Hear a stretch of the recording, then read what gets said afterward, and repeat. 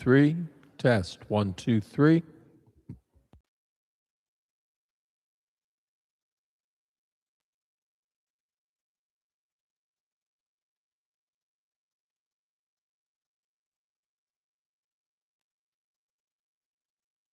Test 1, 2, 3.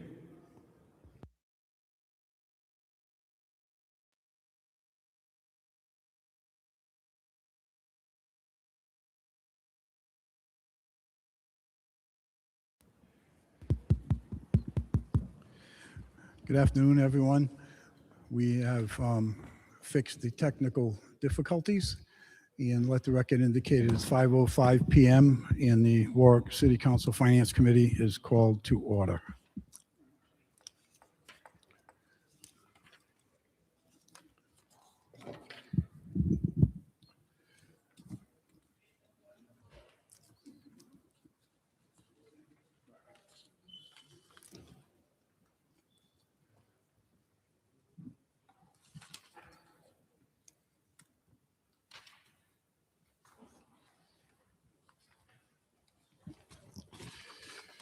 Okay, first item, PCR 53-26. No minutes. First item is 2026-475. That is Airport Road Phase 1, found on page 1.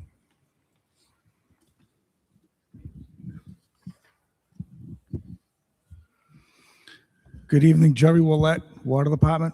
Good evening, Director. Floor is yours. The division is requesting to engage Stantec. Director, could you speak into the mic, Yeah. please? Get close to it. Division is requesting to engage with Stantec to complete the design and bidding services for replacement of the 20-inch main under Airport Road. Stretch of the pipeline, particularly in the area of 667 Airport Road, has been problematic over the last several years. Division has responded to multiple water main breaks on the aged infrastructure. Stantec is heavily familiar with the Warwick water infrastructure needs and is familiar with this pending project. The department is requesting to move this forward. It is expected for this portion of the project to be completed in approximately 1 year from the official award. There is an optional phase 2 for geotechnical program in the amount of $79,000. This request includes that amount should be necessary for the work performed. If it is not needed, then the dollar amount will not be paid to Stantec. Thank you for that, Director. So this 79,000, right now, that's just speculative, right? Correct. Okay. So why are you requesting approval to add 79,000 into this bid, as opposed to let's wait and see if we need it, and then you can come back to us for a change order? Well, that was a thought, to try to eliminate the need for a change order.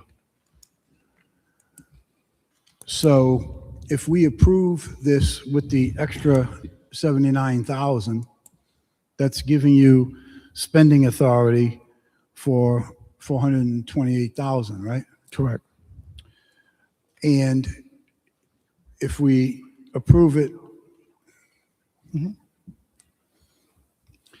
if we approve this with the 79,000 and it's not necessary, that stays into your budget? The money's returned, yes. Returned? What do you mean returned? It doesn't get spent. So is that 79,000, does that remain as part of the water department spending authority, or does it just go away? This is a one-shot deal. It's we're looking at 428,000, and the reason that's in there is that mid-project, we don't want to delay it having to do a change order. If the money's not spent, if it's not required, if they don't have to do the additional borings, no, it doesn't get spent. It reverts back to the project, the overall project, which. So this is, in other words, it's spending authority up to Correct. 428,000. Yes. Okay. Christie, did you have anything to add? No, I just came to make sure I was just making sure that we were passing along the right information. Okay. Further on, design plans were initially completed by United International Corporation in March of 2007, but the work did not proceed at that time. I know this predates you, but do you know what the cost of this project was back then? And No, if I you do don't, not. Does Christie know what the cost was back then? Nobody knows what the cost was back then.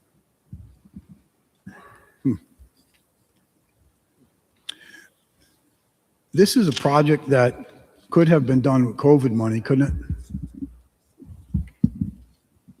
You're asking me? Yeah. COVID money? I wasn't here for COVID.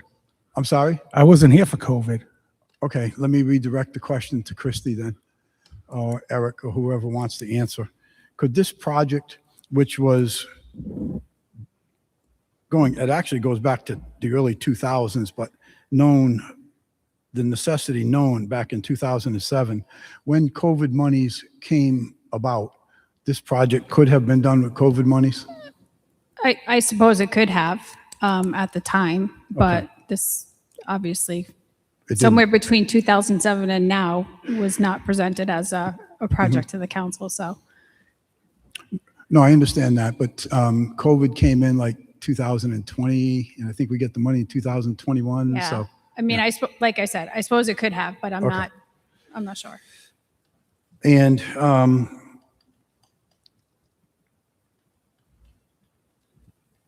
this says also, due to the age of the UIC plans, nearly 20 years, maintaining an appropriate standard of care for the industry, we will only use resource documents for design.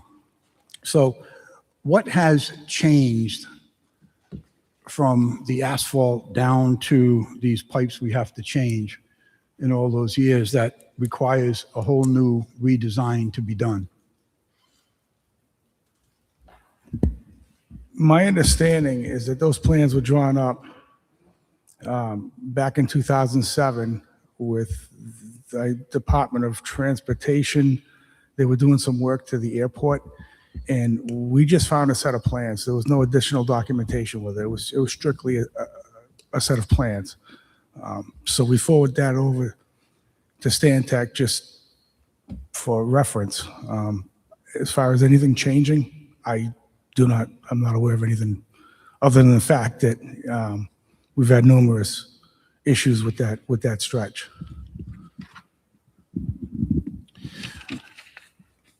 So I guess the reasoning to spend, I don't know, some $380,000 is because the plans that were done in 2007 are no longer good or accessible or accurate. Correct.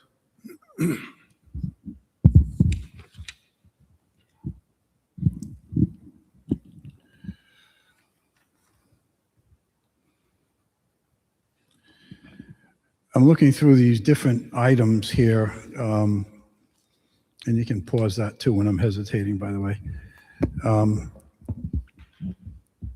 It says Stantec will prepare for and attend one site visit to coordinate the work with personnel from TF Green Airport.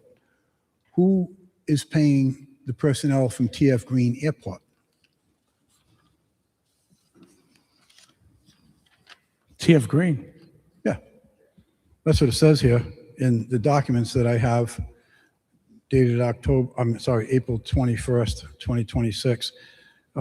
Item task 2, field investigation, item 2.5. I'm sorry, 2.4. It says, Stantec will prepare for and attend one site visit to coordinate the work with personnel from TF Green Airport. My question is, who is paying the personnel from TF Green Airport? TF Green Airport. TF Green, you sure about that? Yes, So that's not coming out of this 420, potentially 428,000? No. We're not paying them? we're not. Okay.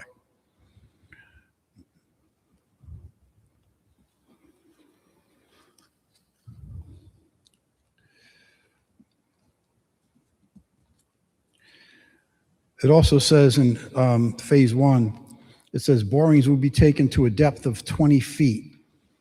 Has there been any indication that this may need to go deeper than 20 feet?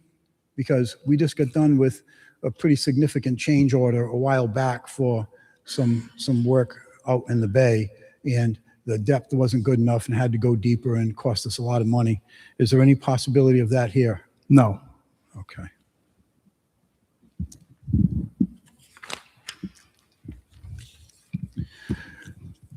We have a phase 2 optional, and I believe that is what the 79,000 is proposed for, right? Okay.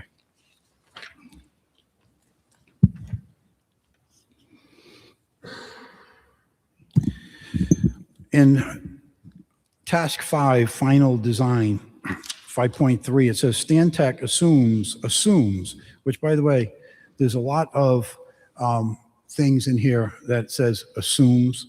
Stantec assumes Warwick will take 2 weeks for review and comment. If the city is unable to complete that review and comment in 2 weeks, is there any penalties being applied to the city? No, this needs to be reviewed by the state also. It has to go to Rhode Island Drinking Water Quality and be reviewed by their engineers. Well, that's the state. So if the state gets hit with a penalty, that's up to the state. I'm talking about us. It says Stantec assumes Warwick will take 2 weeks. My question is, if it takes us 3 weeks or 4 weeks, is there any back charge or is there any delay of production or penalties put on the city? No. None. Okay.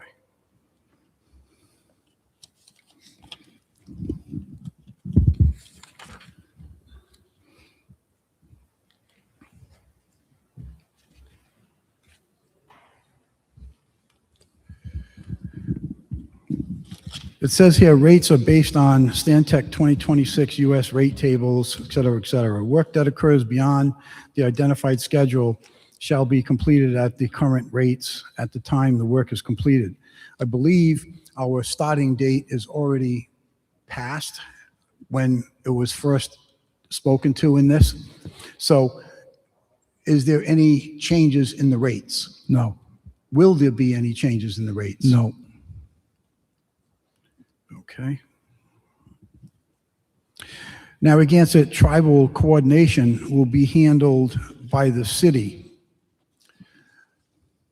Is the Narragansett tribe charging us any hourly rates or premiums for the participation that they have to take place in this project?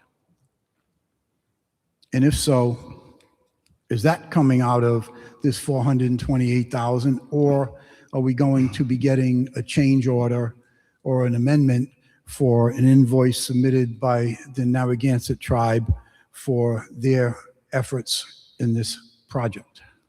I'm not aware of any of that. Is Christie aware of anything of that? No. So to the city's knowledge,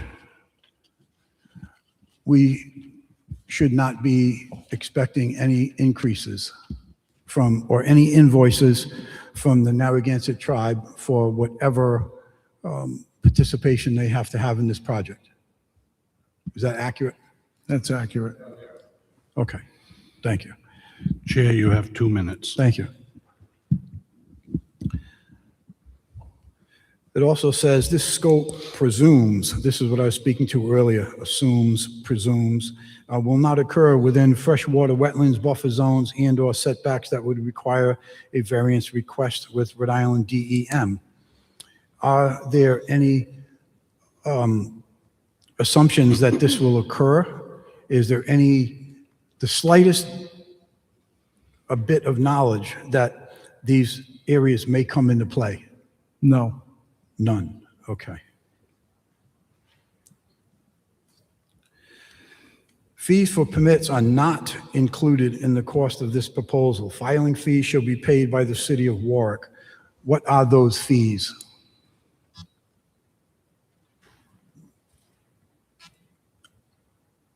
I'm assuming that it's the construction fees that you have to pay to Rhode Island DOT, because on most of their, on all their projects, they have to have an inspector there. But that's part of the bid, that's part of the actual project phase. This is just designing. So whatever fees, filing fees that need to be paid by the city of Warwick, that's part of this 428,000 as well, right? Yes, Okay. Even though we don't know what those fees are yet. correct. So there's an assumed line item or budget into this 428 for those? I don't think these fees are going to come up during this. It's the construction phase that the fees and the permits that you're referring to are going to come up. This is just the design. Okay. Director Earls? Yeah, Eric Earls, Public Works. It's like Jerry said, that language is in there in anticipation of the construction phase where we're actually maybe working. For this purpose, it's unlikely that there would be any DEM fees because it's mostly just design. Any fees might be related to the exploratory borings that we may have to do, but even that, the work that we'll be performing will be, within the roadway. So it's not like we're going to be out encroaching into wetland areas. We're going to be working areas that are previously disturbed. Okay. So DEM usually doesn't work. They usually work with us on that type of project. So I think it's fair to say that there'll be some permits or some fees that are going to be required in this project. And my question is that whatever they are is part of this 428,000. No, it wouldn't be. It would be part of the construction phase, most likely. Okay. But not part of this phase. Okay.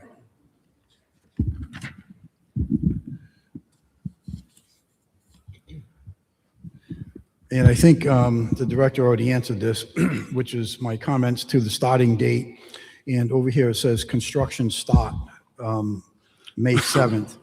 Obviously, we're past that. So I guess your answer before was that's not changing this price even though we're late getting started. Correct. Okay. And are you on target to start July 3rd, 2026? Is this project still on start for that time? The design is, The yes. design part, yes. Okay. Okay, thank you. Any questions from members of the committee?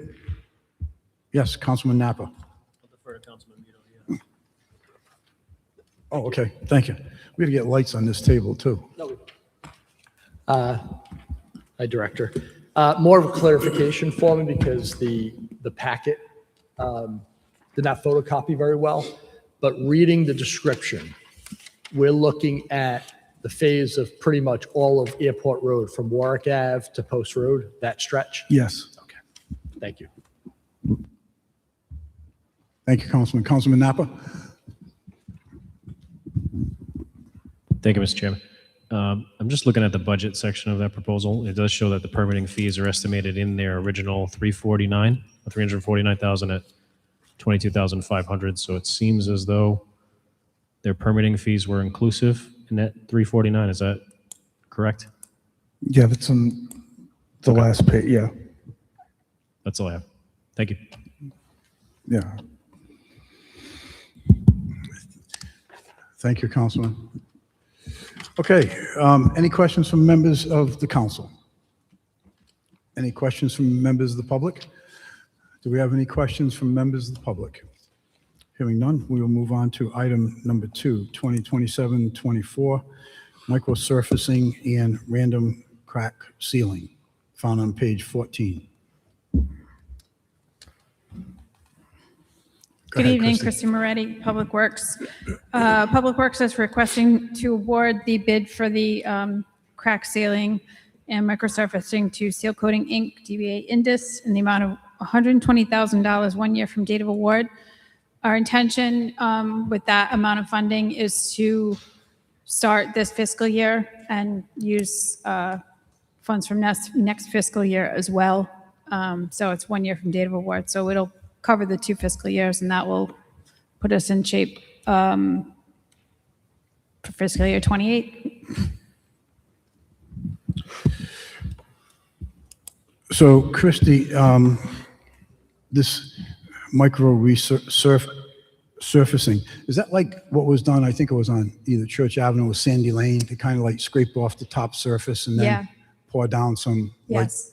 pretend asphalt? Yeah, I'm not sure if that's something that we'll actually do. We're more focused on the crack sealing aspect at this point to get that done.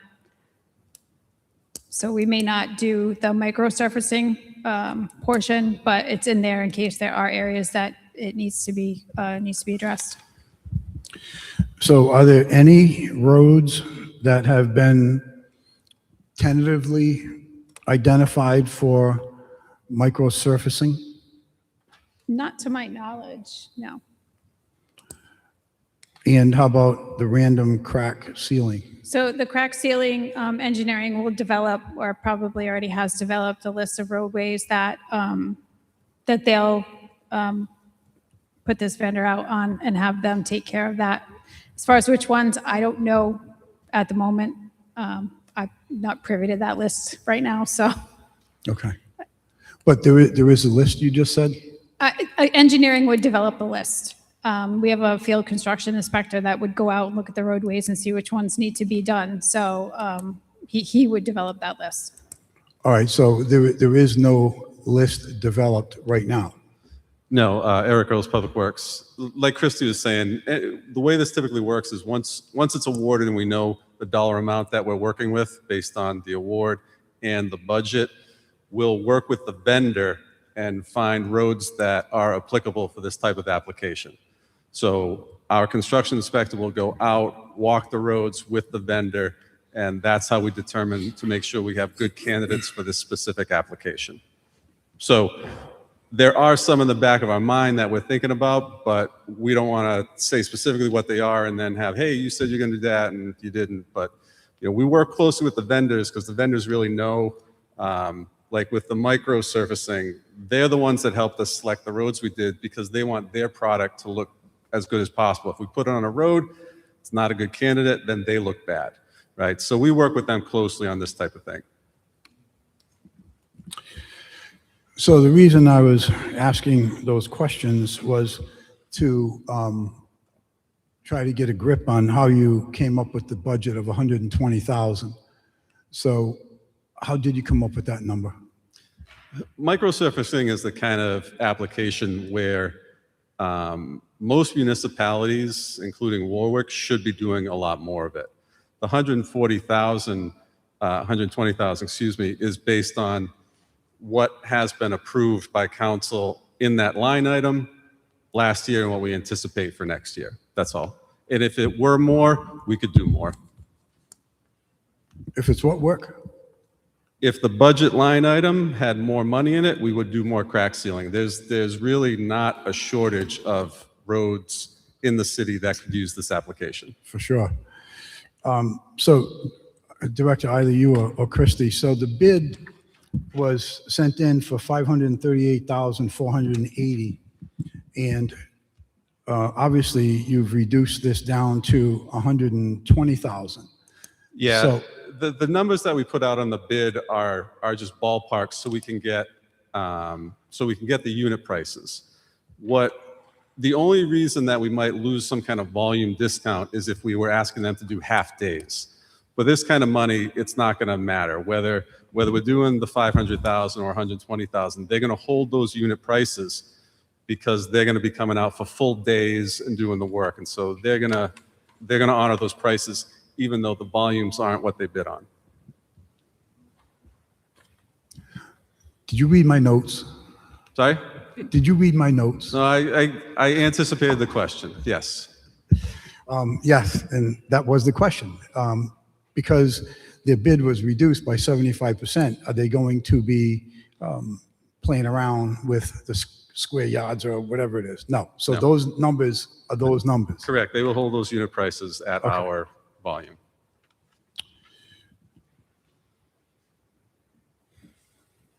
Okay, that's all I have. Anything from Councilman Muto? Thank you. Thank you, Chief.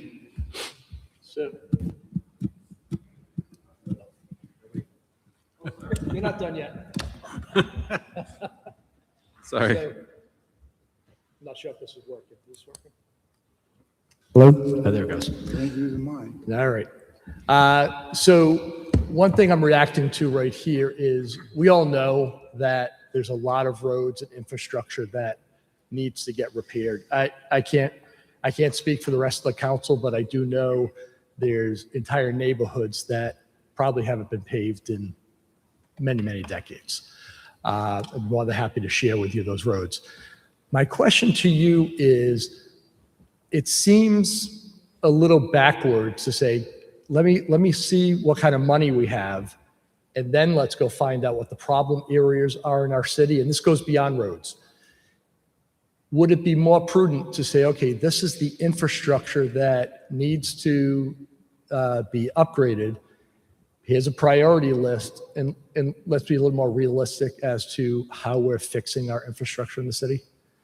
Just an observation. Your thoughts on that? In this scenario, are you writing me a blank check to do whatever I want? Because No. I can make that work. No, what I'm proposing is you come to us, with your partnership of your planners and saying, hey, and I'm making this up, here are the 50 roads that are here. Here's the cumulative cost.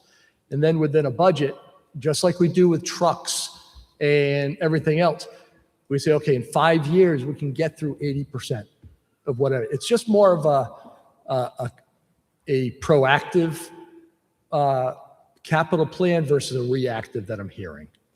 I understand what you're saying, and I appreciate that. And if all variables were static, then I could do that.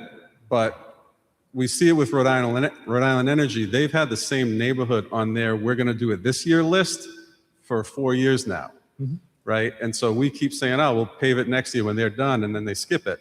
So to try and give a list like that, it really is trying to hit a moving target. And that being said, we could come close and we could make a lot of assumptions. But part of the concern is putting a list out there and having people expect and then not have it come to fruition, right? You expect your road to be paved because of a number of variables, it doesn't happen. Then we all kind of look bad, like we don't know what we're doing, right? But I do understand what you're saying, and I appreciate that. And if I could, absolutely, that would be a better way to do it. Yeah. I'm just throwing it out there just because you have that list, even if Rhode Island Energy says, hey, we're going to get to this, this, and this, and they don't, at least it's a reasonable explanation. Just put yourself in our point of view. It's like we're handing you a blank check for $120,000. I have constituents screaming at me, is any of that going to come in my ward? I understand. So it's just more of a proactive approach versus a reactive. And like you said, yeah, we have a lot more demand than we need to do, but then we need to look at priorities, a plan, more of a rolling plan, things of that nature versus a $120,000 bite at the apple each time. It just seems very inefficient from my point of view. But that's what. But thank you for your point of view. Councilman Napple. Thank you, Chairman. Director, just for perspective, a repair like this, what is the kind of the life expectancy of, if they do this type of repair, how long does that patchwork last? Yeah, so crack sealing, when you crack seal a road, you're typically hoping to get an extra 3 to 5 years out of it before you have to do something else. With the micro surfacing, that's more in the 7 to 9 range. But the reason we're a little hesitant is in the industry, that technique is starting to be criticized for not getting you to that range. So that's why we're a little hesitant to go back to that one. But crack sealing, that is the gold standard for roadway preservation. Like, we should be crack sealing our roads. You pave them, and then you start crack sealing them at 10 years, and then 15 years, and then 18. And that's how you get the best value out of your pavement management plan. Thank you, Director. Sure. Thank you, Councilman. Any questions from members of the council? Any questions from members of the public? Do we have any questions from members of the public? Thank you, Director. Moving on to item number 3, purchase winter sand. And Christie, I believe that you need a PCR on this? Yes, I need to make an amendment to the vendor on this.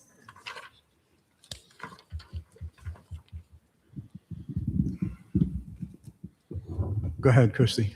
So I made a mistake when I was reviewing the bid tabulations. And we're going to keep the Kimball Sand Company and replace Vinagro with Holliston Sand. So I want to make sure I heard you correct. Are you staying with Vinagro and Kimball Sand? No, we are going with Holliston Sand and Holliston. Kimball Sand. Okay. Well, let me get a PCR on this. Madam Clerk, can I have a PCR, please? Thank you. Christie, I saw the email come in on the request, and I'm looking at it from a little bit different. I'm confused as to why Vinagro is even on here when they're one of the highest bidders. That's one question. The other question is, well, let's take that question first. So why is the department not recommending Halliston, who is at $29.86, and Kimball, that is at $18.75, instead of having Vinagro in here at 32? That's what I just amended. I'm sorry? That's what I just amended. I thought you Hollis- said that Vinagro was No. still, oh, Vinagro's out. Yes, Okay, I misunderstood. All right. So you're going to be going with Kimball and Holliston. correct. Got it. Okay. Now I know you're looking at my notes. Thank you for that, Christie. Christie, the other question I have, and maybe I'm just looking into it too deep. Vinagro says material description, winter sand. Kimball says winter sand, washed sand. Holliston says winter traction sand delivered. Is the pricing from all of these vendors, first of all, is it delivered? Yes, they deliver to us. Okay, so Yes, Holliston and Kimball will be delivering. correct. Okay. And is there a difference between winter sand, washed sand, and winter traction sand? I don't know. I'm asking you a serious question. Is there a difference? Not really. No, it's basically sand that's not washed. G. Lopes did put in washed concrete sand, which I'm not sure why we would never use that. That's something completely different. But winter sand and traction sand are the same. Are the sand, really. There's nothing fancy about it. So it's not that somebody can come back and say, oh, wait a minute here. I priced you with washed sand, and that's why mine's more So- expensive than winter sand. Right. I mean, there are different types of sand. Like this just has a little bit of a heavier aggregate in it, rather than something like bedding sand, which is what you find on a beach. So Okay.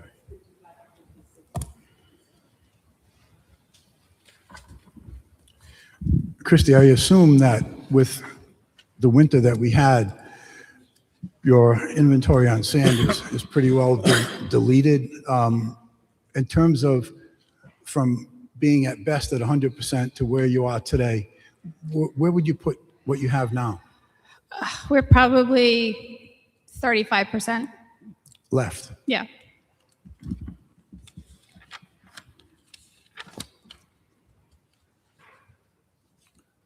And what was the budget for last year for this? For sand? Well, it was a 2-year bid last time, so it was also $80,000. It's $40,000 a year. Okay. Okay. Okay, that's all the questions I have on this. Any questions from members of the committee? Councilman Napa. Chrissy, I was looking at the budget. going through it? It looks like next year we're only budgeted for 36. Are you just anticipating we'll kind of offset and trying to conserve costs, or did you actually need 40? So when I wrote this, when I wrote the letter, this was prior to the budget being made public. So, we anticipate staying within our means as far as spending. However, if we have another winter like we had this past year, then that would probably be impossible. So we'll kind of play it by ear and see what happens, what Mother Nature throws at us. Okay, thank you. Okay, all set, Councilman. Any other questions from members of the committee? Any questions from members of the council? Any questions from members of the public? Do we have any questions from members of the public? Okay, that completes our items over. Oh, that's correct. Okay, on PCR 55-26, I need a motion, please. Favorable action. We have a motion favorable. We have a second. All in favor? Aye. Aye. That's on the amendment. Mr. Chairman, Yes. just a clarification in the numbering. It's PCR 5726. Okay. Thank you. 57-26. Okay, and the amendment is to Delete Vinagre. delete Vinagro and add in Holliston. Is that correct? Yes. Okay. And that is the motion I made. Okay, and seconded by Councilman Muto. Any further discussion? All in favor on Aye. the amendment? I now move PCR 5726 with favorable action. We have a seconded by Councilman Muto. Any discussion? All in favor? Aye. Aye. Thank you. So PCR 5726 has been moved favorable as amended. Now, I'm going to call up item number 4, 2026-415. Excuse me, I will, but this is a revenue item, okay? So we have a rescind, we have a revenue. And now I will call up the list from any of the members of the committee. I'm all set. Okay. Councilman, which one, sir? Number 2026-476. Okay. All right. Seasonal equipment. Yeah. Councilman Napper has called up purchase seasonal equipment. Anything else, Councilman? No. Councilman Muto, anything? Any members of the council have any items that you want held out? Okay. Any items from members of the public? Are there any items from members of the public that you want held out? I am going to pull out item number 10, 2027-030, minor roof repairs to city-owned buildings.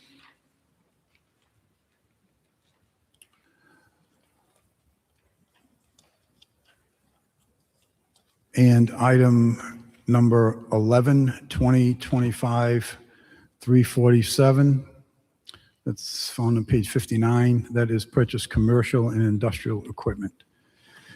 All right, first item we have is item number 4, 2026-415, roller skate rental services for Greenwood Credit Union Plaza. Good evening, Council. Director. Good evening, Council. Tom Rourke, Greenwood Credit Union, City Hall Plaza. We're requesting to rescind the above bid to the current awarded vendor, Legacy Hospitality Entertainment. The vendor has become unresponsive to multiple calls and emails from myself, as well as the purchasing agent. And based on their lack of response, we'd like to rescind that offer and move on to our second bid. So, Director, what were those calls pertaining to that you didn't get any responses? Setup for them when they could start moving their items in, just general setup, try to get to a grand open date.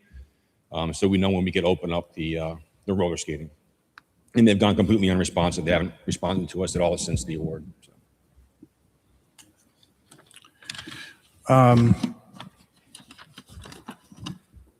I did a little digging in on this item. And what I found interesting is that two of the two different companies have the same address. And when I researched into that, what I was told is this is kind of like a pretend address where you only get mail. It's not like a physical location. So, Chairman, just as a point of order, I believe what you're looking at is the registered agent address. That's registered agent for service for an LLC or a corporation. That's not the actual, what you want to see is the principal address is the address for the company. okay, so Legacy has a registered agent. I'm aware of that. The address is 50 Industrial Circle, number 105, okay? And my further investigation shows a registered agent for NMX Ventures, also at 50 Industrial Circle, number 5. That's extremely common. Sorry? That's extremely common. Those type of companies offers registered agent service for LLCs and corporations. Me, particularly in my business, Okay. I'm a registered agent for 24 businesses that I represent in my professional life. So that's Okay. extremely common. So that is correct then when this person told me it's strictly like a mailing address. Correct. Mailing address Not for the business legal location. service, and if Got a it. constable needs to serve them process, Okay. that's who they go through. Okay.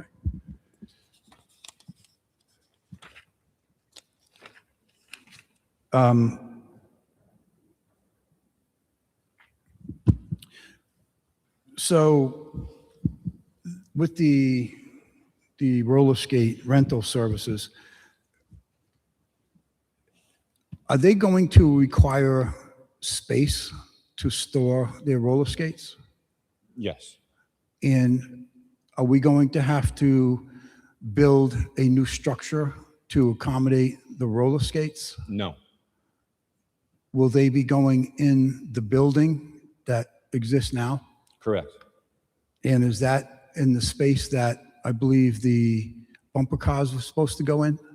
No, the roller skates are going to go into the same section where the ice skates go. Okay. There's a removable guide that you can just unbolt it and those slide off, so the roller skates will fit right on those. And is the roller skate folks, are they in there for free like the ice skate folks? Not In other for- words, they're not paying rent. They're not paying rent, correct? They're paying us revenue per skate rental. Right. And like with the ice skates, so I know I've had constituents tell me that, you know, they're able to bring their own ice skates and they don't have to pay for whatever the rental is and stuff. Is that also going to apply to the roller skates? Correct. You can bring your own roller skates. So, okay. And the Legacy, they were going to be reimbursing, I'll use the word reimburse us for 10%, I'm sorry, 12% of the rentals. Correct. And is their rental, was their rental fee the same as what Galactic is per No, skates? no, Legacy came in at 12% for a $6 rental. For a $6 rental? Correct. Okay, was- and Galactic is in there at 10% for what? $8. $8 rental. Okay, that works. You've been reading my notes too? Just come prepared, sir. Okay.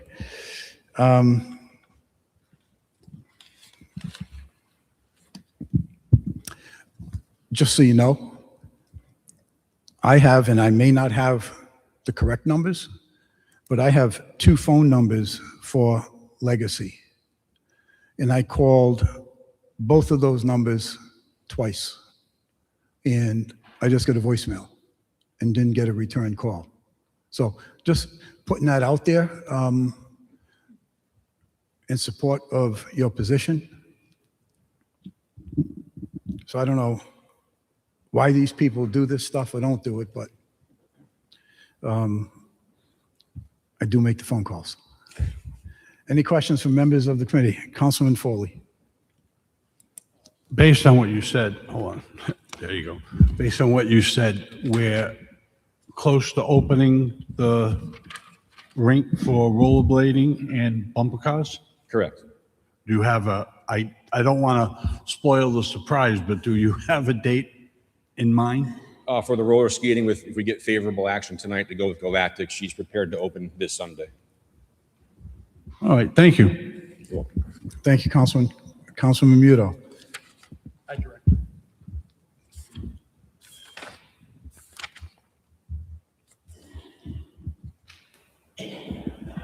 Doesn't matter. I just wanted to thank you for being your due diligence with these companies, the vendors that are out there, not just in your department, but the other vendors that the city does business with need to be held account and know that there's more business out there. And I just want to thank you, just keeping on top of it and keeping things rolling. So I appreciate that. Thank you. Thank you very much. Thank you. Anything from Councilman Napa? No. Members of the council? Any questions from members of the council? Any questions from members of the public? Do we have any questions from members of the public? Hearing none. Next item up is item number 6, 2026-476, purchase seasonal equipment. Councilman Napa. That's on page 30, sorry.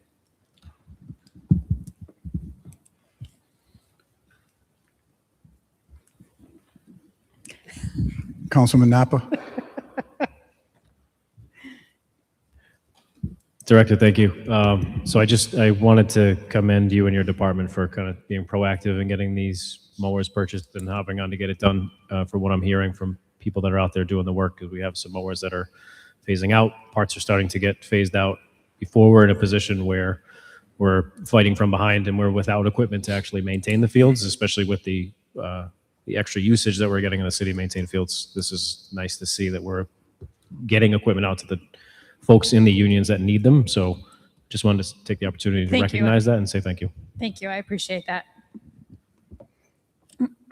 Oh, sorry, Councilman. Thank you. Any other questions from members of the committee? Christy, I know you're doing the state bid thing. Has anyone shopped this around from local Yes. vendors? Yes. Well, not.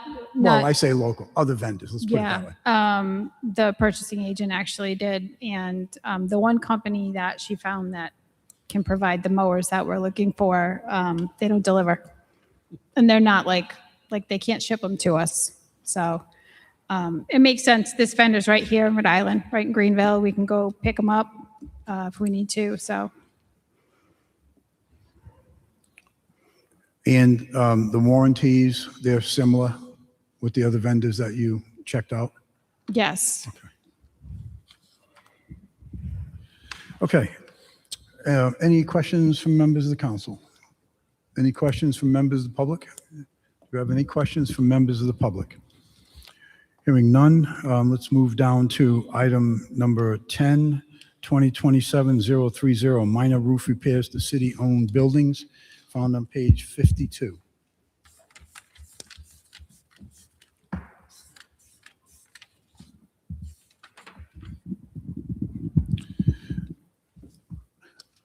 Chrissy, I'll just get right to the point. Of this 30,000, does that include taking care of the roof repairs at Station 4? No. And how, back up, why not? Because it's not a minor roof repair at Station 4. That needs a whole new roof, which we're actively working on, preparing a bid. This doesn't have anything to, this is like, we have a leak here in City Hall and we need someone to come and patch it type of thing. It's not a full. But that's what's been going on at Station 4 for well over a year, is leaks in various areas of a flat rubber roof. And to my knowledge, as of quite recently, there have been no repairs to stop the leaks, at least temporarily. Like I said, we're actively putting together a bid for that building right now.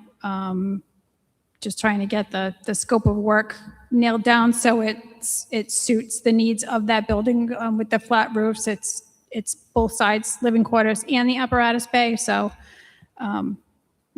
this bid does not meet the needs for that building. So there is no plan for at least making an attempt to stop the leaks at Station 4? One of the leaks, which is right on the kitchen countertop, right next to the sink, on the stove rather. Other leaks in the living quarters, in the hallway. There is no plan in place yet to address those? No, Why? because we're actively pursuing a bid to replace the roof. So we're going to spend money, a few $1,000s, to make temporary repairs to only rip them off and replace the roof. Like, we're trying to get this bid together and get it before the council before the end of this fiscal year. So, I understand that. Mayor? Council, we've applied for a congressional earmark grant to replace multiple fire station roofs. We're going to know if we're successful if it's moving forward very soon. That's why we're hesitant to do any work on it now, because the grant process takes a long time getting the money, but we can do it and we'll get the money reimbursed to us. So that's why we don't want to do any expensive work right at the moment. So, Mayor, with all due respect, as you know, these leaks, at least in Station 4, I can't speak to the other stations, but Station 4 is in my ward, and those leaks have been going on for well over a year. So when we talk about repairs and bids, it's two different things. This roof has been leaking for well over a year. I have been asking to get some repairs done on it, which to me makes a whole lot more sense than just letting this thing continue to drip into the kitchen and into the wall and into the soffit. I don't disagree with you. You what? I don't disagree with you. But we don't want to do any extensive work if we're going to be replacing it. Get it. I'm not asking that the roof be replaced. I'm asking that these half a dozen areas get repaired. And it's not, you've done them. It's not a big deal to get up there and replace some screw pops or cuts or whatever temporarily. Noted. You're correct. I didn't read your notes. Sorry? I didn't read your notes. I'm sorry. Everyone at that table got it but you. I didn't read your notes. Well, that's okay. So I guess, so my takeaway on this is that We'll I talk. understand a bid process takes time. We're looking at probably another couple of months before or more by the time you can get a roofer in line to do that. I know some of these commercial roofers are already booking next year out because I've reached out to them. So can I feel confident that some roof repairs to at least stop those immediate leaks will take place in the immediate future? Yes, I give you my word. I'll talk to the building director tomorrow. He's not here tonight. Okay, Rob great. Greenwood. Okay, thank you. And thank you for not reading my notes, Mayor.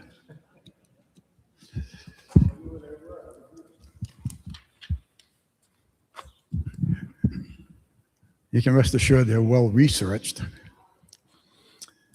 Okay, any other questions or any questions from members of the committee, members of the council, members of the public? Any questions from members of the public? Okay, hearing none, we'll move on to item number 11, 2025-347, purchase of commercial and industrial supplies, found on page 59.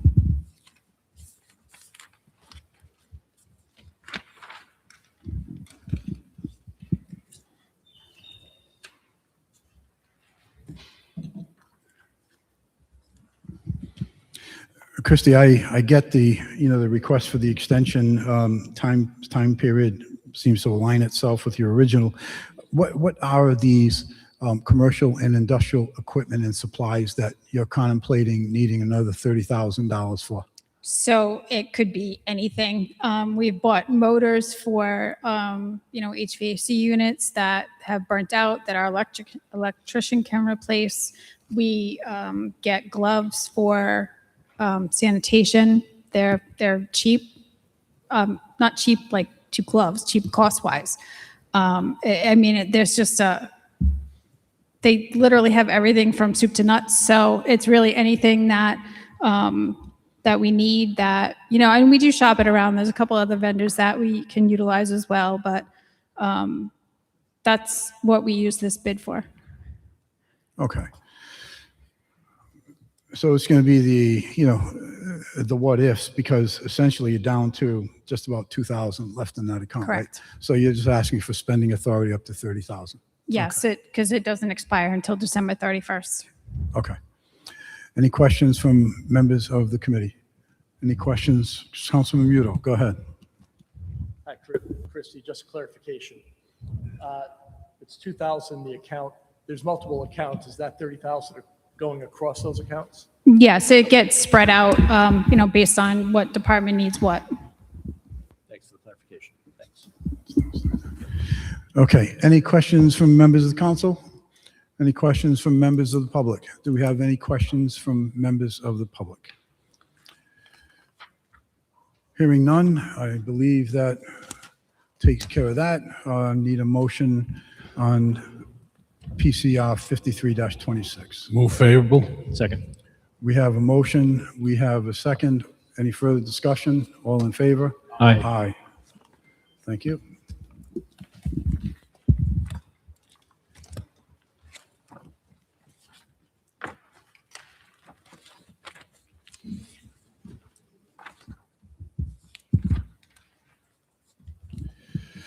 Okay, we'll move on to abatements. PCR 54-26. Councilman Muto? Chair, I need to recuse myself on one item. It's a family member.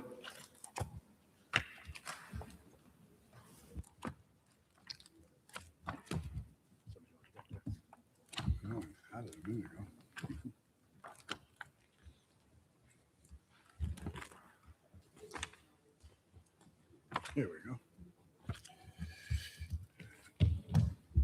So I need to recuse Go ahead. on item reference number 173424.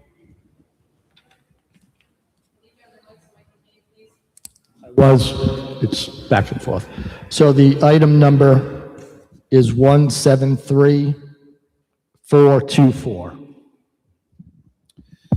I also will be recusing on reference number 173409. Anyone else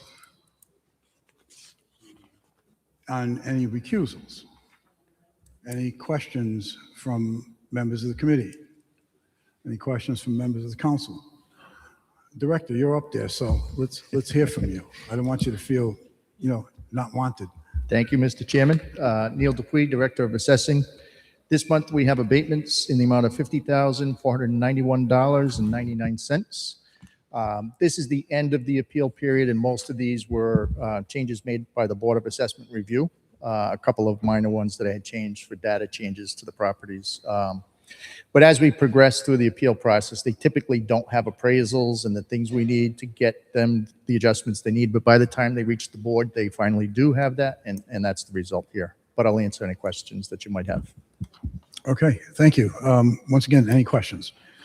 Okay.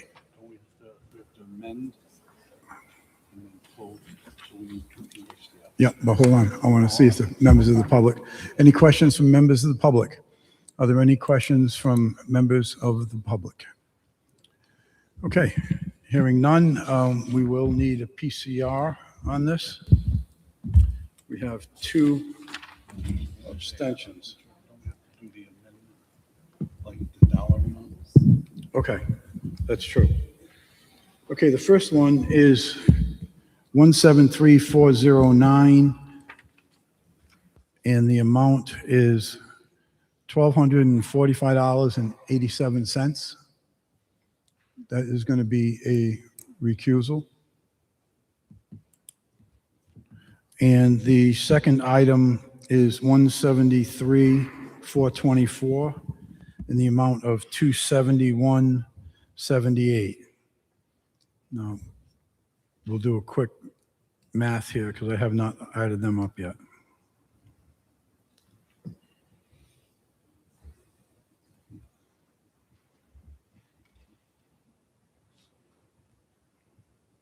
I come up with $1,517.25.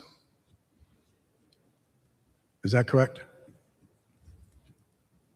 Somebody want to just do a double check on that? We have 1245.47, 1245.47 plus 271.78 for a total of $1,517.25.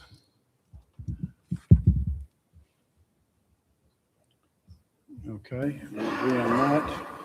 Now we're going to deduct that off of $50,491.99.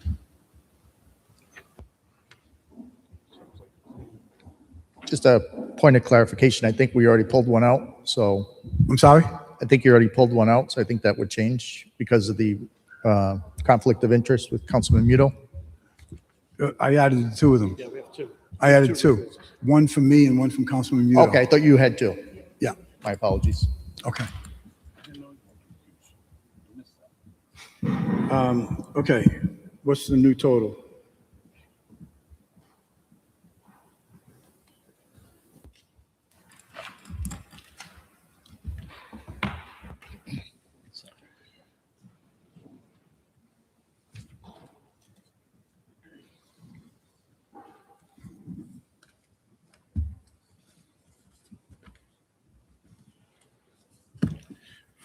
$48,974.34. Okay. So we're going to do the, move the recusals first? Yes. Okay. So on the PCR, what was that number, please? Sorry? No, I needed a PCR on the recusals in the amount of $1,517.25. That'll be PCR 5826? Thank you. The recusals. We're gonna do them separately, Councilman. I'm sorry? Chairman, if we could do them separately because Okay. each one of you don't have to recuse from the other ones. So Sure. if we could start with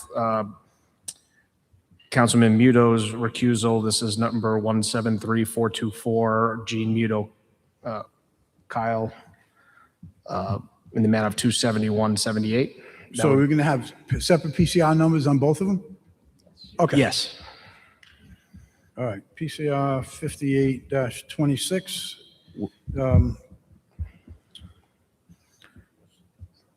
The amount is 271.78. And then the abatement number 173409 regarding Caniglia in the amount of $1,245.87 would become PCR 5926. Okay, And that would mean that the remainder of PCR 5326 would be updated to reflect a total abatements of 48,974.34. okay. So do we need to do a separate motion on each PCR? Sorry, that was PCR 5426, not 53. So first up, if the committee would make a recommendation on the PCR 5826, the Muto abatement, $271.78. Okay, I need a motion on PCR 58-26. Move favorable action. We have a motion, we have a second by Councilman Napper. We have one abstention. All in favor? Aye. So we have 3 yes, 1 abstention. Next item up is PCR 59-26 in the amount of $1,245.87. I need a motion on that. Move favorable action. Second. Motion, we have a second. I abstain. Any further discussion? All in favor? Aye. Okay, so we have 3 yes and 1 abstention. Now we have a motion on the amended abatements of $48,974.34. Point of order, did Sure. we make a motion to amend? Have we actually amended that yet? You do not need to because the other two items were removed from it, so the total will be updated on the vote. All right, thank you for that. Is that a motion? Motion favorable action. Okay, Second. we have a motion, we have a second. Any further discussion? All in favor? Aye. Thank you, so that stands passed as amended. And we will now go back.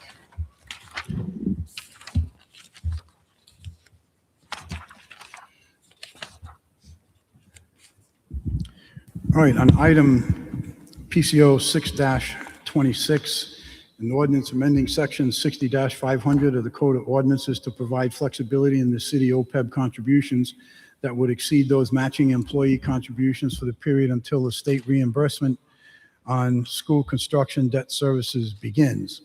As I did in the first passage, I am going to make a motion to move this to the floor without a recommendation. Second.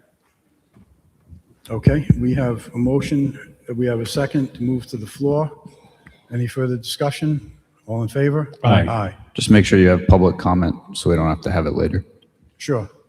Oh, thank you for that, Mr. President. Also, Mr. President, are you suggesting public comment now and when it's at the floor?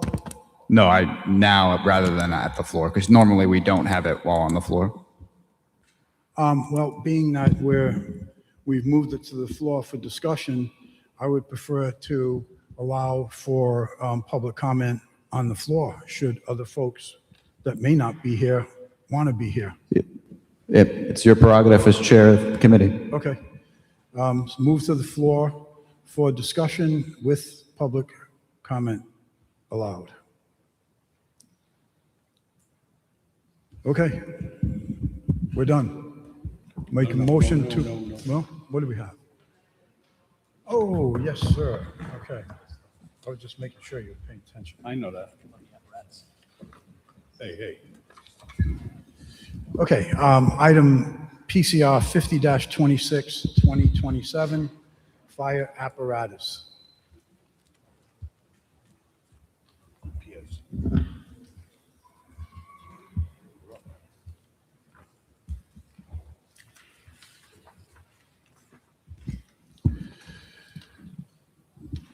Okay.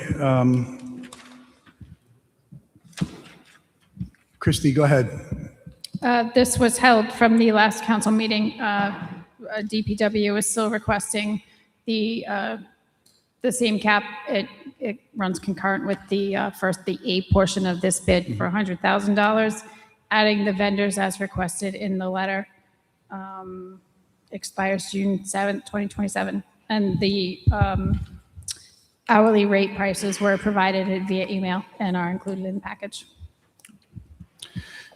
Okay, thank you for doing that, Christie. That was my concern, where the vendors that were being requested to add on, who had not bid originally, we did not have any hourly rates for them. You reached out to them, you did get hourly rates, and the 5 vendors that will be added on to this, or included in this, would be New England Fire and Equipment, Allegiance Fire and Rescue, Coastal International Trucks, Power Products, Tasker, and CNS, which means Greenwood Emergency Vehicles has been removed as a vendor.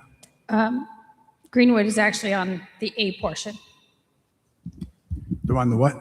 Greenwood's on the original, the A portion of this bid, which is not. Oh, they're on the original? Yes.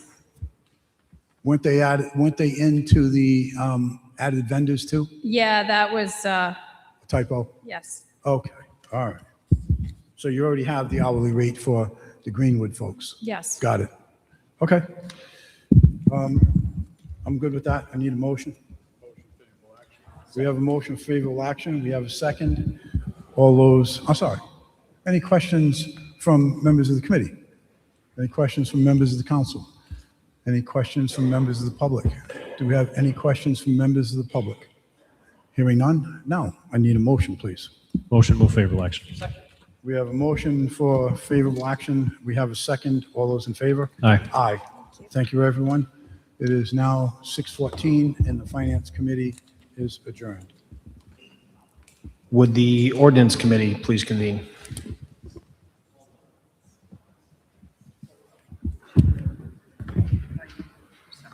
On what? Yeah, fully, yeah. Okay, thank you. No.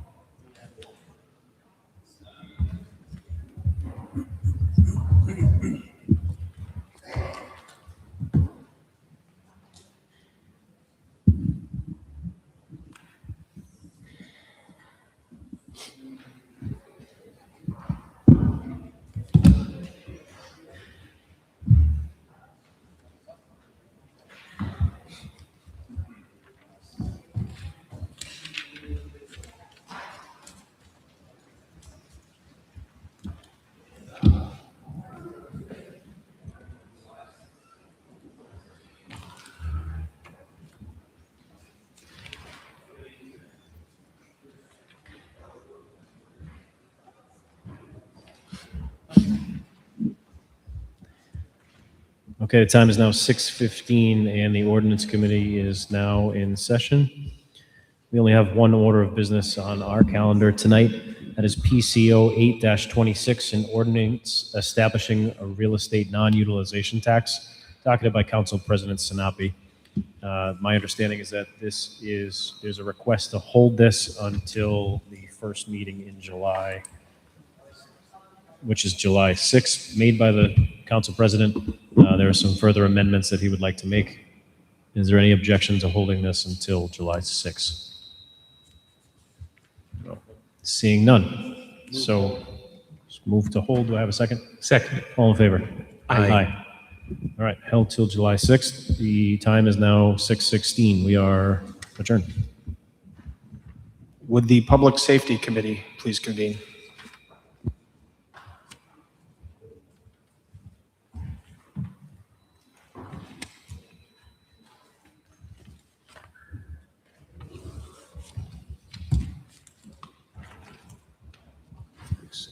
Where is that?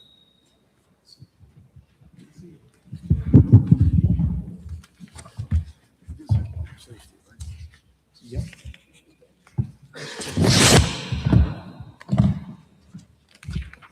Excuse me. No.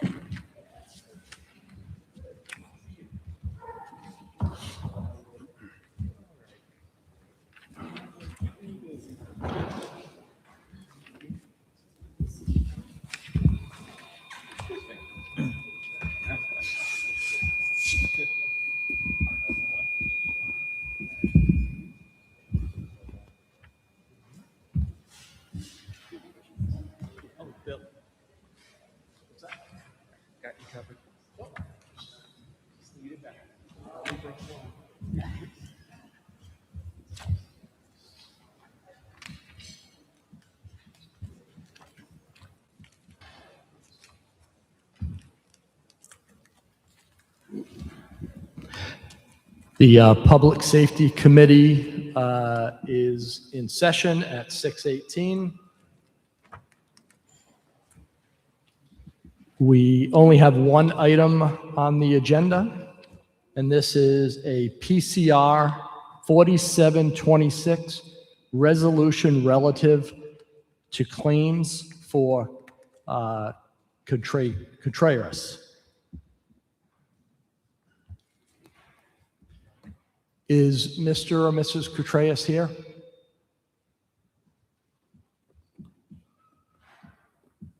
No? Okay. So from the last meeting, we wanted to hold it to give the constituent a chance to justify the claim. The constituent is not here. Is there any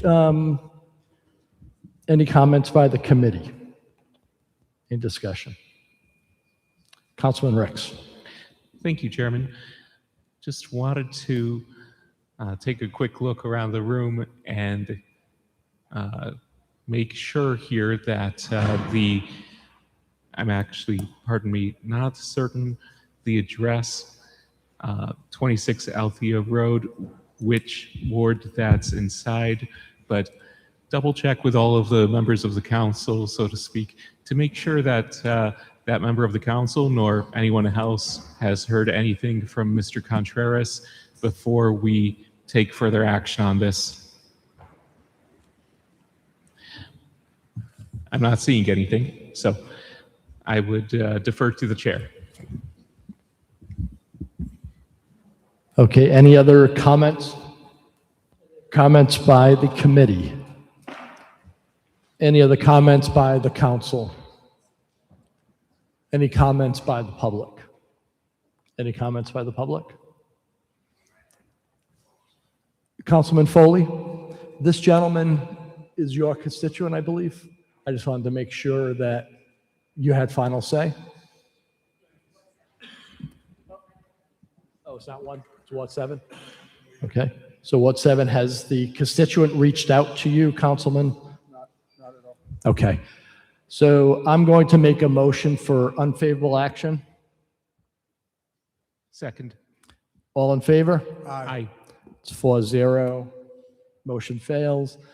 Public safety adjourns at 6:20.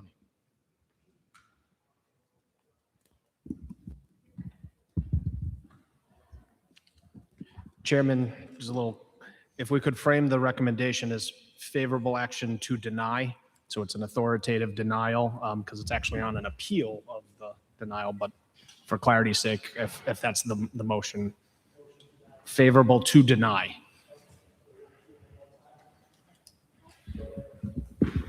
Motion to deny. Second on the motion to deny. All in favor? Aye. Motion passes. Hold on. Public safety is concluded at 6:21. Would the Public Properties Committee please convene?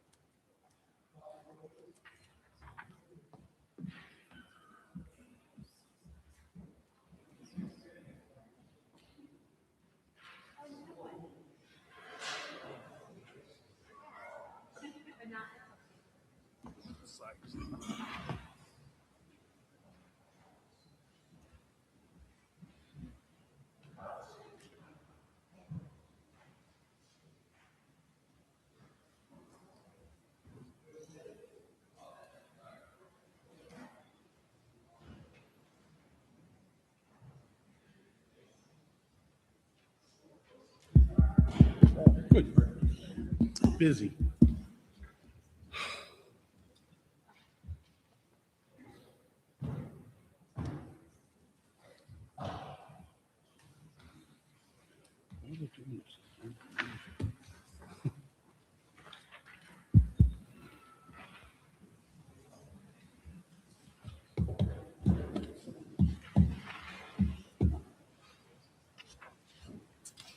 The City Council Committee on Public Properties, Land Use, and Community Affairs comes to order at 6:23.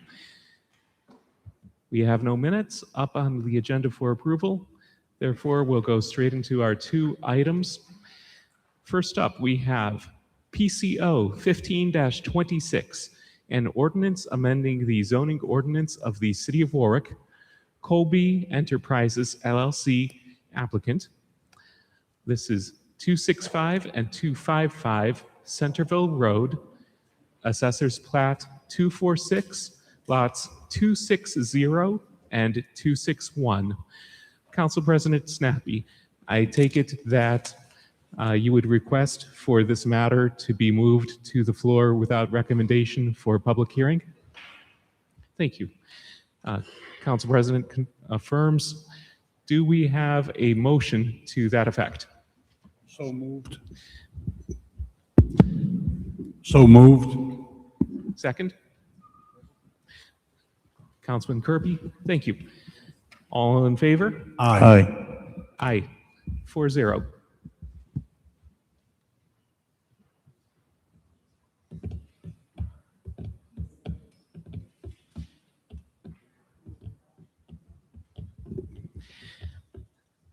Second and last on our agenda is PCO 9-26.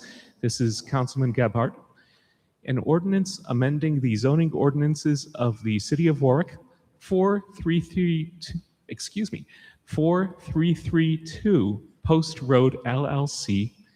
Applicant is 4332 Post Road. Assessor's Plat 221 Lot 26. Councilman Gebhardt, I take it that you would request a motion to have this matter moved to the floor for a public hearing without recommendation. You got it. Thank you. So affirmed. Do we have a motion to that effect? So,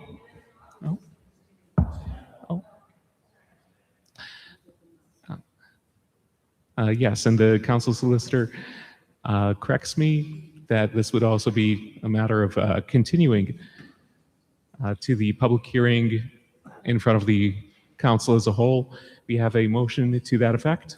so moved. Do we have a second? All in favor? Aye. Aye. 4-0. And there being no further items before this committee, we adjourn at 6:26 p.m.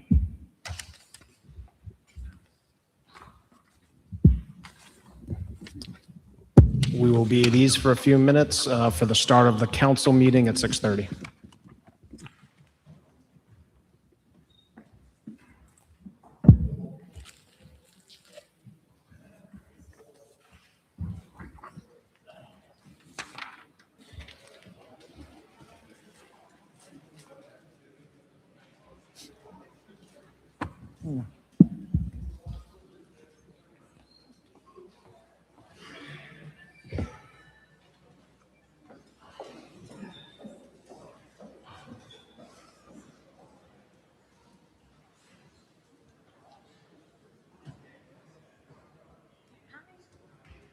Nice to meet you, Brian. Hi. Nice to meet you.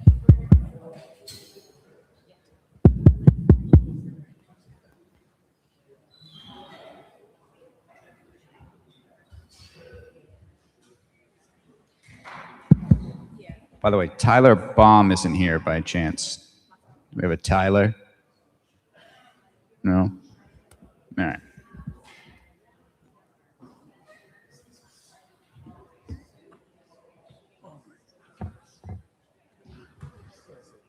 I'm ahead on points.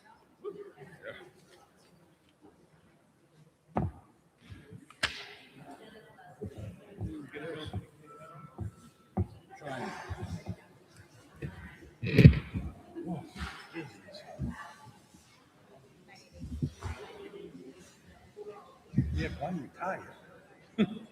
I show up.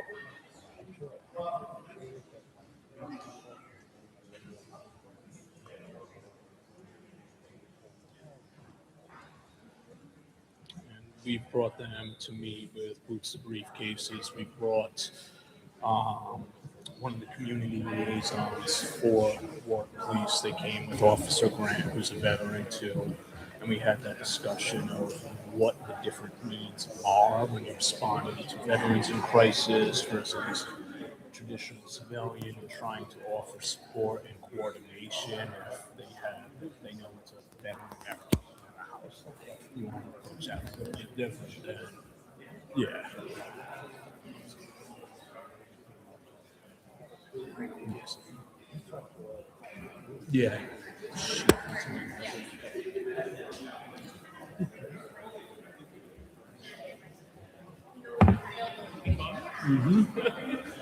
Oh, yeah, I think so too.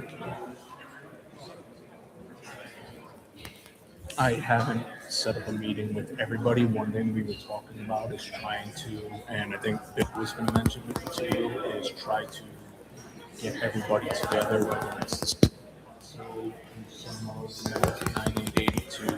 talk about this with Warwick's Health and Human Services people about the mental health crisis in the city, some collaboration, so that they can do some tours of the facilities to see what the cost of it is. So obviously, like everything else in the state budget is always tight. So get that visibility, the awareness now. Not very many people know about 90. I think yeah, almost 50 attempts.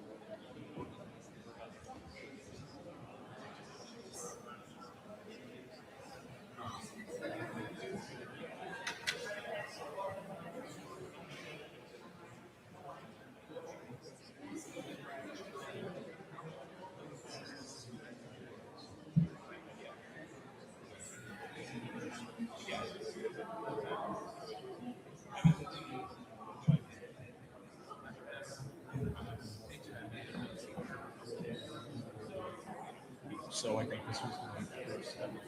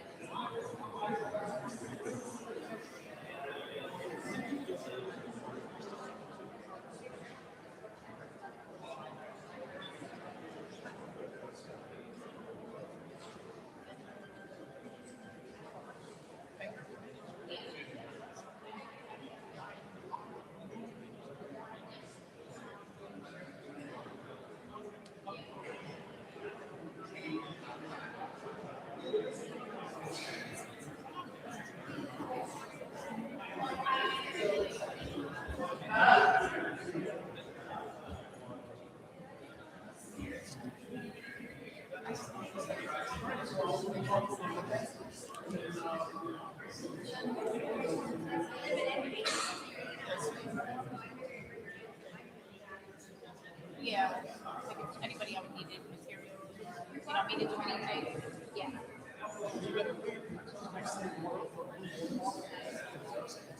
I forgot all my stuff. I'm with Mission Boots and Grief.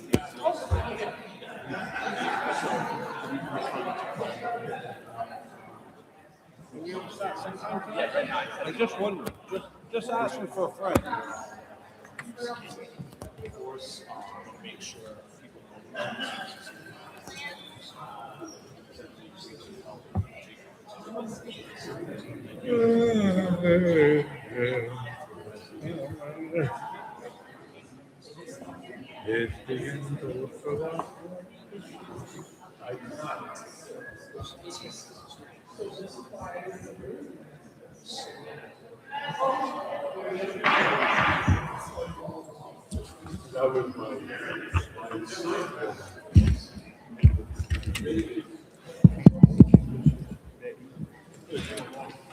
Council will convene at 6:37 PM, and the clerk will please call the roll. Mr. Sinapi? Here. Mr. DeLuise? Mr. Foley? Here. Mr. Gephardt? Here. Mr. Kirby? Here. Mr. Lattiser? Here. Mr. Muto? Here. Mr. Napa? Mr. Ricks? 9 present. All right, if Councilman Muto will please lead us in the salute to the flag.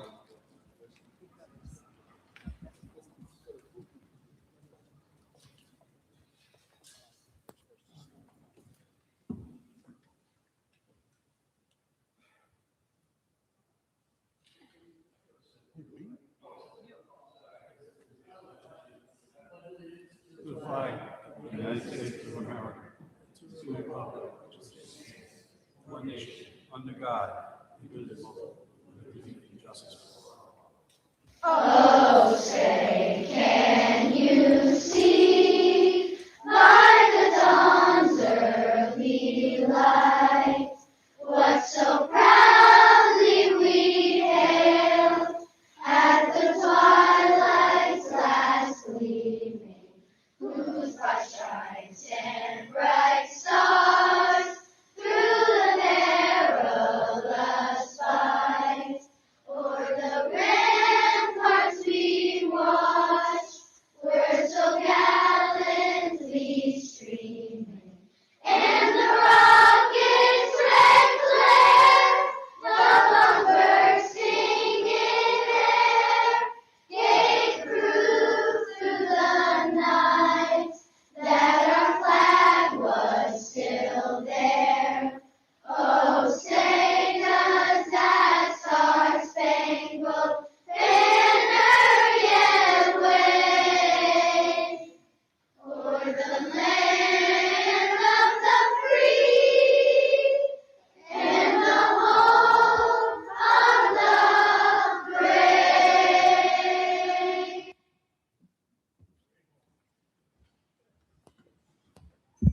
All right, first up is announcements of congratulations, condolences, or community events.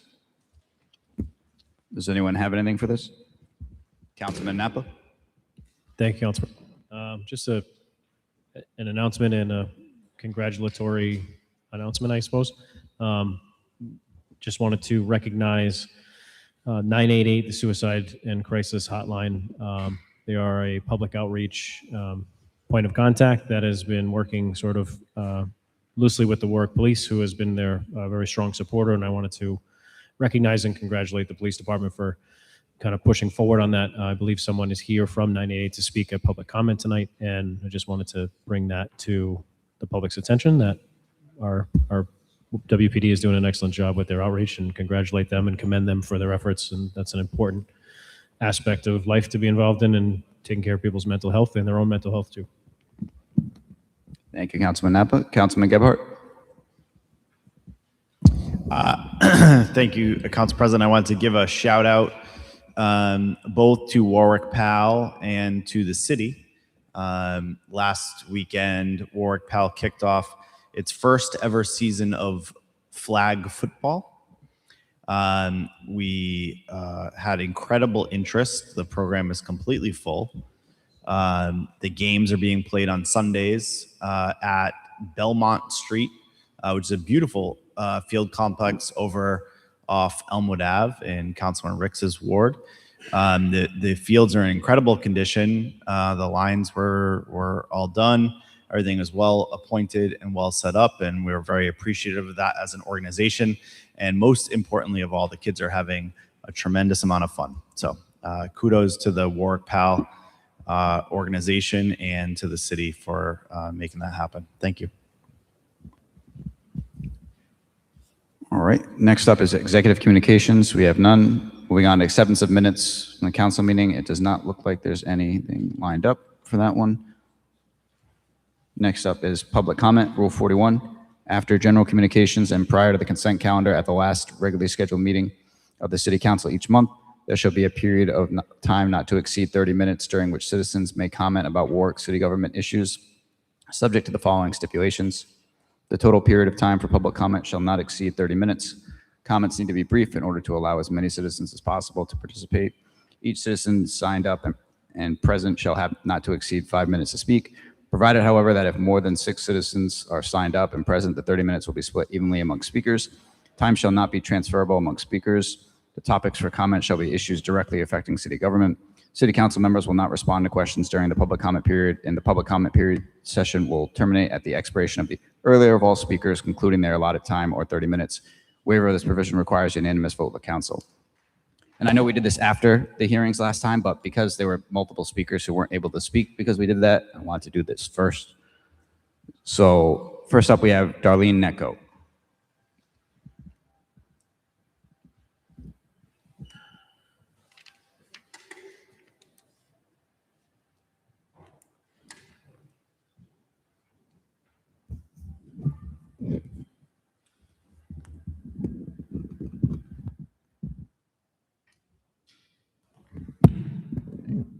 Hello, Darlene Netco, Ward 7. I will also be speaking during the intergovernmental committee meeting. I'm speaking about the proposed resolution to change the makeup of the school committee to have 9 members, 3 from each district. Right now, we have 5 members, 1 from each district, and 2 members at large. And as I said last time, the 2 at-large positions are difficult positions for people to run for because, in effect, they are actually running like a mayoral campaign because it's citywide. So that is a very difficult campaign to run. And perhaps the makeup of the school committee could change in that regard, but I think having 9 is too many, and I think rushing into anything right now is ill-advised. I think last time the mayor proposed having a study commission to take a look at maybe what other districts around the state or the country do regarding their school committees and find a better way than having 9, 3 from each district. It's difficult sometimes to find 1 from a district to run or 2 from a district. You want to have some kind of competition in a campaign to make sure all of the applicants for the position are putting their best foot forward and not just sneaking in unopposed. Also, I just want to point out that the City Council last year created a budget commission. That budget commission spent basically a whole year scrutinizing the school department's budget and budgetary practices. They approved every expenditure except for one online platform called Edpuzzle worth $27,000. They made one recommendation that the city pay for the student assistance counselor through opioid funding. And other than that, they approved every other expenditure. So after all of that rigmarole, they basically showed the school committee was spending what it should be spending. Furthermore, regarding the fiscal year 26 budget, the Budget Commission found that the schools actually were underfunded by $2.1 million. So if there is a problem, you think, with the school committee and its current makeup, I think more study is warranted. I think the schools already had a year's worth of scrutiny, and at this point, the city maybe should focus on the city side and put the finagling with the schools off for a later date. Thank you. All right, next up, and I apologize, I definitely can't pronounce your last name properly. Rosie?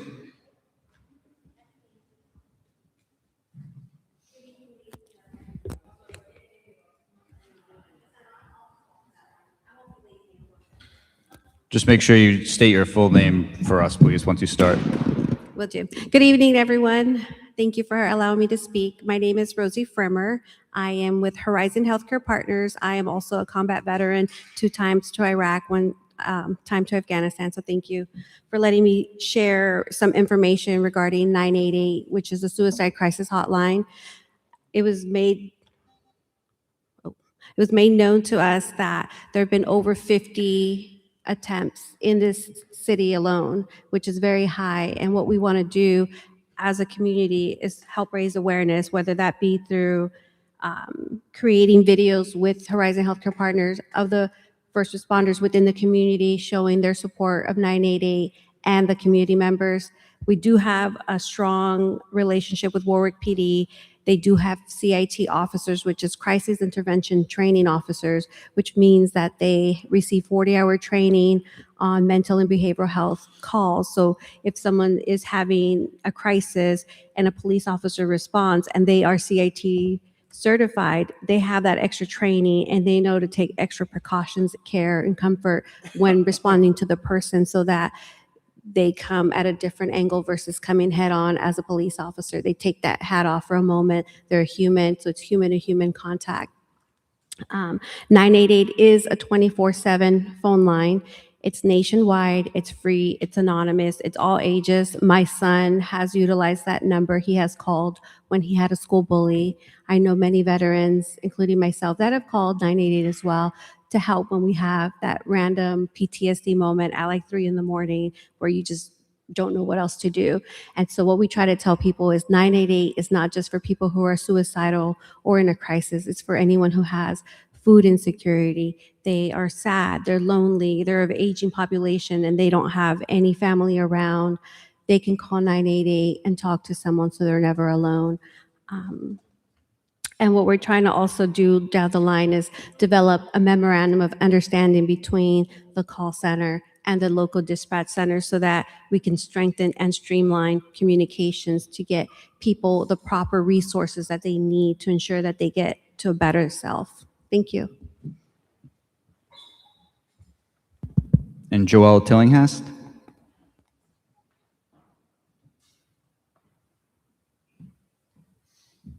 Hello.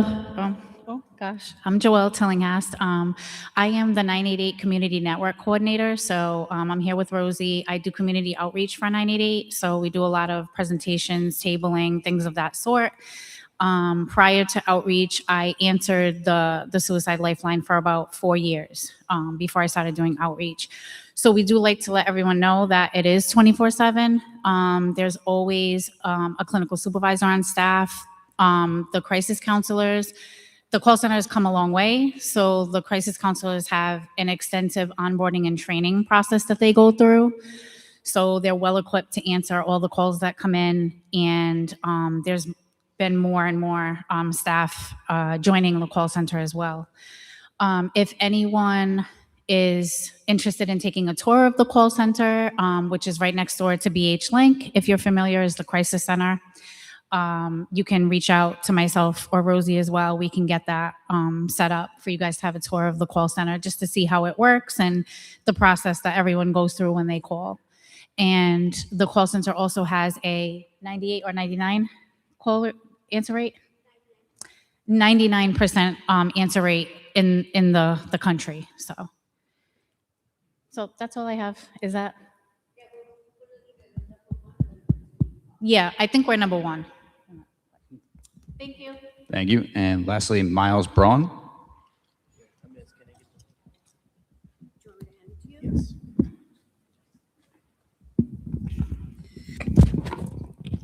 Hello, everybody.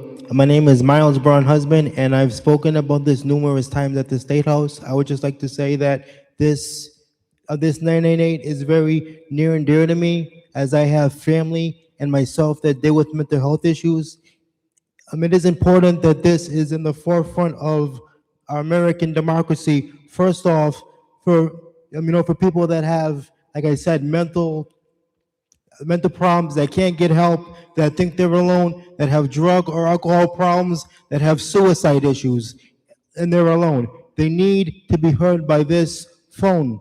So please, I urge you to look at this and to pass this. Thank you very much. Thank you. And because we already have the stenographer here, unless there's any objection, we're going to jump to the two matters we have. Let's see.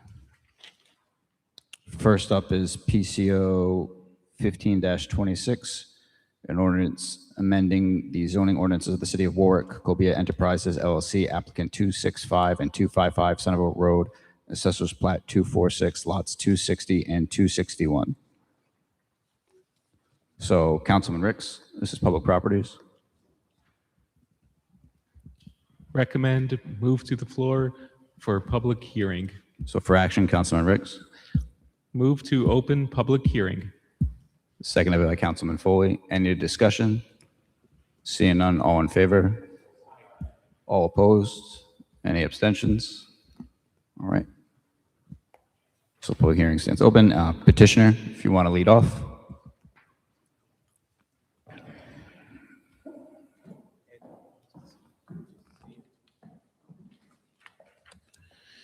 Good evening, Mr. President and honorable members of the Warwick City Council. For the record, Attorney K. Joseph Scacchi representing the applicant this evening with my co-counsel Danielle Dufault from Adler, Pollock & Sheehan, who will be doing the presentation tonight. I just would like to point out that this is a request for a zone change that would allow a convenience store gas station on Route 117 at the 117-95 interchange.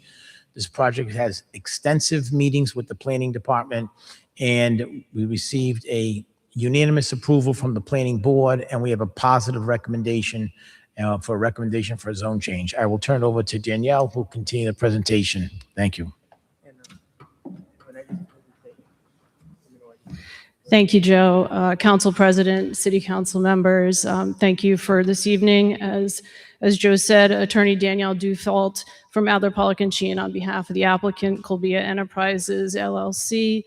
As you noted, the address that this is applicable to is 255, 265, and 281 Centerville Road. Note that the zone change is specific to only 255 and 265, those underlying lots. This is a major land development project, as Attorney Shikarchi pointed out, with Unified Development Review. We were before the planning board for master plan approval, which we received unanimous approval for master plan, conditional grant of the variances requested. I believe those are listed in the petition for zone change, and a positive advisory recommendation from the planning board. Just wanted to point out, and I'll keep it very brief, that the zone change here is appropriate. The adjacent lot that currently has a medical office building constructed on it, while that is zoned office currently, the subsequent 6 lots adjacent to the east on Centerville Road are currently zoned general business. Also, it is consistent with the comprehensive plan, as the comprehensive plan and future land use map designate this corridor of Centerville Road as commercial uses, subject to applicable zoning ordinances. And note that this is also a much less intense use than would be allowed under the current zoning designation. With that, I can answer any questions you may have. We have our experts and can go into more specifics if necessary, and I'll field any questions you might have. So I do have questions, but I want to make sure we can have the public speak if there's anyone who wishes to. So is there anyone here who wishes to speak against the project? Pardon?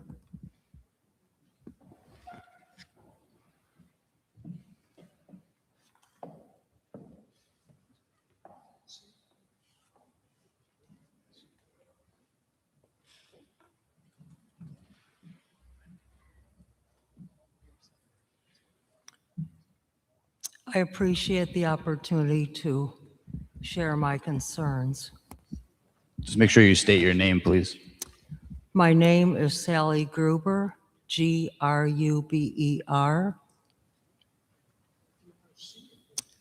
I live close to the areas that are being discussed.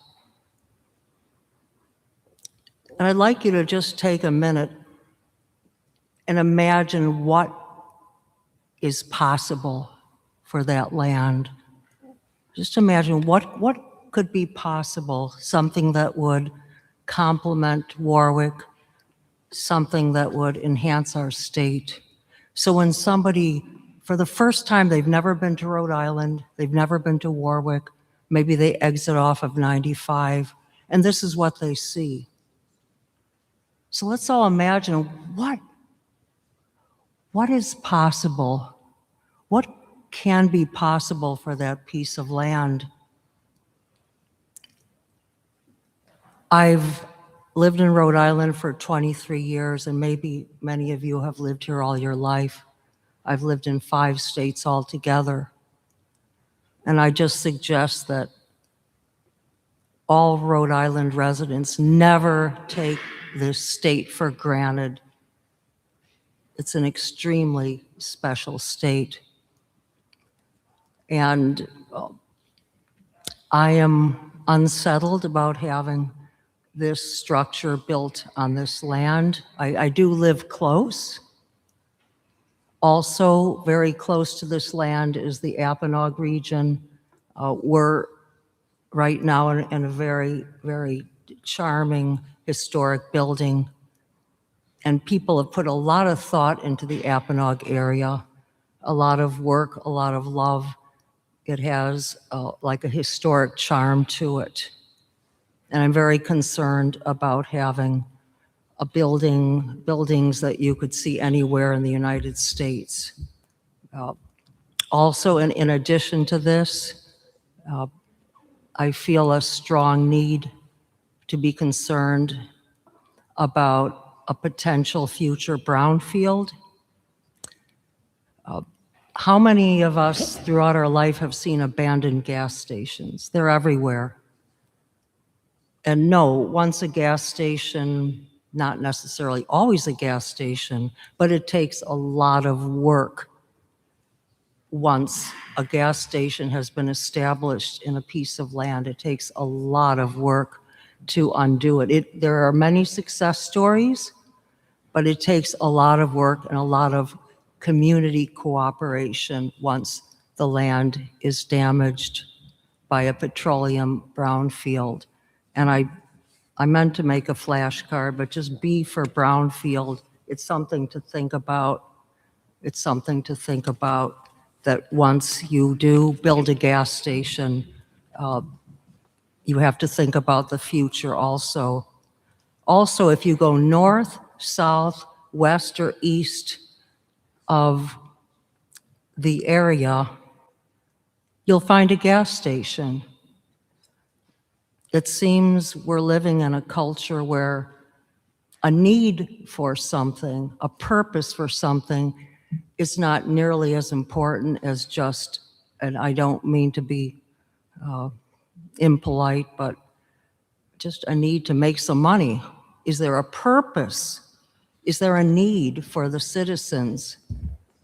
I feel that that's very important. And I am deeply concerned about this structure being built. I love the state of Rhode Island. It's just, it's done so much for me personally. And I feel that we should hold on to the essence of what makes Rhode Island such a special, beautiful state. Thank you very much for listening to my comments. Thank you. Thank you. Is there anyone else who wishes to speak against this project?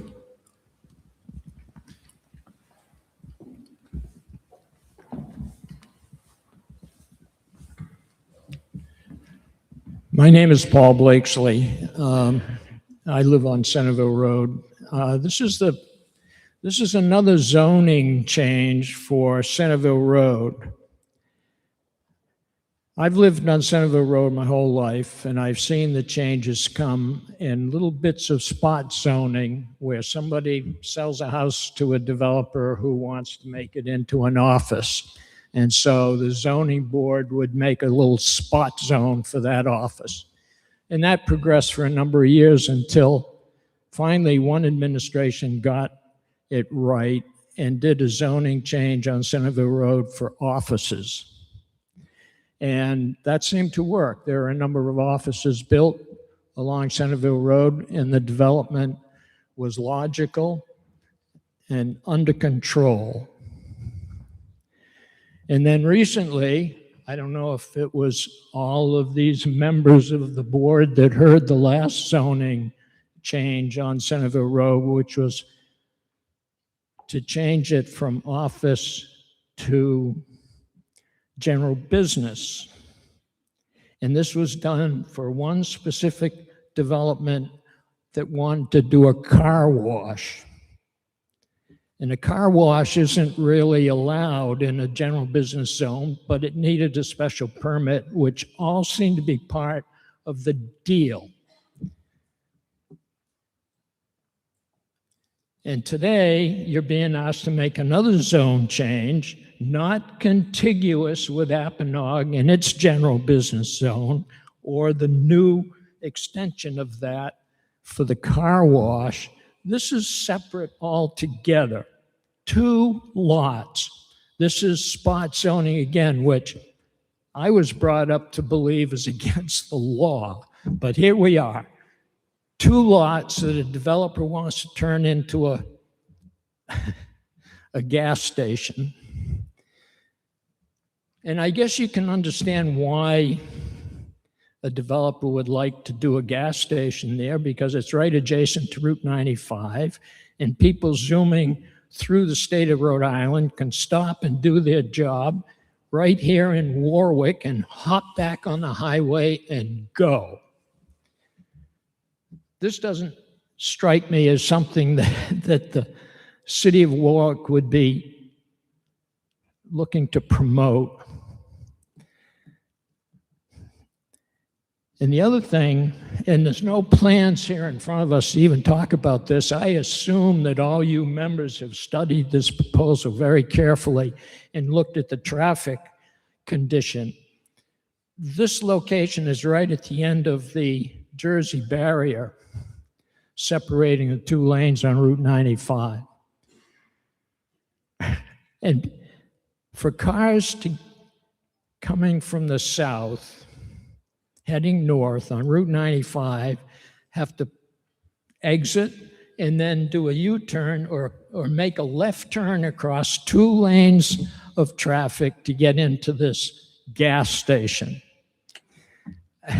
What you're going to end up with here is, if you continue to make these kinds of zoning decisions, you're going to end up with something that's like Route 3 on Cohasset Avenue. You're well on the way, and this one will lock it in. It's ridiculous, and every one of you know it's ridiculous. There's no reason for this kind of development on Centerville Road.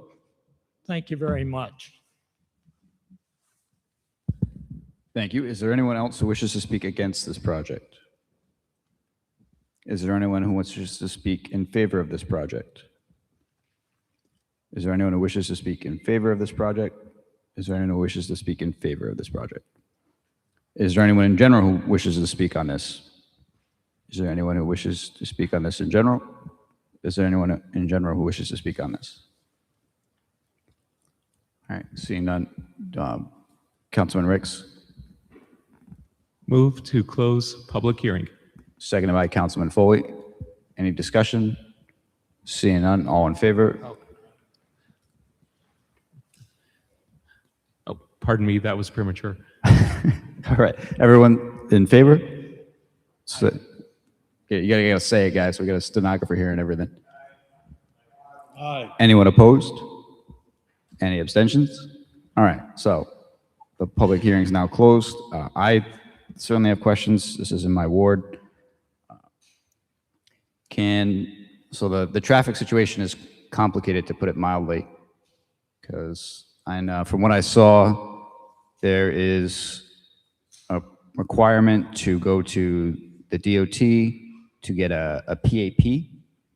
So can someone either from the applicant side or from the city explain what that is for everyone? Thank you, Mr. President. Yes, a PAP is a physical alteration permit. It was one of the requirements that was placed on the approval from the planning board and planning department as well. So this project would, before it would ever be issued a certificate of occupancy, would have to go make a traffic study, submit it to the Department of Transportation for review, and ultimately approval to make sure that it is traffic worthy and safe. To that end, we have proposed, working with the planning department, some mitigating factors, right in, right out, working with the traffic signal there as well. So it is an approval that we would continue to seek if we are successful here this evening tonight.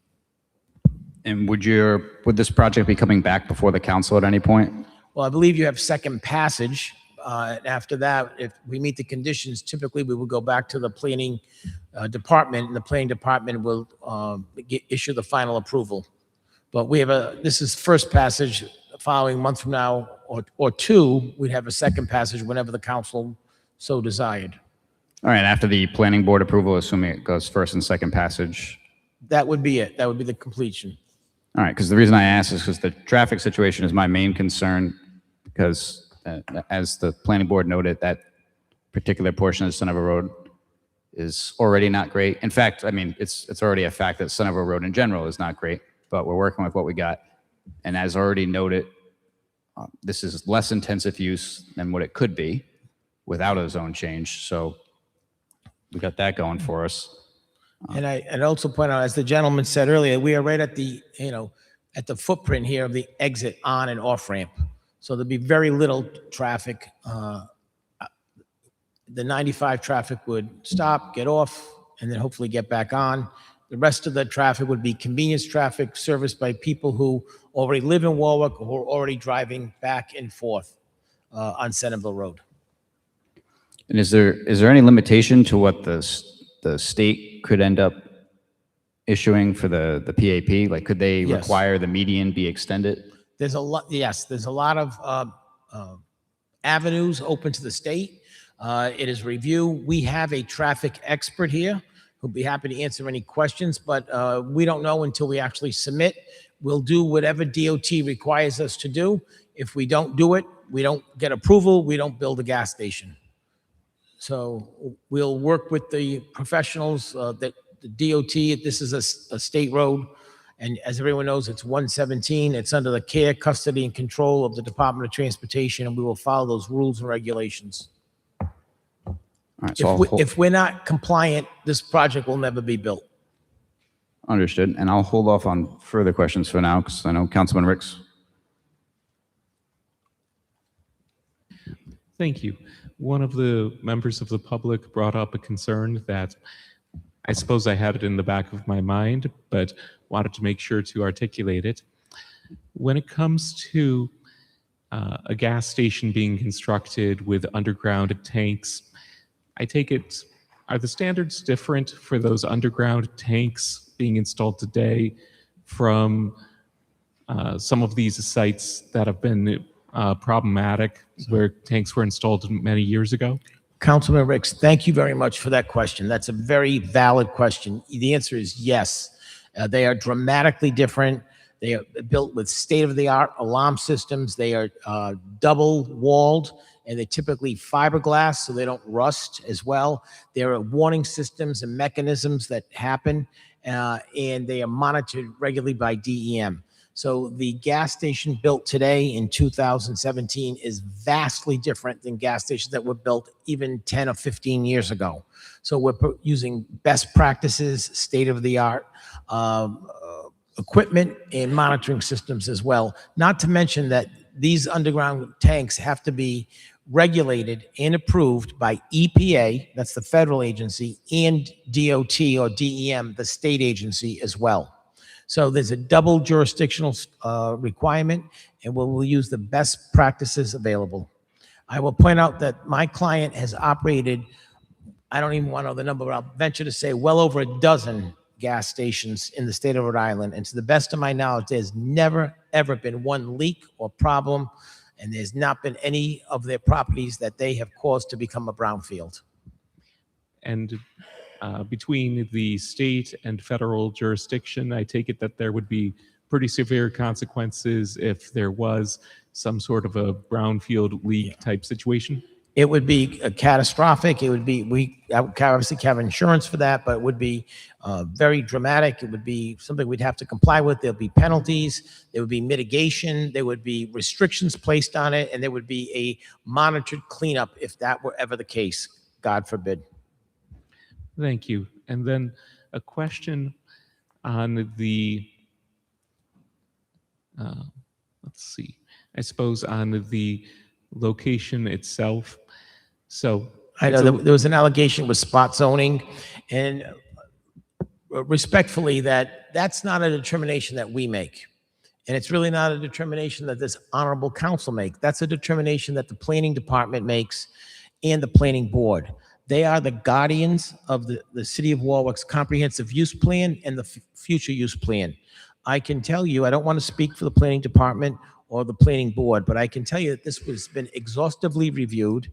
If they felt it was spot zoning, they would not have recommended approval to the planning board. The planning board would not have approved it, and it would not be before you with a positive recommendation.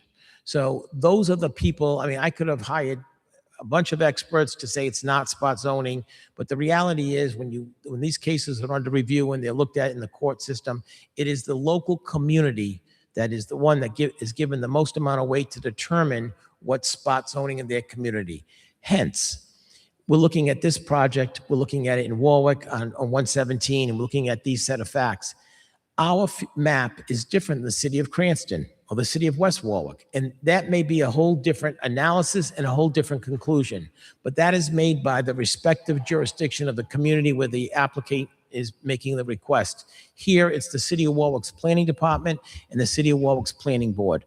And it's not easy to get a unanimous approval for anything, but we got a unanimous approval by the planning board of Warwick, and we have had 2 positive recommendations from planning, one to the planning board and one to the city council as well. So we feel very confident, respectfully, from the experts, the people who are charged with this, the people who do this for a living every day, the people who have the degrees, that this is not spot zoning. Thank you. And when I take a look at the particular location myself, it being an area that I'm familiar with, in fact, my very first job when I was 14 was over at the Summit office complex directly across the street. And for the last 7 or so years, my own office has been just down to the street, also on Centerville Road. So it's an area that I'm quite familiar with. And thinking about it in that context, as well as the context of here in Warwick, there are often gas stations along roads such as this, and gas stations that are often not far from even residential areas.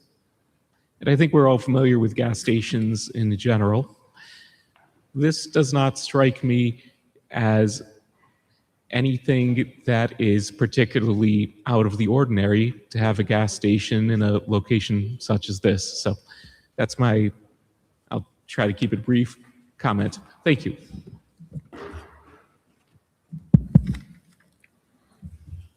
Councilman Nepa. Thank you, Council President. Through the President to the Speaker, has there been any thought or consideration to what vendors or services that will be housed inside the Seasons Market once that is done, or are you not at that point yet? It's not yet to be determined, but typically it might be a coffee shop. Typically, it might just be a convenience store. Okay. I don't know the exact answers. It's really to be determined. at this point, but it's nothing unusual that you wouldn't find or see in any other gas station in Rhode Island or any other convenience store in Rhode Island. Thank you. And through the president, if I could just ask a question to the planning department, Director Kravitz, if you could just speak on how this proposal fits into the comprehensive plan and how the planning department sees this fitting in and to make their favorable recommendation that you did.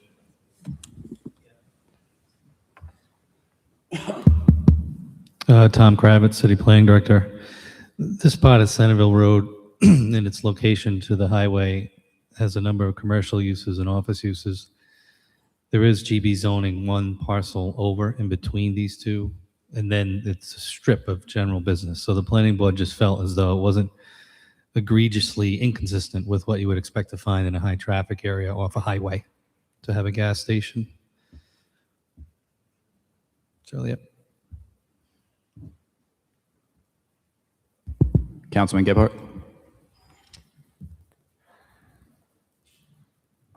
Thank you, Council President. I think Council President touched on the things that we are likely to hear. Obviously, we have light attendance here tonight from the public to speak about this, but as is often the case, and as was the case with the last approved development, we sort of hear about it after the fact, right? So, well, I appreciate that and I respect that, but every one of the hearings have been advertised. Every one of them have been noticed, and all of the stuff has been in the local newspaper.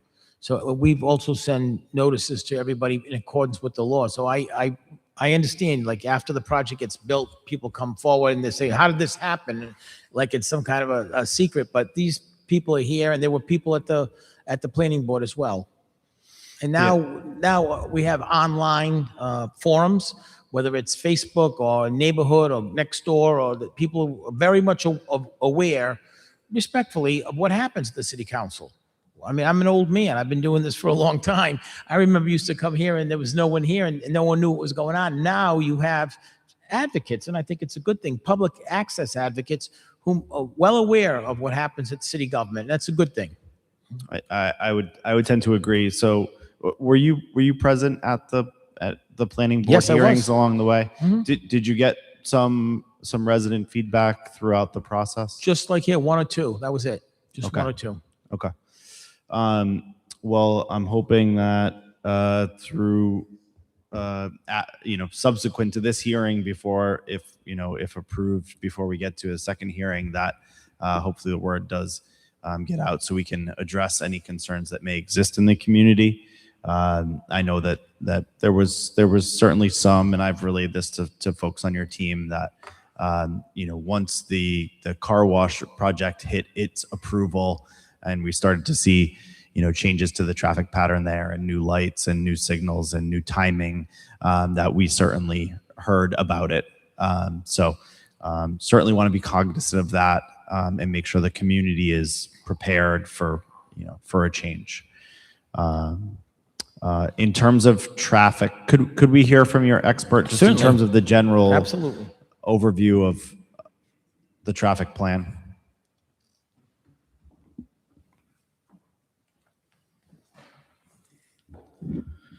Good evening, Mr. President, members of the council. For the record, my name is John Shevlin, employed by Park Corporation in Lincoln, Rhode Island. As far as the traffic goes, we did a pretty extensive study. We got a lot of data collection along the corridor at a lot of the intersections. We looked at safety issues and capacity issues. This type of development's not a big trip generator. Gas stations, coffee shops, a lot of that traffic is already in the traffic stream. A lot of people do not go out of their way in order to go to a destination like this. Usually they're driving to work or driving home, they stop by. So it's not going to add a lot of traffic that's going to impact any of the traffic capacity at any intersections. And I don't think it's going to impact the traffic safety. We do have some recommendations for improving the traffic there. We are looking to go ahead and put in a no U-turn sign at the end of the island that's just west of where our eastern driveway is going to be. That probably should have been put in place after they put the roundabouts in, so people do not make that U-turn. They use the roundabout. We're also going to put in signs in there for no left turns into the site. So it's going to be, as mentioned before, right turn in, right turn out from the site, so you won't have any left turn traffic going in there. We're also going to extend the island, the physical islands out there with some striping in order to go ahead and make sure people know they can't take the left turn. And then obviously we'll have signage for people coming in and out of the site as well.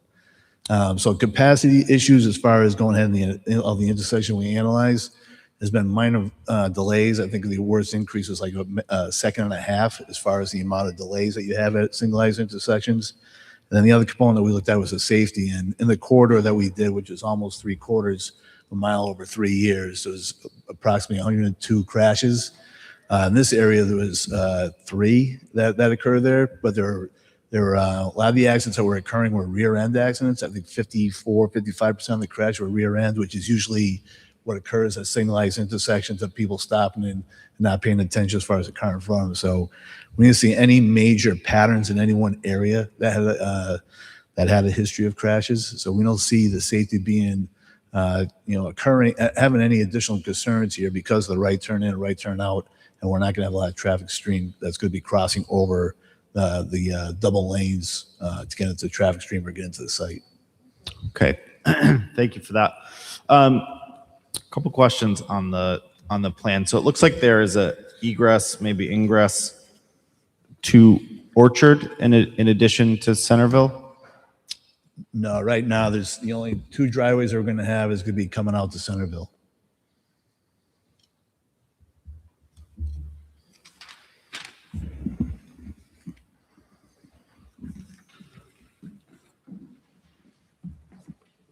That's in our study. That's been eliminated. Got it.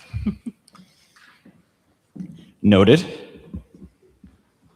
So just for the record, Councilor Gephardt was pointing out the cross driveway that had connected to 255, 265, and 281 Centerville Road.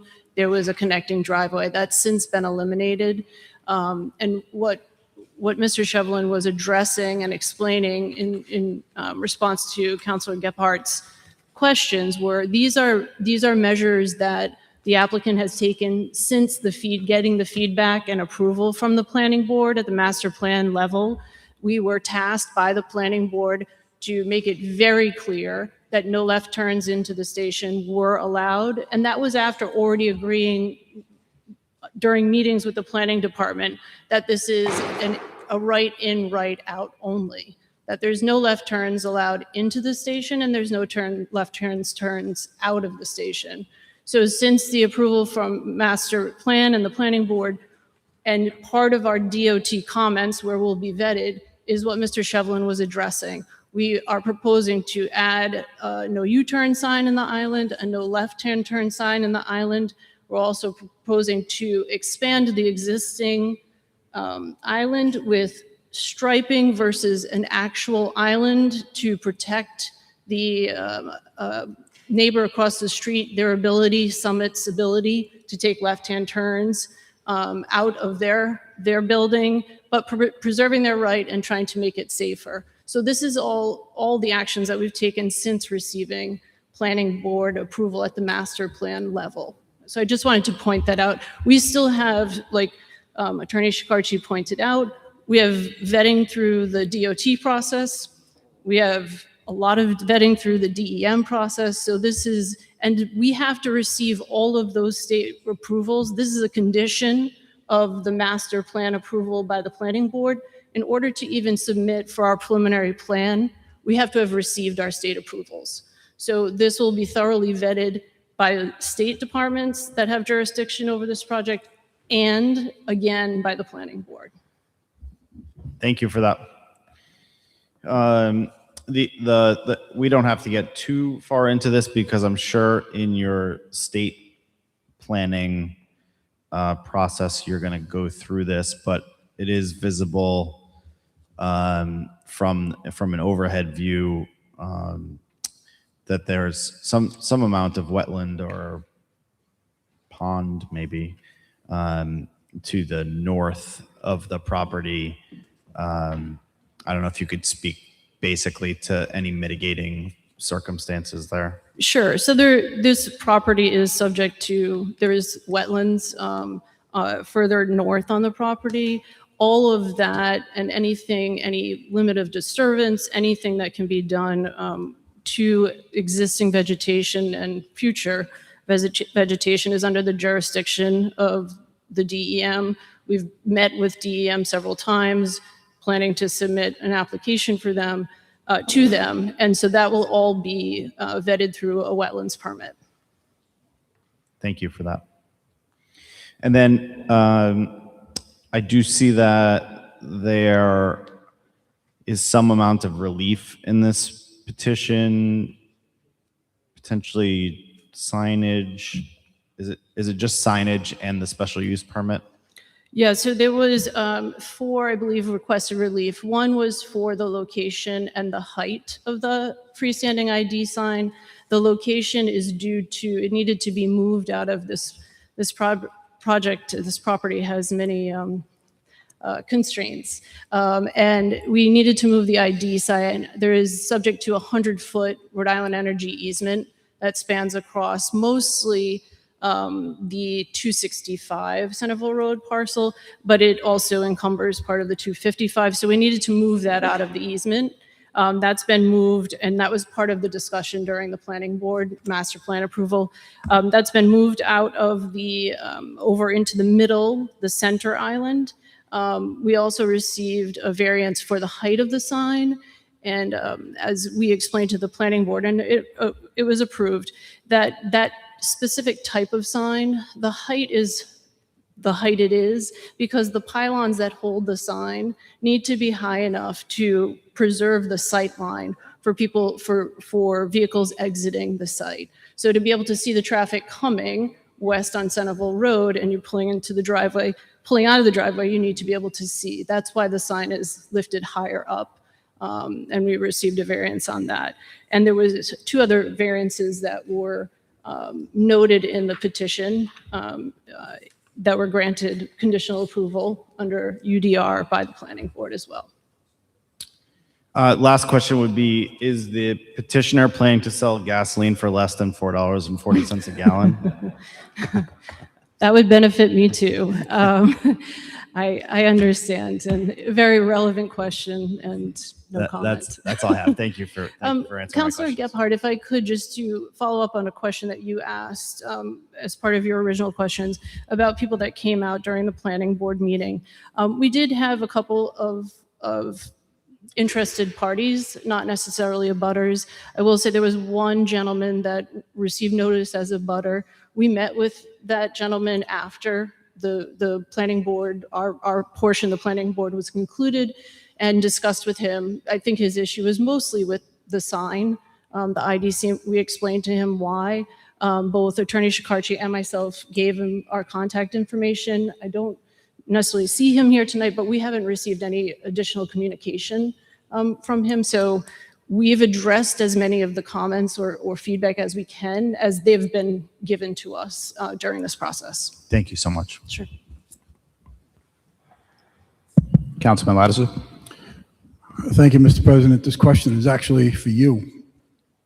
So I recall when the car wash was before us and the concerns that people had regarding traffic, additional traffic problems, congestion, etc.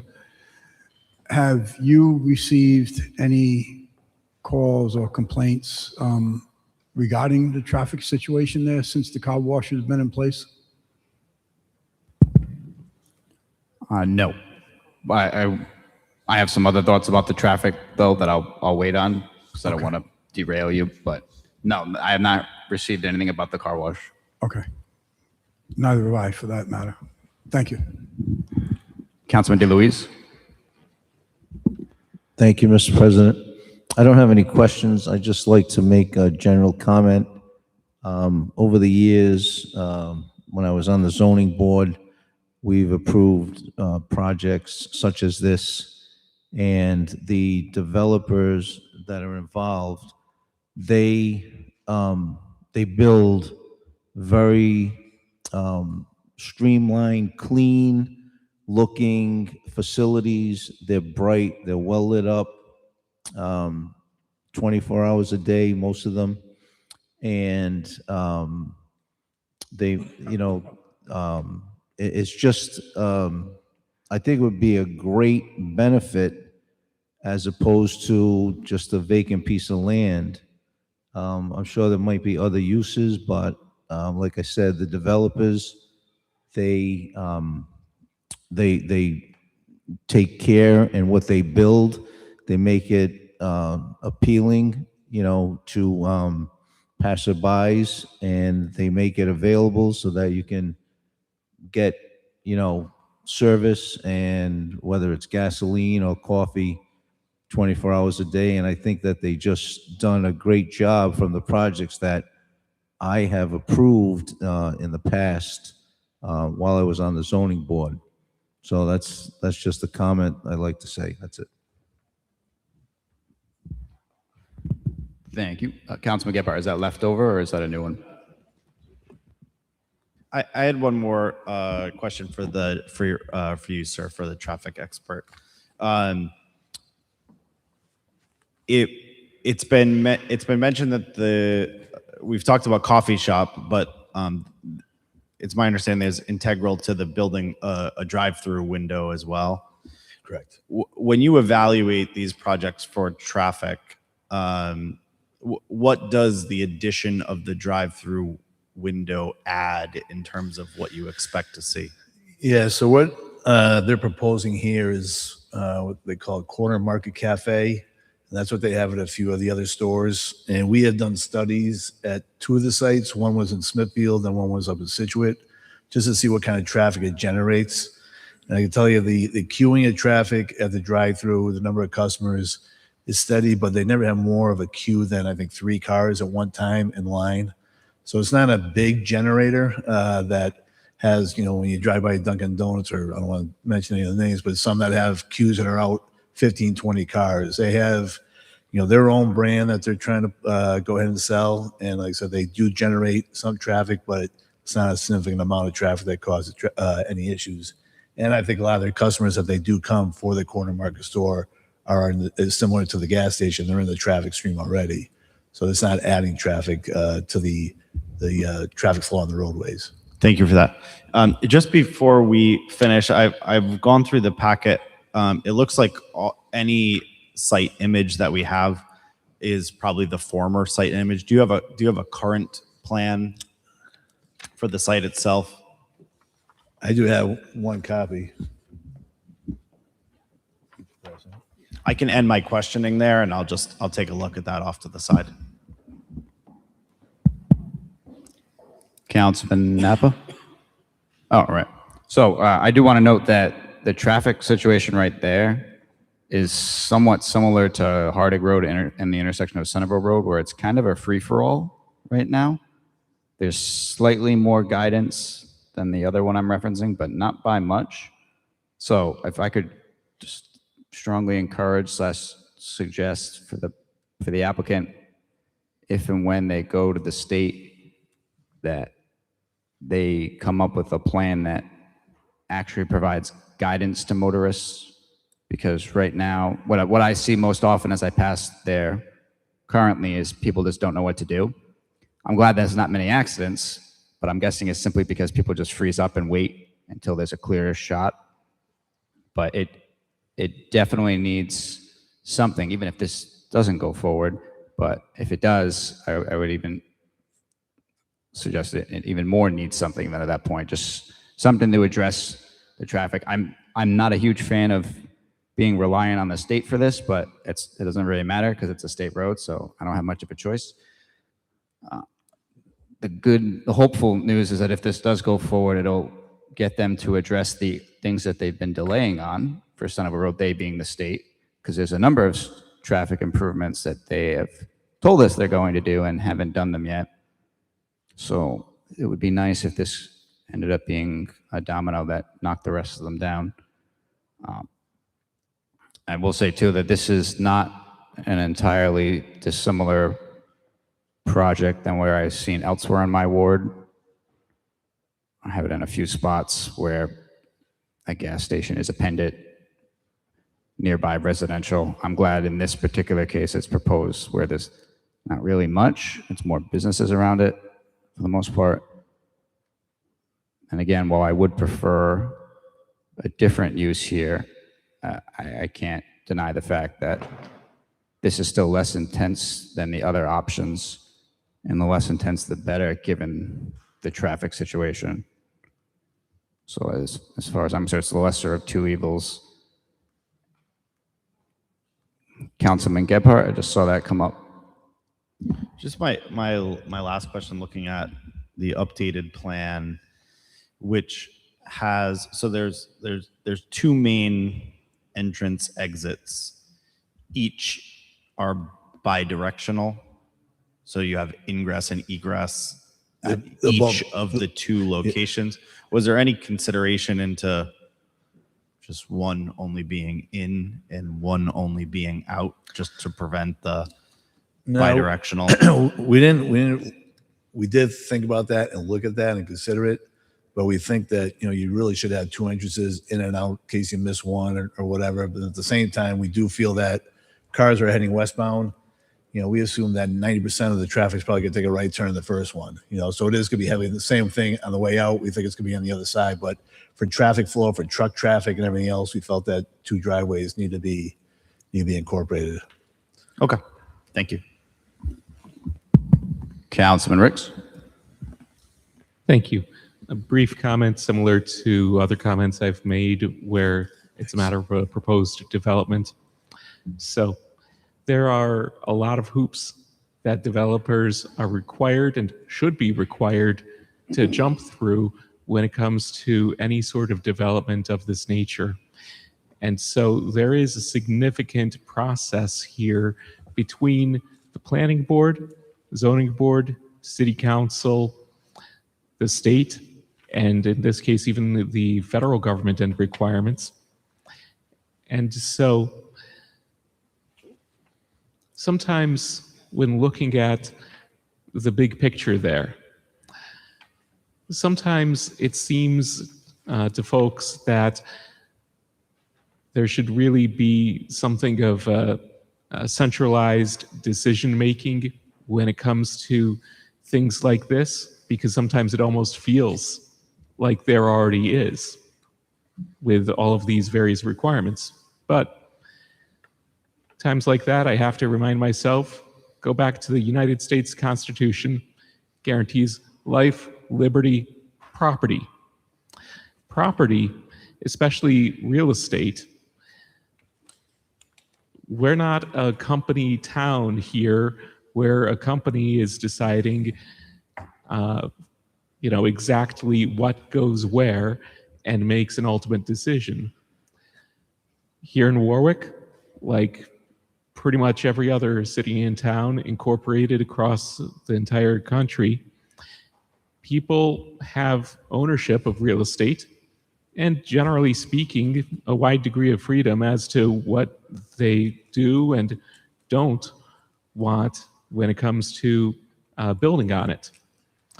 If you were to ask 100 different people, what would be your vision for what would be the absolute most ideal use of that location, you might get 100 different responses. But it's really not a matter of us all getting together and deciding, you know what? I would rather there be an office building at that location, or I would rather that location be preserved exactly the way it is, or turned into a public park, or any of the other ideas that may be out there, many of which might be more popular. Because people own the real estate, and if they comply with all of these different requirements, well, that's what the law is, and that's why people have freedom in this country to use the real estate and build on it the way that they want to build within all of these different regulations and all of these different constraints that we have as a city, state, and country. So while a gas station might not be my favorite thing in the world, I'm not going to object to a gas station just because it's a gas station. People need to buy gas. People need to go to convenience stores. So that's my comment on this matter after hearing from public comment. It's not something where we are making the decision as to what goes on this property. It's us evaluating, has the applicant gone through and made sure to satisfy those different requirements that are being put on them at the city level? I think the answer to that is pretty clear at this point. Thank you. Councilman Gebhardt.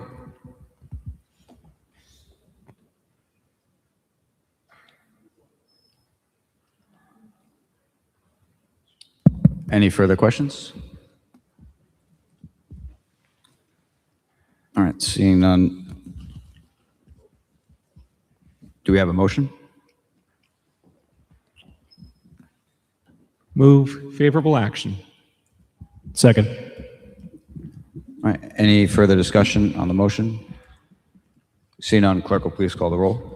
Mr. Sinapi? Yes. Mr. DeLuise? Yes. Mr. Foley? Yes. Mr. Gephardt? Yes. Mr. Kirby? Yes. Mr. Lattiser? Yes. Mr. Muto? Yes. Mr. Napa? Yes. Mr. Ricks? Yes.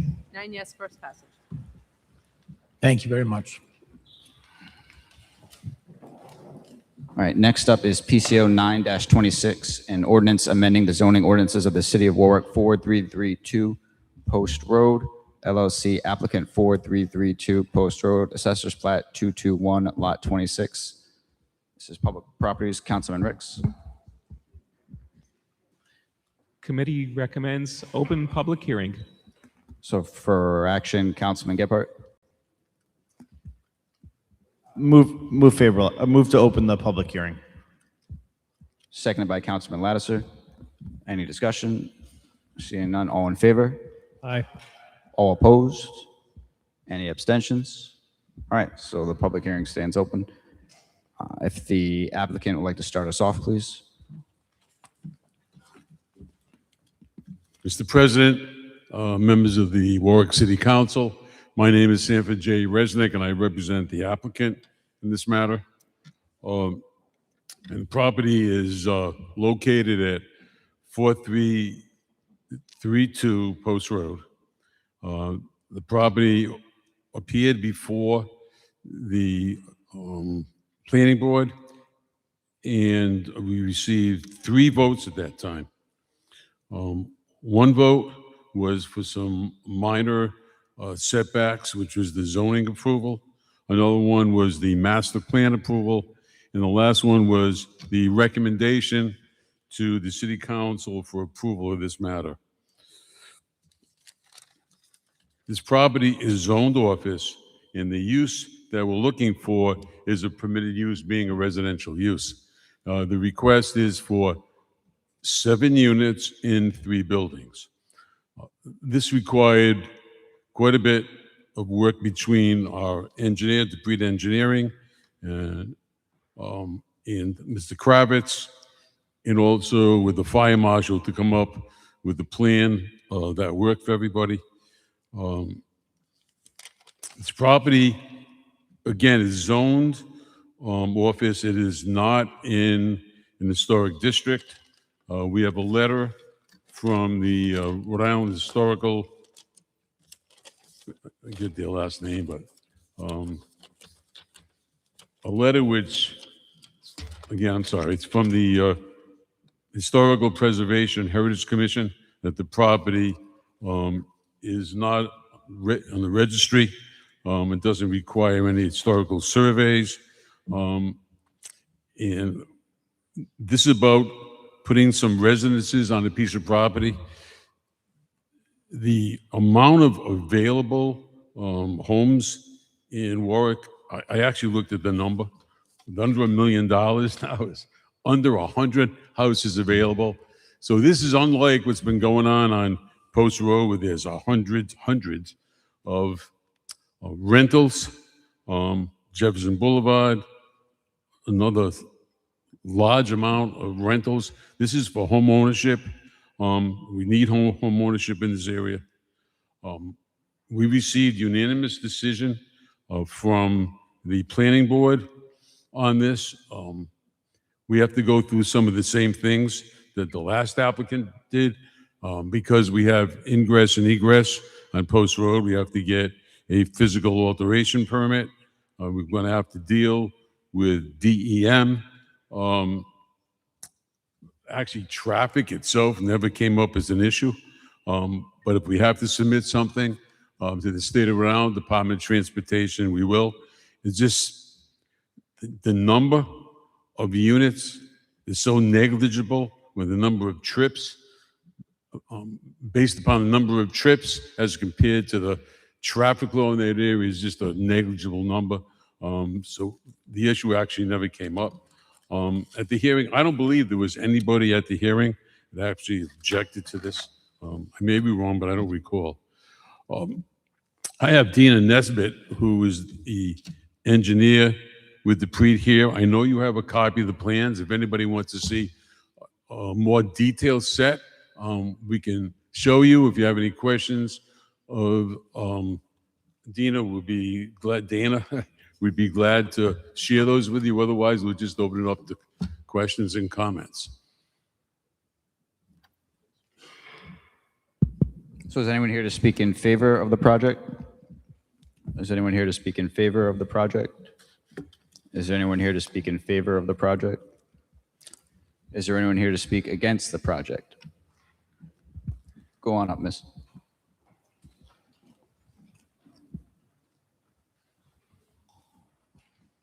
Just please state your name when you get going. Hi, my name is Karen Bernard. I live across the street at 4343 Post Road, and I am not opposed to the project. I just think that there's too many units. I'm worried about the traffic, and I am worried about the drainage and the construction and how that's going to affect Post Road. Already right now with the drainage, we have problems with flooding right in front of our house.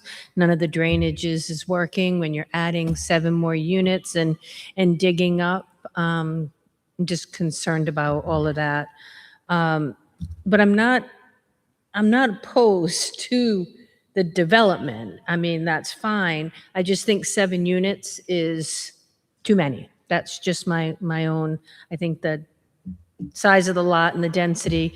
We have condos next door to that there's not enough parking, and they park up on Cedar Street, and it's always congested over there. And so I'm just concerned about the effects of all of that.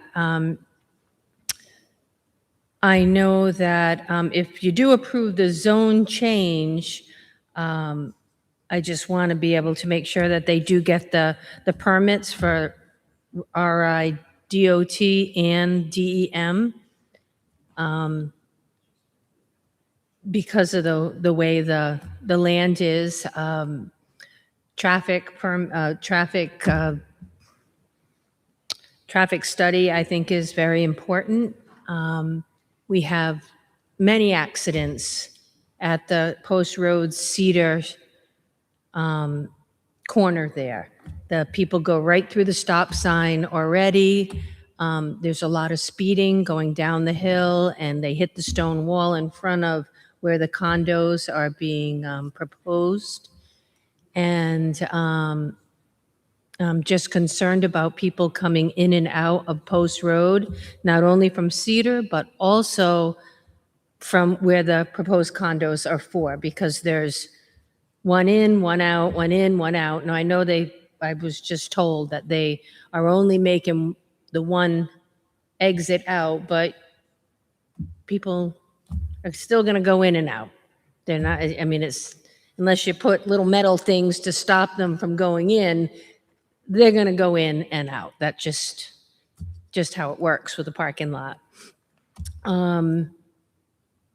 Let's see.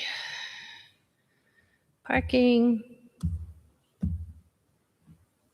exits. I guess, that's really it. So, I mean, if it is all approved today, I just really want to make sure that the permits are in order for RI, DOT and DEM. I think that's right. And then the one other thing, yes, it's not on the Historic Society, but it is a historic house.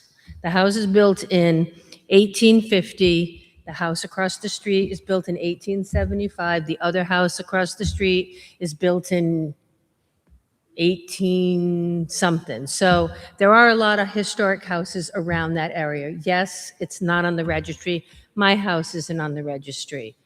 My neighbor's house isn't on the registry, but it is a historic house. And it's a shame that it would be destroyed to put the condos in. That's it. Miss, a question. Did you say the drainage currently in that area is not working, or there's that you're concerned going forward? Horrible. I've at some points at the bottom of my hill have had 2 to 3 feet of water. When we had that big flood, it was 4 feet, maybe 5. It was all the way past my bushes up to my front yard. So the drains are never cleaned. There's always, whenever it rains, it floods, no matter what. And there is one drain at the bottom of my hill. There's another drain to the left where the fire is, and there's no drains on the other side, on the side where the condo is, where the proposed condos are being proposed to be built.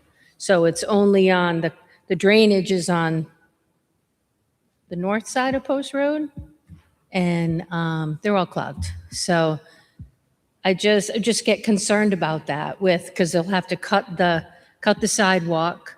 And now, so when it rains, that water is going to go down that hill into Post Road. So it's going to be an excess more of water coming down onto Post Road because that side of the Post Road is higher built.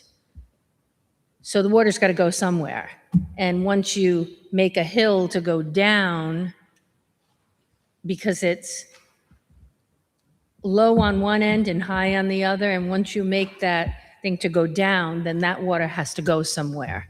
So then the drainage would have to be taken care of there.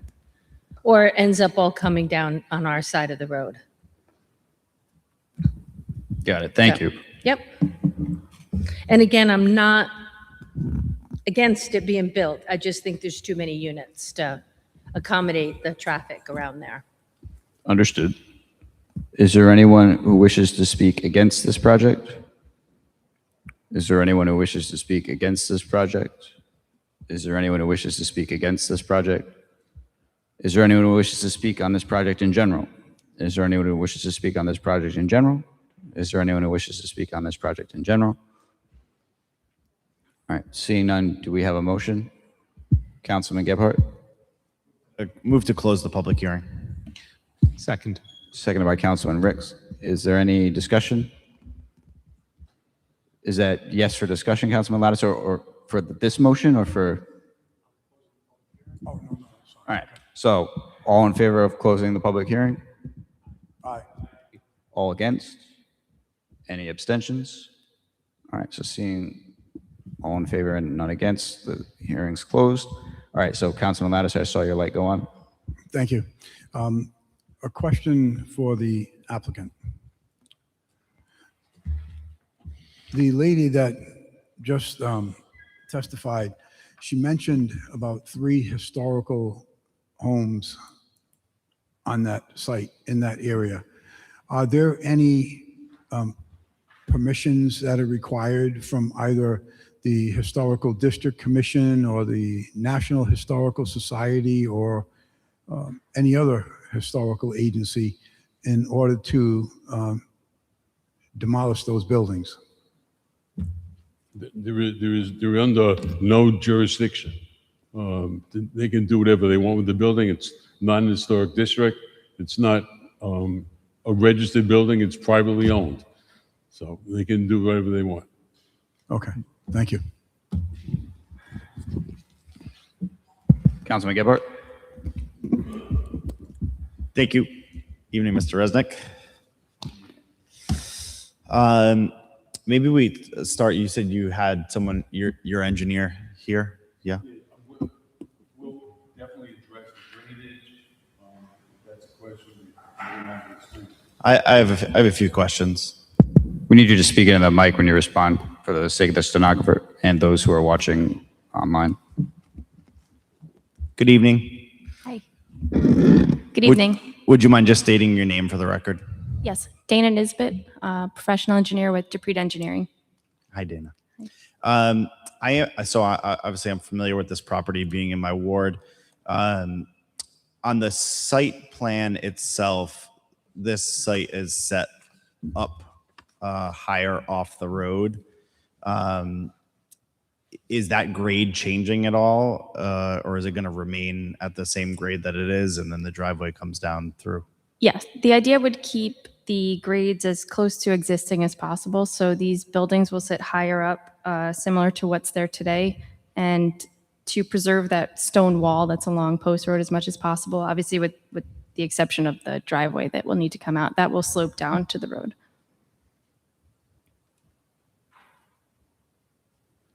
Okay, and I think this question was actually answered by the the speaker just prior to you, but the intent is for the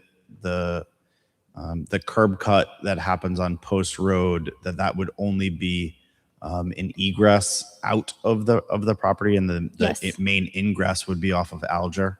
Yes, yep, that will be an exit only onto Post Road, and that was coordinated with the fire marshal to allow the fire apparatus to get out of the site safely. Got it. Yeah, they don't like to have those tight turnarounds in the back of the property, so that does make sense. In the back left portion of the drawing, is that dumpster? Yes, it's a placeholder dumpster area shown with some screening and tucked back from the road and out of sight. Yeah, I mean, the fortunate part of this particular site is that to the west, you have a general business zone, I believe, right? It's a doctor's office. And then on the back side of the property, I guess the north, is the railroad tracks. Yeah. Yes. Do you need any sort of approval or permissions from Amtrak or Nope. for construction? We're well beyond the setbacks from that property line. We've met all the landscape requirements too on all property sides. Okay, great. And maybe this is a question for Mr. Resnick. I think you mentioned this. What other relief is being requested in the petition? What other relief is being? Are there any other variances or any other dimensional relief? At the master plan level, because the property is a corner, and the setbacks, the front setback, so we asked for relief somewhere between 3, 4, and 5 feet in the rear and the sides, just so we could fit everything in. There's parking within that side setback also. In the distance between the buildings, again, it was just a foot or two, very, very minor. Great, thank you. Parking for the units, is that integral to the units? So can you speak into the mic for the steno? Thank you. My voice is so loud that I can be heard anyway. There actually are 21 spaces. There's 14 surface parking spaces, and there's 7 garages, 1 garage with each unit, which is in excess of the requirement of the town, city. Thank you.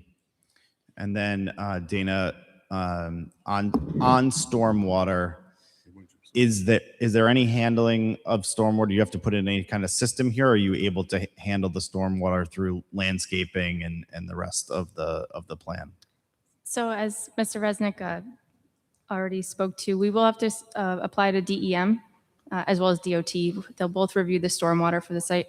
We will have to design based on those regulations, which requires that you either meet or reduce the amount of runoff from the Right. site. We're anticipating there'll be an underground infiltration system that would handle this stormwater. Like a dry well or a series of dry wells or something? Okay. Yep. Have fun digging over there. Okay, I think that's all I have for now. Thank you. Thank you.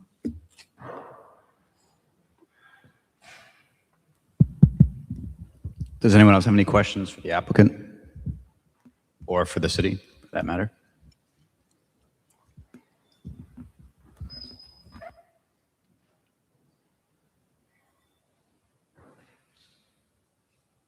Councilman Napa?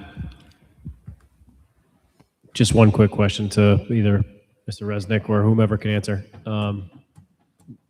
This is a private driveway to be maintained by the condo association, not to be maintained by the city as far as snow removal.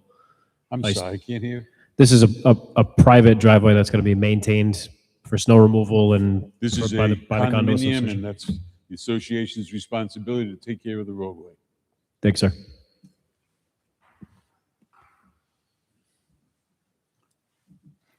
Councilman Gebhardt? I knew I had one I forgot. Would the applicant be opposed to putting any stipulations on the condo agreement in regards to the timing related to traffic pickup?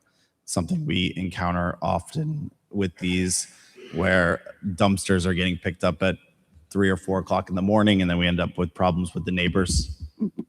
Often it can be. I'm sorry, what? Give me an example of what. I mean, we can put restrictions, obviously, in our condos, but in regards to, you're talking about delivery? The dumpster pickup. I mean, I'm sure we could do that. Yeah, for an example, so in my ward, there's a. You tell me a time that you, not before 7 o'clock in the morning? Absolutely. Perfect. Yeah, that's ideal, because I had an issue in my ward where there was a dumpster company picking up at 5 a.m. and waking up people across the road, as you can imagine. So that's appreciated. Could you do something about the kids speeding on Love Lane now? We did it again last night. It's really bad. All right. Talk about that.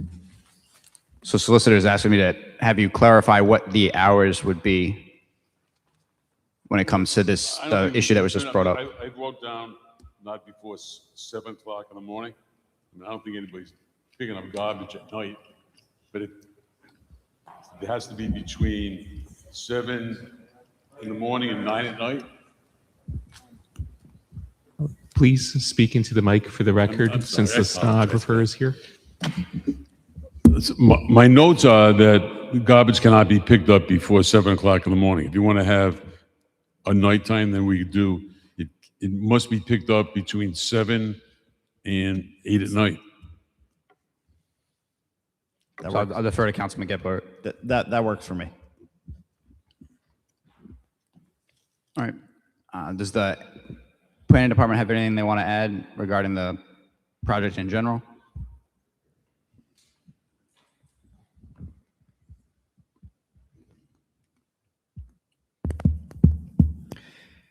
Tom Kravitz, City Planning Director. I'll just add that there is A10 and A15 zoning surrounding the property.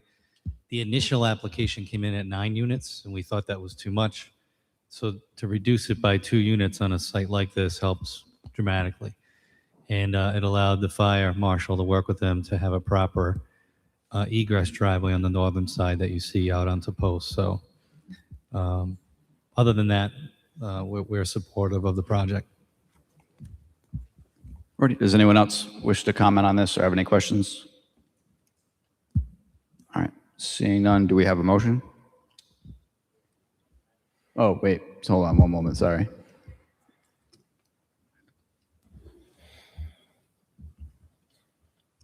I just need 1 second on putting together an amendment suggestion for Councilman Gephardt's language.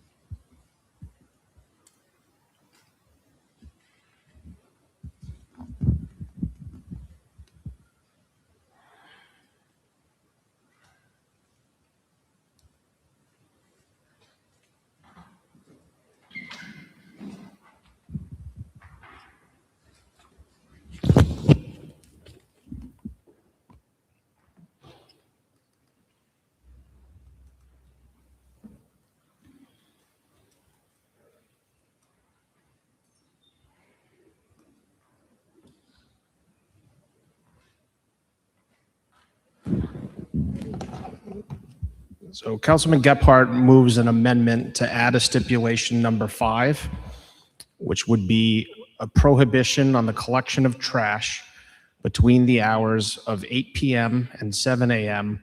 except for emergency situations. Is there a second on the proposed amendment? Seconded by Councilman Muto. Any discussion regarding the proposed amendment? All right. Seeing none, is it all right to vote on the proposed amendment? All right, so clerk will please call the roll on the proposed amendment. Mr. Sinapi? Yes. Mr. DeLuise? Mr. Foley? Yes. Mr. Gephardt? Yes. Mr. Kirby? Yes. Mr. Lattiser? Yes. Mr. Muto? Yes. Mr. Napa? Yes. Mr. Ricks? Yes. And yes to amend. All right, this now stands before us as amended. Do we have a motion or, well, first, yeah, I was right the first time. Do we have a motion? I'll move favorable action as amended. Seconded by Councilman Muto, Councilman Lattiser. Is there any discussion on this as amended? I'll just say this is a good project and happy to have more housing in the neighborhood. This obviously has some more process to go through, but generally fits within the character of this stretch of Post Road and provides more housing opportunities. So we're in favor. Thank you. All right, so no lights on. The clerk will please call the roll on the motion for favorable action on this as amended. Mr. Sinapi? Yes. Mr. DeLuise? Yes. Mr. Foley? Yes. Mr. Gephardt? Yes. Mr. Kirby? Yes. Mr. Lattiser? Yes. Mr. Muto? Yes. Mr. Napa? Yes. Mr. Ricks? Yes. 9 yes, first passage. All right, and I believe now at this point, we're going to hop back to committees, specifically intergovernmental. And Tyler, are you here by chance? Tyler? Maybe? No? Okay, worth a shot.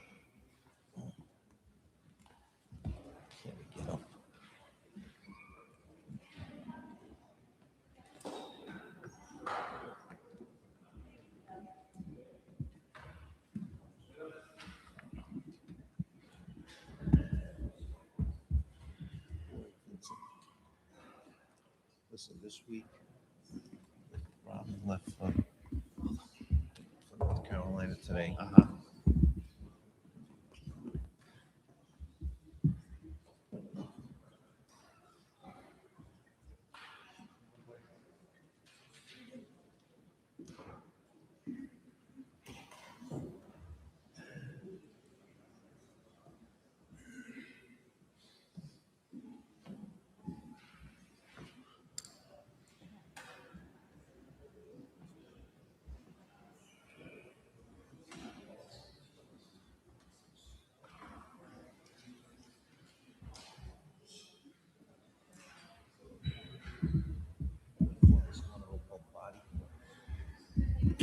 Time is now 8:10.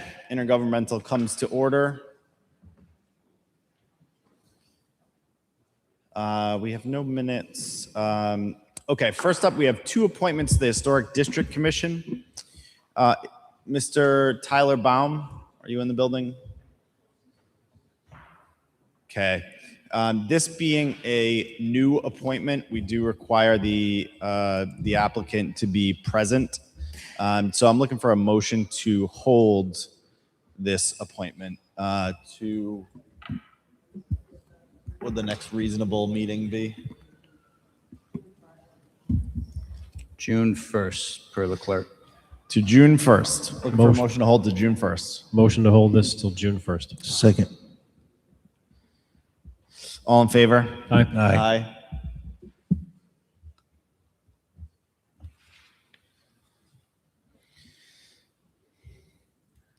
Okay. Similarly, with Ms. Greeley, I think we were aware that she was not going to be available tonight, so looking for a motion to hold till June 1st. Motion to hold to June 1st. Second. All in favor? Aye. Aye. Okay. Into the meat of the order here. PCR 1926, a resolution of the General Assembly providing, requesting amendment of the Warwick City Charter to require annual presentations at public hearings before the City Council regarding city financial status and audit results. We did move this last time to the floor without recommendation. However, it is back on our docket. Any new commentary that we didn't have last time around from members of the committee? No? Okay. Do you want to add anything? Do you want to add anything? No. We sent it to the floor last time. Any members of the council wish to add anything on this one? No? Councilman Ricks. Thank you. Yeah, I'm actually not entirely sure. Councilman Ricks, just check your microphone for us. Let's see. Okay, here we go. Thank you. Okay, so yeah, I believe that this committee previously moved this to the floor without a recommendation, and it was heard by the full council. So I was actually not entirely certain why this one was still on the committee agenda, but given the support that it had before the full council last time, I would respectfully request a recommendation with favorable action. Okay, thank you, Councilman. Any other comments? Any members of the public have anything to add on this resolution, which would ask the General Assembly to add to the ballot an item that would require, that would make a charter change requiring the city present annual financial statements with experts, public commentary, as well as a 5-year forecast. Mayor?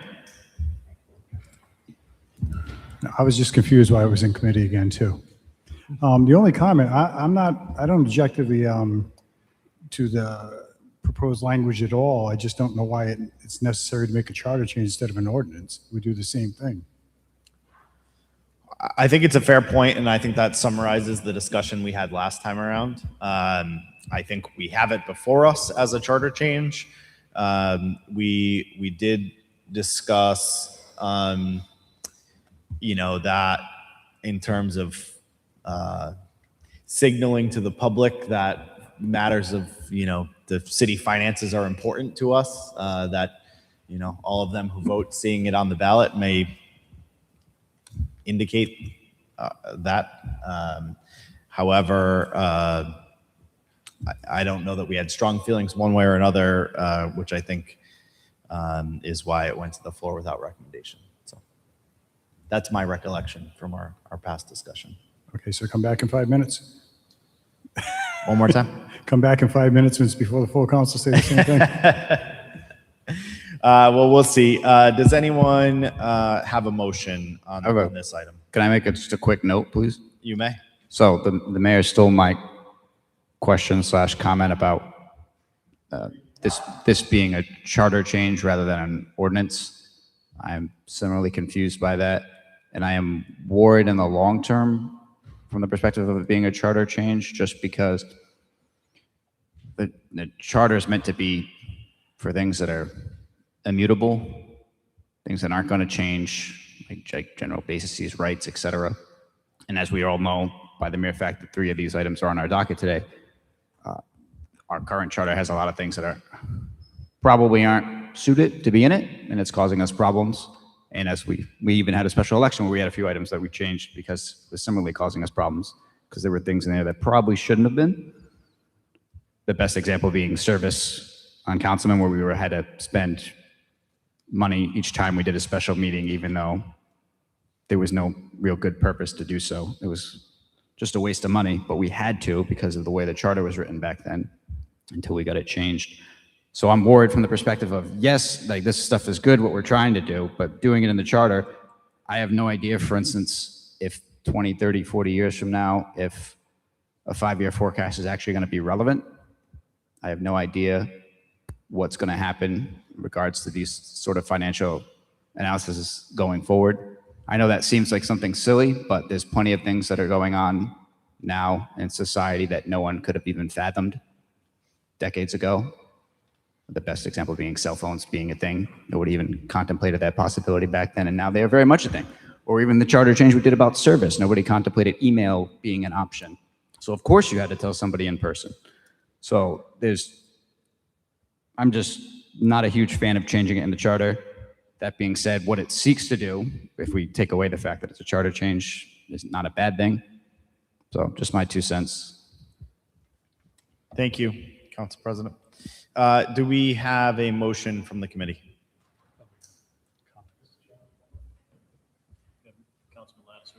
Councilman Lattiser. I'll come to you. Yeah. Thank you, Mr. Chairman. So on its face, I concur with Councilman Ricks. I think it's absolutely necessary to have a requirement that the financial status and audit results are formally presented to the City Council in a public hearing, which allows for public question and comments as to where this city stands as a whole. I'm not totally sure that it would require a charter change. Perhaps an ordinance would do what the sponsor, as well as myself as a co-sponsor, is proposing and what our intent is.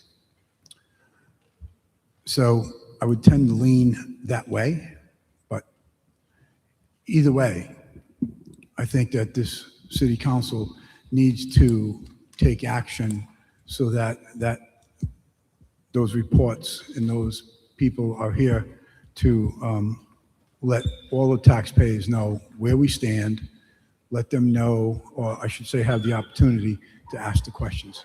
Thank you. Thank you, Councilman Napa. I was just going to say that we, over the last couple of years, we sent a number of things up to the State House, and it's easy to forget how busy they are doing the types of work that they're doing. And then when they get certain things from us, we tend to get a lot of questions of like, why is this coming to us? This seems like something you could have handled in the city, you know, with an ordinance. And then, of course, they may get inquiries and commentary when they are hearing this item that, if we are not there to answer, may not carry the context of the deliberations and discussions that we've had here. So I think that's just another thing to consider. You know, if the sponsor, it sounds like at least 1/3 of the sponsors are open to converting this to an ordinance and putting it on the books. And I haven't heard any from the administration through the council, anyone who is in opposition to annually this type of financial housekeeping. So I would urge the sponsors to consider an alternative tact on this, because it sounds like we probably have a win there. Councilman Napa.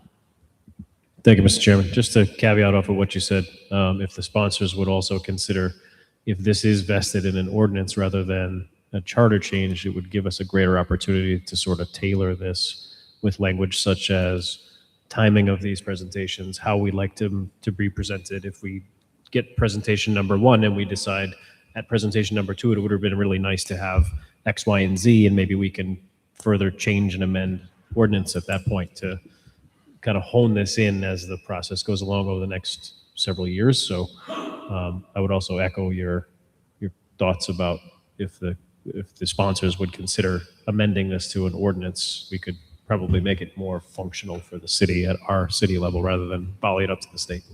Thank you, Councilman. Councilman Ricks, what say you? Thank you. So if I may, through the chair, reason for structuring this, well, I'll back up a moment, to address the concerns of Councilman Lattiser and Napa. As this item was drafted, it was very much intentionally drafted to be a very vanilla version without great specificity as to exactly what would satisfy the 5-year forecast and presentation. So there's nothing in there that limits us from adding some toppings or additional flavors, if you will, on top of that vanilla baseline. But to address some concerns that were also raised by the council president as well, I think that we can all agree that, at least as of the present moment, it is important for us to have this type of 5-year forecast and the like. And for the foreseeable future, I think that that's important for us to continue to have. I agree that it's impossible to completely predict the future. I doubt that at the time I was originally elected, we would have imagined that we'd go to remote council meetings for, what was it, over a year during the COVID-19 pandemic. We didn't see that one coming. But I would certainly think that for decades into the future, it's going to continue to be necessary for us to have this type of 5-year forecast presented to us a month before the budget hearings, so long as we continue to have budget hearings as a city council. And I can't imagine the city council continuing as it is under the city charter without us having budget hearings. So some things change, some things don't. I would also say, too, in response to the particular item about service being by constable in hand traditional service, that being part of the city council charter, or the city charter rather, for many years, that at the time, that was in there for a very good purpose, because at that time, there really was no good alternative, and it was a very good protection for us as city council members to make sure that we were getting that actual notice of council meetings. So it is possible. Times do change. It's not going to be very often that we need to have a change to the city charter due to the times changing. I don't think that this particular change would be something that we'd need to revisit because of future technology, because we should all continue to be trying to look a few years ahead of time in advance of a budget hearing. But let's see. Pardon me, I had one more thought there. Yes. Yeah, I think that where the real benefit of this as a change to the charter comes, as opposed to simply an ordinance, is that it gives accountability back to the voters, back to the people of Warwick, that precisely because an ordinance is something that is relatively easy to change. A future city council could get elected, change the ordinance, first and second passage, all before the required budget presentation. So for that reason, I think that as a matter of making sure that the people of Warwick, the voters, know that this is a hard requirement there in the city charter, give them that accountability. I think it's fair and reasonable for us to put this on the ballot for their consideration. And if they were to say that, hey, we don't need to have this additional verbiage in the city charter, we should, we don't want these kinds of things showing up on the ballot, then they can always vote it down. But I think that it would probably pass because it's the sort of thing that people want to make sure that this kind of presentation isn't there just for us, 9 members of the council, but also there's a public hearing where they get to hear and see the presentation, and they get to weigh in with public comment, or otherwise make sure that there is that opportunity for them to call up, email, whatever future form of communication there is to their city council members in the future. So that's why I think that this is one of those rare occasions where something that could be an ordinance could be a charter change.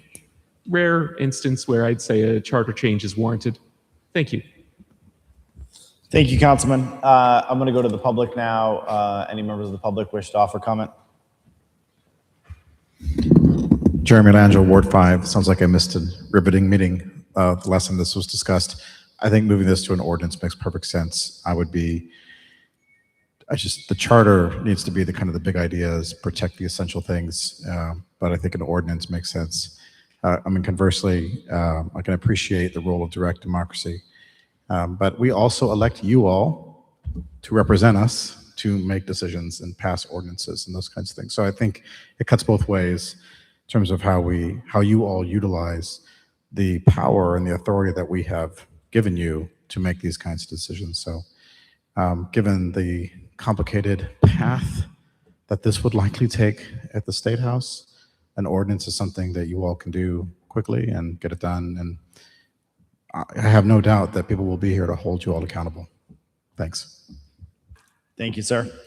That last thought that the people elected us to shepherd some of these decisions through, I think, is salient. So thank you for making it. Okay, at this point, after everything we've heard, it seems like this is trending towards an ordinance. So I'd be looking for an unfavorable recommendation if there was one to be had, so we can move this back into an ordinance where it likely belongs. And is there any motion among the committee?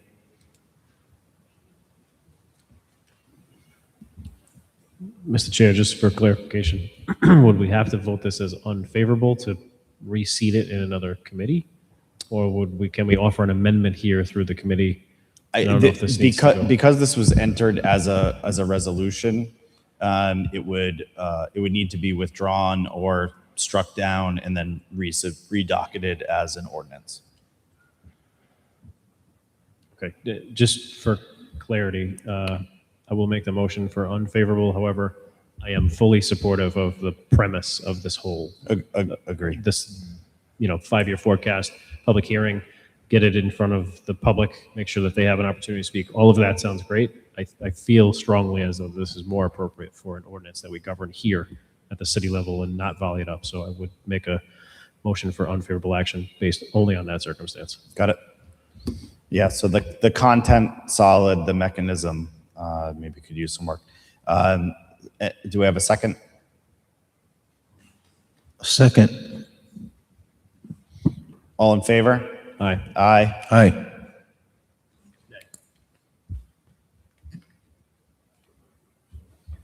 Okay, next up, PCR 20-26, a resolution to the General Assembly requesting amendment of the Warwick City Charter to provide for council advice and consent for Charter Article 8 mayoral appointments. We did have extensive discussion last time around. I believe the intent of, did we actually move this last time, Solicitor? No. No. Okay. These are, please take any testimony of the committee and proceed. Okay. My summary of my recollections from last time was that there were considerable challenges in requiring advice and consent on every mayoral appointment / hire to the administration. But there was general consensus across the group through our discussion that requiring advice and consent on all committees, boards, etc., was something that was favorable both for the administration as well as for the council. And I believe that at some point tonight, there may be an amendment to that effect. But open to if any of the members of the committee have anything to say along those lines. Councilman Mito? Thank you, Chairman. I agree with your summary, is that I think we had some good legs last time, and I believe as a discussion, it was leaning that way for boards and commissions, but not with mayoral hires. So. Great, thank you. With something I didn't think about the last time, Chairman, if I may. now. You may. Okay. Mayor? Should I identify myself? I never know. The Board of Public Safety. This is a unique board. It's unlike all the other ones. The other one's like a branch of government, planning, zoning, all of that. The Board of Public Safety can actually set policy for the police and fire department. Those are departments that I run. I don't know why we have a Board of Public Safety. I don't know why it's set up the same way, but I would like to make that one exclusive for the rest of the boards because I have to work with them. It's very important. I put the kind of people there that we can work together. I mean, currently I have a retired fireman, retired policeman, and a businessman, so it covers all of their work. You know, everything they deal with, licenses, businesses. They do disability pensions for the fire department. So this is a very unique board. So, you know, I would rather keep that separate than the other ones. Chairman, if I may. Thank you, Mayor, and Council President. So the solicitor, I asked if he could prepare a potential amendment based on the last meeting, and he was able to do so. Although that being said, it sounds like we want to put an exception to it for at least one board in there. But he was able to do so in a way that will allow us flexibility too. So similar to my comments on the last item, so that we're not locked into something and then we have to change it years later because something else changed. But solicitor, I don't know if you're allowed to read it now or if we have to wait till the full floor. If the committee would indulge my sense is that we should handle any varying amendments that may be offered by the members of the council at the full council level. So if they would have interest in just taking any other public testimony at the time and perhaps sending the matter to the floor with no recommendation, it could advance us along this evening and get to the actual amendments rather than duplicating the effort amongst the 9 of you. Good. Okay, I'm open to that. So I will go to members of the public. Do any members of the public have anything to add in terms of this PCR 20-26? Members of the public? Seeing none. Any members of the committee have anything to add that we haven't already heard or that wouldn't be more appropriate for on the floor? Members of the council, something specific here, knowing that we're going to hear an amendment in a little bit? Certainly. So specifically, I had briefly talked with the mayor and the chief of staff earlier this evening. We are not completely in agreement, but there are some things that we do agree on. I would be fine with striking the Board of Public Safety from this and keeping that process exactly as it is. Really, I think the area where we're working towards a compromise is as to certain department head positions that are not currently in existence but may be created in the future by future mayors, and other persons who receive a salary in excess of the mayor's salary who are appointed by the mayor, of which there are currently none. However, this is really a prophylactic measure to make sure that those types of abuses cannot happen by future mayors, because under the current city charter, if a future mayor were to decide to budget for a salary and pay a salary that's in excess of their own salary, the city council couldn't actually do anything about it. And I think that that's a type of an issue that the city council should have control over. That's not happening right now, but it is a concern of mine. That's my comments for now. Thank you, Councilman. It's worth noting that just about every department director makes more than the mayor. Yeah, rub that in. Certainly not advocating for a pay raise, but a lot would fall into that category. Just a comment, Councilman, we read his proposed amendments. I'm not saying there was any kind of discussion. I said we would read them. We weren't compromising anything, because I saw it very quickly. It's very long, and a lot of it I didn't like because it was still the same thing. People would have to come here to be hired. And the mayors have the flexibility to create a position. I don't know if it's been done in the past, but the plaza's a good example of that. Those positions had to be created. So I would have to absorb everything he sent us. It was pretty lengthy. But I'm not saying that I would agree to it. Probably wouldn't. But I did say I would look at it, not dismiss it out of hand. Thank you, Mayor. Okay, at this point, would we, I've gone to the public already. Public, anyone else from the public have anything to add? Why don't we move this to the floor without recommendation, and we can discuss amendments or any other changes afterwards. Do I have a motion? A motion to move to the floor without a recommendation. Second.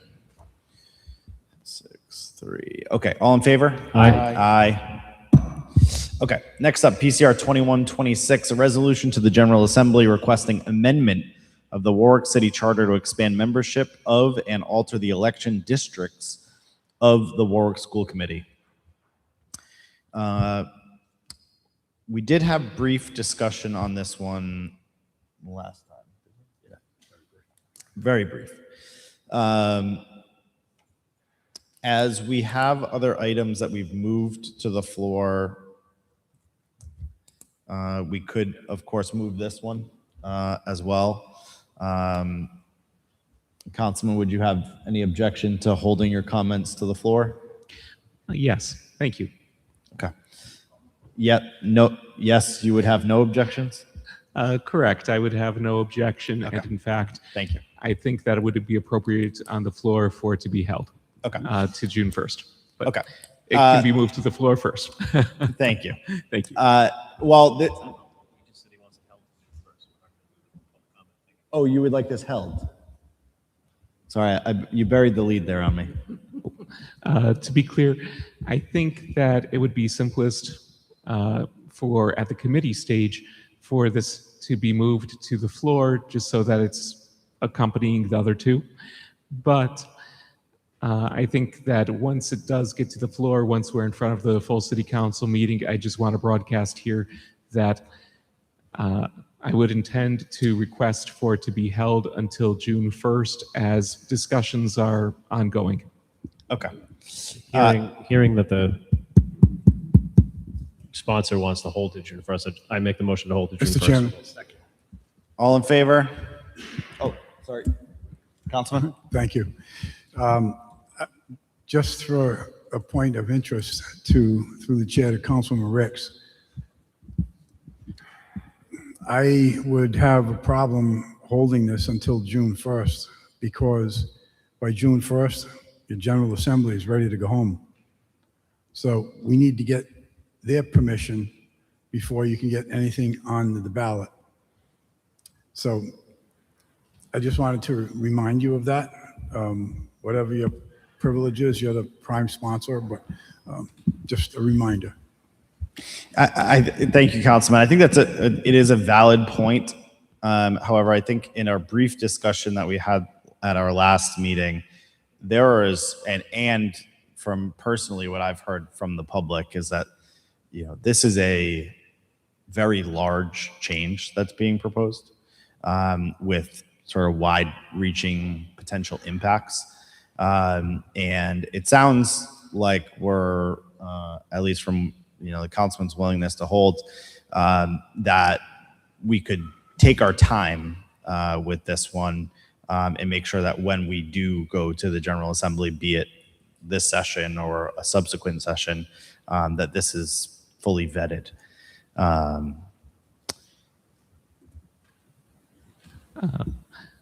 Chair, if I may, question to the city council solicitor.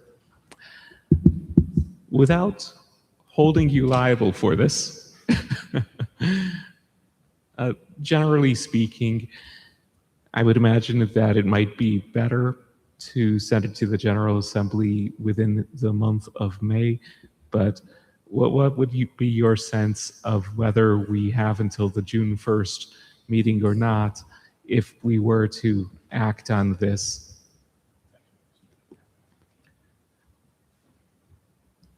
Thank you, Councilman. If I knew the end of the Assembly's sine die for the session, I'd be a wiser man than I am. It's hard to project when the General Assembly is going to end. Historically, they have been most recently concluding but not formally adjourning the business around the third week of June. That said, a new item sent to them on June 1st is theoretically possible, but somewhat challenging. You would have to clear hearings, but legislation from municipalities are not prohibited in the same manner of other late introductions under their rules. So it's a theory that is a difficult road, but it's hard to say when the legislature actually adjourns. We've had years where, within the last decade, where it's adjourned and come back for special actions later in the year. However unlikely that may be, it's very hard to predict. Councilman? Thank you. Perhaps moving it to the floor for discussion, seeing if we get anywhere. I won't keep you any longer in the committee. Thank you. Thank you. Councilman Lattiser. Mr. Chairman, I can wait until it comes to the floor. Thank you, Councilman. Okay, with that, do we have a motion? Motion to move to the floor for discussion.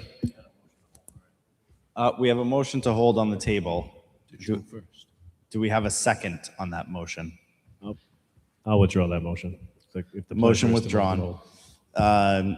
Okay, so then if the motion to hold is not on the table, then I will go to the public. Any members of the public have anything to add?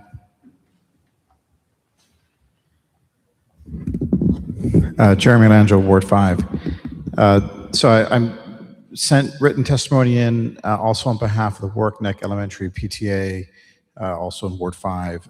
We're opposed to this charter, but we're not opposed to having a study commission, which is actually what we think would be the appropriate next step for this body.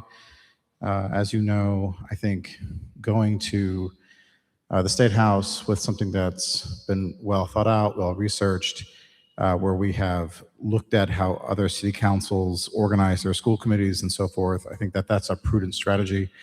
I will say, as written, I think there are problems dividing. Currently, wards 4, 5, and 6 are in one seat, for lack of a better word. But the wording on this would essentially allow 3 people from that cohort, but you could have 3 people from Ward 6, or you could have 3 people from Ward 4, which would not be equitable distribution if you live in Ward 5. My reading of it, you could have a married couple. I think that would be problematic as well. So I would have some questions about, would these be competitive seats? Right? I mean, are we going to have good candidates? So I think that there are a lot of questions. Again, in principle, I think actually we do need to have a study commission on this.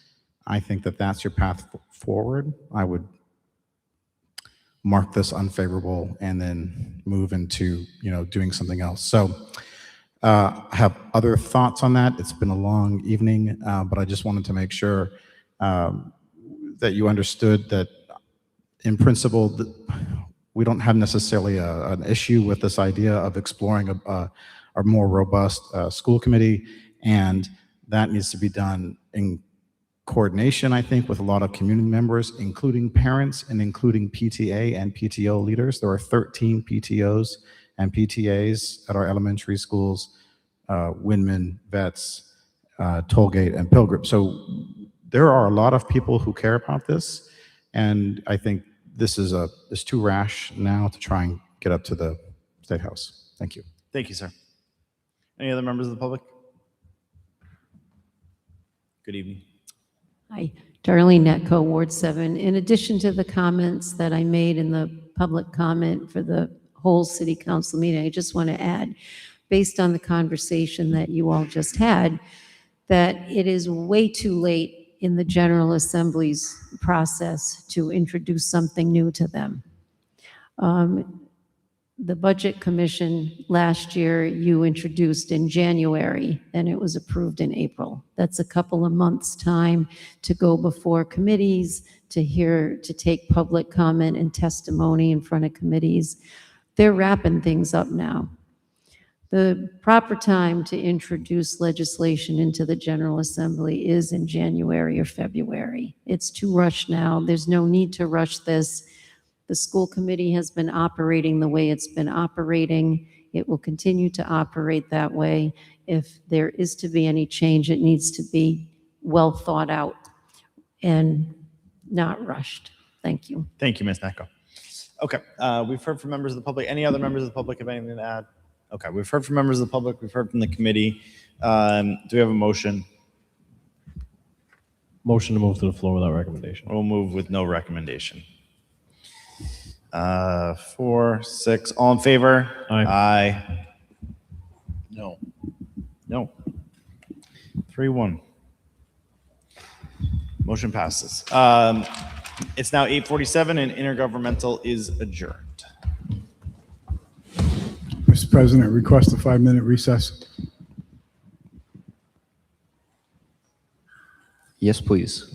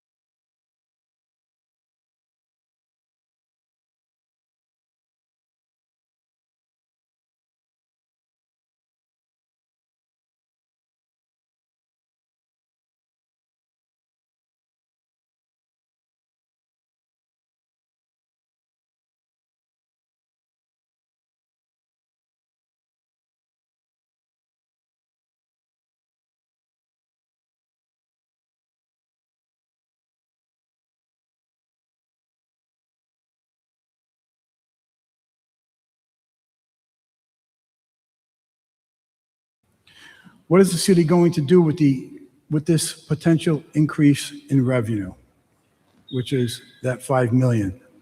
What will the final cost be to the taxpayers if we continue to use bond premium?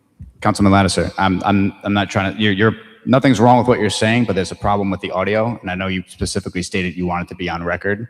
I do. Are we good now, or no?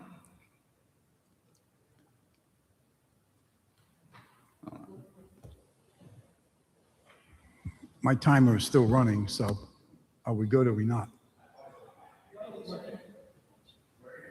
Oh, yeah. Sounds great to me. I'm sorry, I didn't want to, but Okay. go ahead, sorry. The taxpayers need to know exactly what's going on and before it happens. So what is the long-term plan? Is there one, or do we intend to fly by the seat of our pants? Do we continue to rob Peter to pay Paul and hope that everything fixes itself? Or are we willing to take on the tough fights, make the unpopular decisions, and stop the financial hemorrhaging of taxpayer dollars? Before you can fix a problem, you first need to recognize you have one. The school department has recognized they have one. Now it's the city's turn. The problem, as I see it, is out of control spending, not revenue. The 5 million we're talking about can be found by cutting approximately $1.3 million from our current $380 million budget. And here are my suggestions. And I put emphasis on suggestions. 1, start by reorganizing OPEB to something that has an attainable and a sustainable funding source. Let's not lock into a $5 million per year idea for 4 years without knowing how and if we're going to pay for it. 2, buy only equipment we need as opposed to what we want. 3, this is a shared sacrifice. The key word is shared. So let's open up all contracts for concessions and shared sacrifices. The financial burden cannot and should not be only on the taxpayers. You can't say you oppose tax increases, but refuse to share the pain. Immediately move to close all underutilized schools and stop dumping millions of dollars into repairing them, like we did with Tollgate and Pilgrim, only to end up closing them. I presented a plan to build one state-of-the-art high school at least 8 years ago when it was shot down. Building 2 schools was never a necessity based upon student population. Reduce staffing as it applies to these additional school closures. 6, reduce the 90 sick days teachers currently have to 10 and pay their temporary disability insurance. Let's eliminate excuses and do what financially makes sense. The school department needs to stop using this as a slush fund. 7, eliminate the 5% increase cap that is in place for fire department healthcare premiums. Healthcare is projected to increase this year by approximately 18% from what I've been told. Currently, and using round numbers, the annual cost of a family plan is approximately $26,000. An 18% increase would be $4,680 per family. The current yearly copay for the firefighter is $5,200. It's 20%. The most we can increase this is 5%, which is $260. So that means the remaining will have to be borne by all the taxpayers, including seniors, veterans, and other retirees who have to pay the remainder of that amount. The most unsustainable cost to the taxpayers is our healthcare and legacy costs. This is what is bringing the city to the point of no return, even if some people refuse to recognize this. Suggestions from the past to current day. A, we need to increase the employee healthcare copay for all employees from 20% to a minimum of 25%. Increase the cap on prescription drugs, which is a huge portion of our expenses from a yearly employee's contribution. Increase that to $2,000 cap on prescription drugs for single plan and $4,000 on a family plan. C, eliminate free lifetime health care for new hires. I stress new hires, and add a minimum copay of 10% on current retirees with a pension over $50,000 per year, or at a minimum, a 20% copay on all new hires when they retire. When I first proposed this back in 2018 or so, this would have saved the taxpayers over $4 million per year. Think about that. That's to date about $32 million. This isn't a short-term problem that is going to be eliminated with a Band-Aid approach or robbing Peter to pay Paul. It's going to take people who are ready and willing to stop postponing the inevitable, stop waiting for the next person to stop the bleeding and make the tough decisions now. I have been ready and remain ready to make that decision. And for those reasons, Mr. President, I will be voting no on this OPEB plan. Thank you for your indulgence. All right, does anyone else have anything they wish to say? That I know we, as Councilman DeLuise correctly pointed out, we spent hours discussing this topic previously. It was just that Councilman Ladishek got left out somewhat last time because of timing. So this was his opportunity to state his piece. Does anyone else have anything? All right, so seeing that, Mayor, do you want to?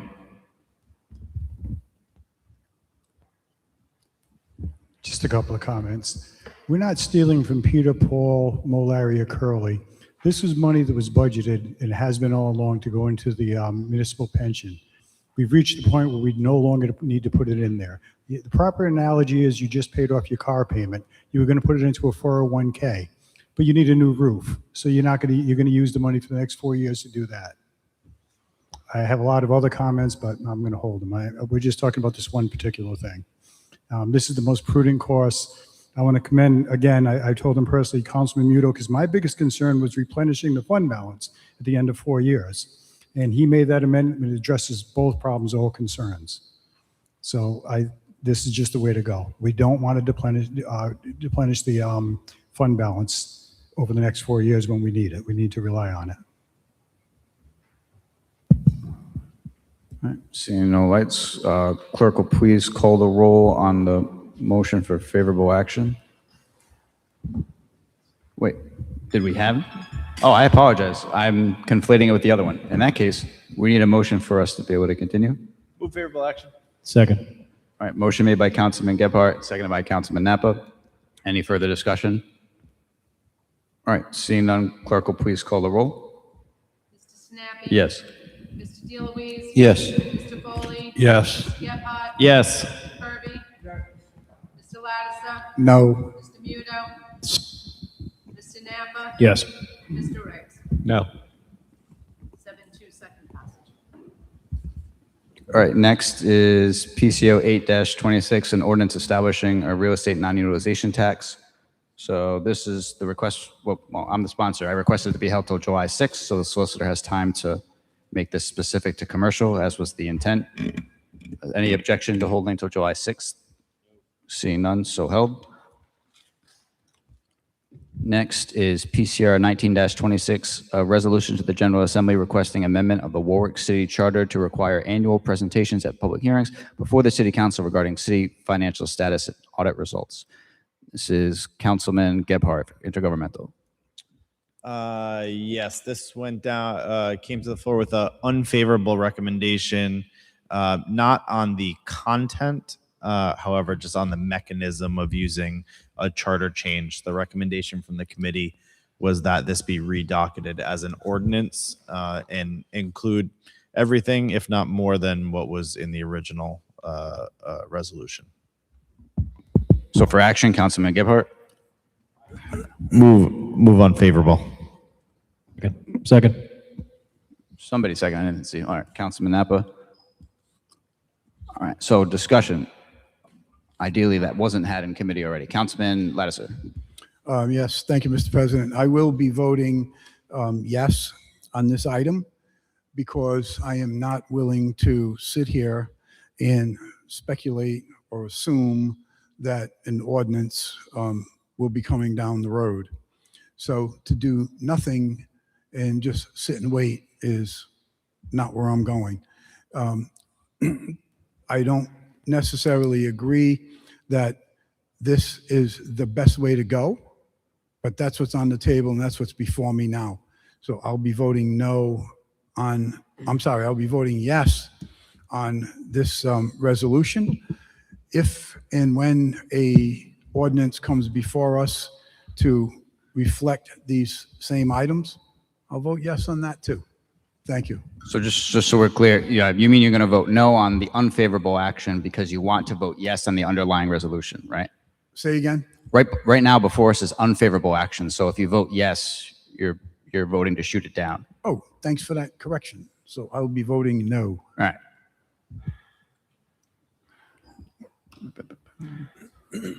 Council President, point of order. Yep. Even though we have this before us tonight as a resolution, is there anything stopping anyone from this honorable body for docketing an ordinance tonight? No, nothing. That is like has the same language as a resolution, or do we have to get rid of the resolution then docket an amendment? I mean, docket an ordinance. So just order of operations, we can't docket anything until the docket session. But as far as, so the short answer is no, we can't docket it during this discussion. We can later tonight though. So to protect against an ordinance maybe never coming, we could just docket it tonight. Correct. Okay, check.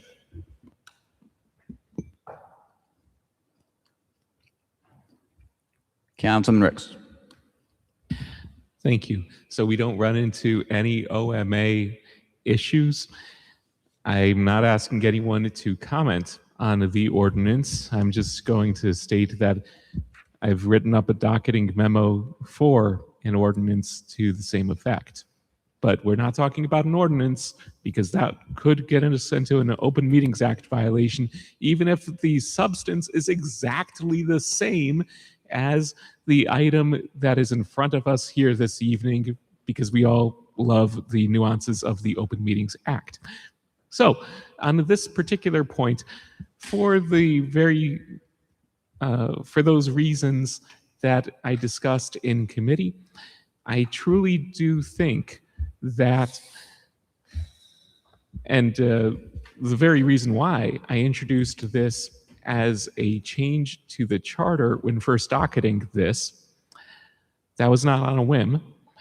I think it is very important for us to have this baked into the city charter, give the people of Warwick an opportunity to vote on this yay or nay, and basically allow the people of Warwick to have this permanently, or at least as permanently as can be, as a right that they have to receive this particular information at a public hearing, open to public comment, and otherwise broadcast in any way that we may hold or broadcast meetings in the future.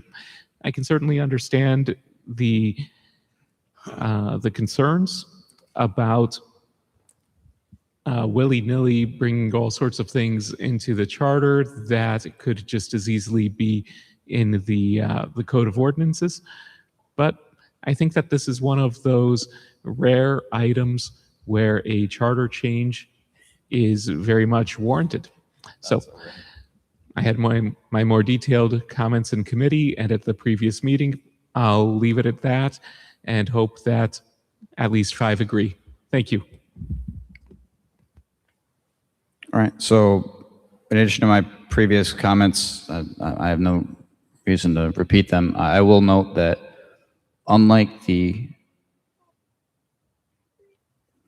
well, you know what? There's no more lights. I'll just let my prior comments stand with what they are. Clerk will please call the roll on the motion for unfavorable action. Yes. Mr. DeLuise? Mr. Foley? Yes. Mr. Gephardt? Yes. Mr. Kirby? Yes. Mr. Lattiser? No. Mr. Buno? No. Mr. Napa? Yes. Mr. Riggs? No. All right, next we have PCO 20-26, a resolution of the General Assembly requesting amendment of the Warwick City Charter to provide for council advice and consent for Charter Article 8 mayoral appointments. Intergovernmental, Councilman Gebhardt. Yes, the committee sent this with no recommendation to the floor. Right. Yeah. Could you repeat that, please? I think. Solicitor, can we introduce the proposed amendment at this time?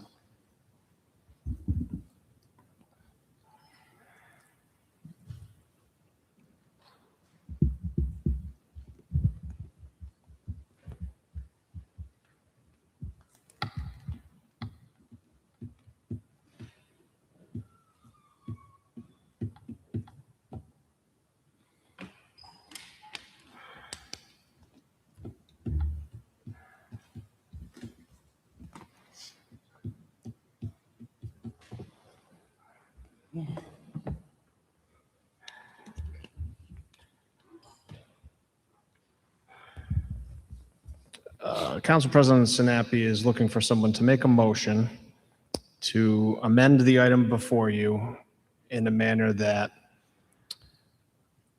would delete all of the proposed changes and make the corresponding adjustments to the whereases clauses, but to make one item be sent to the voters. And this would be adding a new 8-23, which would be about council advice and consent to boards and commissions. And the new language being inserted would say,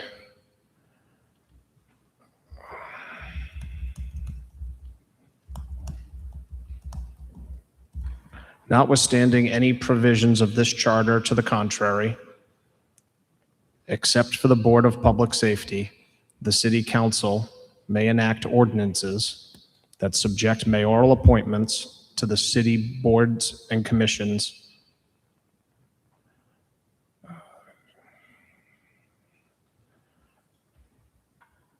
to the advice and consent of the City Council. So the changes would be that and send a corresponding question to the voters that says, I'm sorry, we had to make this amendment from the discussion. Shall the City Council be authorized to enact ordinances that subject mayoral appointments to city boards and commissions, except for the Board of Public Safety, to the advice and consent of the City Council?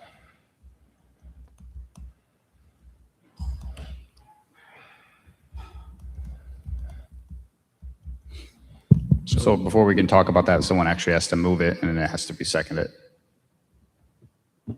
Is that a move, Finger? So Councilman Gephardt moves it. Do we have a second? Seconded by Councilman Muto.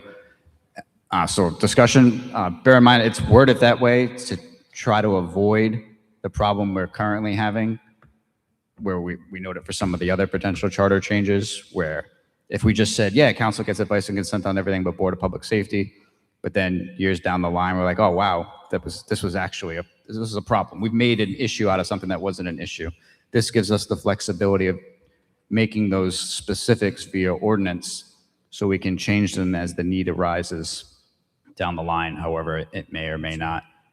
And my request for the solicitor to draft this was based on the last meeting, where it seemed, based on what I was hearing, and that the body was comfortable with that approach to this particular item. Granted, you all may do with it what you wish. And my understanding was that the administration was comfortable with that approach as well. But again, feel free to have backsies. We're not familiar with that ordinance. I mean, that amendment. So this was at the last meeting where you stated you were comfortable with having advice and consent on appointments for the council. This just codifies that. The only change we did on the spot was to the exception for the Board of Public Safety, so that didn't get taken away. So you'll keep that one, and the rest will be advice and consent. So for everyone's edification, the concept is focusing on much of what we've been doing on prior updates to the charter to provide the council appropriate flexibility to step into this role, rather than always having to go back and revisit the charter change. So what this would enable is, if the language is adopted, it would allow for the council, with the exception of Board of Public Safety, we would, if approved by the assembly and by the voters, the council would have discretion to take up ordinance changes that established for specific matters which boards and commissions you would apply that to. The only exception from tonight's discussion was to separate the Board of Public Safety from that charter request. But it would allow for this body and, in the future to be able to decide, other than the Board of Public Safety, which city boards and commissions it would be appropriate to subject mayoral appointments to the advice and consent of the council. And I should be clear, I apologize if I wasn't trying to imply that administration or anyone else actually looked at the language of this, considering I only saw the language when I walked in today. So it wasn't possible for someone to be comfortable with the language. This is all based on just statements made at the last meeting. I'm saying if people seem to agree in concept based on the public meeting, but again, time has passed since then, so I fully understand if people have changed their mind, or if now, after hearing the specifics, they're no longer fond of the concept. So, dealer's choice. Yeah, I don't remember the specifics that was talked about, because there are a few that we'd have to talk about, like the Personnel Hearing Board. That's one exception. What? Huh? Go ahead, I can't read you. Personnel Hearing Board doesn't exist. Correct. So he's trying to interpret my handwriting. I'm not exactly sure what sections of the ordinance you've removed, because there's a lot of whereases. Also, 8-19 additional boards talks about any created by executive order. Some boards and commissions or executive order groups ad hoc need to meet quickly, and to have those subjected to advice and consent of the council is contrary to their intent. Except in 8-20 additional departments. I'm not sure if 8-23 is still in. I don't know what you changed. Thank you, Chief. The amendment cleans out a lot of the whereases to essentially only state a couple of facts. It removes references to departments and employees and focuses it on the first couple are just the general authorities of how the process works. And then it would go into, whereas some Article 8 mayoral appointments to the city boards and commissions require the advice and consent of the city council, including the board of canvasser members, zoning board of review members, and board of assessment review members. And whereas some of the Article 8 mayoral appointments to city boards and commissions do not require the advice and consent of city council, including, and we would limit that down to the planning board and additional boards members.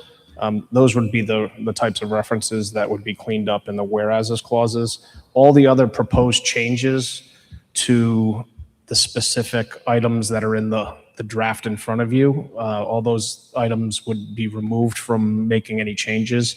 The only thing that would be inserted would be adding this language saying council advice and consent to boards and commissions, notwithstanding any provisions of this charter, the contrary, except for the Board of Public Safety, the city council may enact ordinances that subject mayoral appointments to the city boards and commissions to the advice and consent of the city council. So we would only be adding one sentence altogether. So would that be advisory committees established by the mayor? It would apply to boards and commissions. So established boards and commissions, not executive order advisory committees. The mayor wants to establish a blue ribbon task force to look at something. I think the intent is to capture the boards and commissions codified in the Title 8 Article 8 of the charter, with additional those codified in the Code of Ordinances. I think we could certainly entertain language that further clarified that to only being those boards and commissions that are either established or codified in the charter or the Code of Ordinances. So that would separate out any advisory things that are not subject to being formally codified in the Code of Ordinances. Some of these are already in the charter. There are others that are created in the Code of Ordinances. That would be one potential way to clarify. Right, but the advisory committees can be established by the mayor by executive order, and he's protected by the charter, creating the advisory committees by executive order, at some future time, not this council, not the next council, but could change it by ordinance, requiring that any advisory committee, any executive order committee requires advice and consent by ordinance. If it's not if it's not codified in the code, I don't think it would be applicable. So that it wouldn't that power wouldn't extend that far unless it was formally put into the code of ordinances. So I think there is a separation of powers buffer here. Doesn't the amendment create or allow for the council to create additional requirements for advice and consent through ordinance, other than Board of Public Safety? The intent is to only capture city boards and commissions as proposed. As we could certainly qualify that further with boards and commissions codified in either the charter or the code of ordinances. That would not extend to any executive powers that exist independent of the council formally amending the code of ordinances. But that would require some language tweak as just discussed.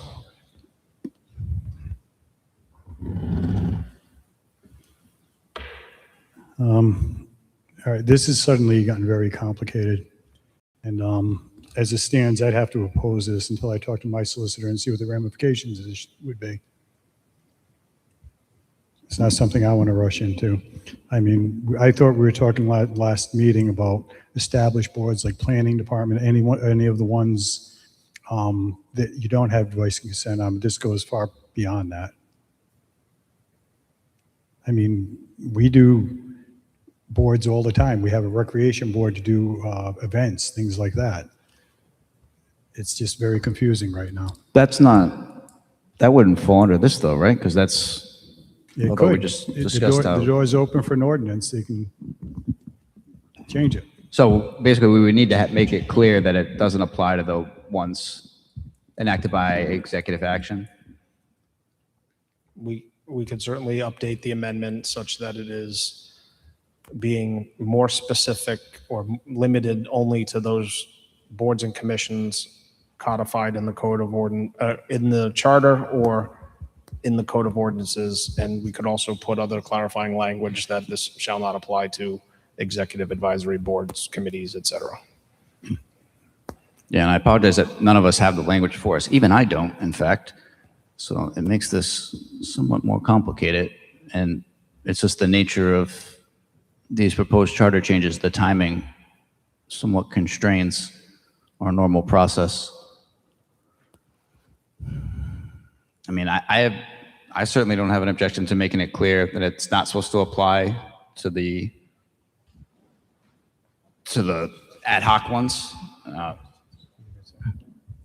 because it wasn't the point was not to capture those. But all right, so we got lights. Councilman Lattiser, I saw yours before, and then we'll do Councilman Ricks's.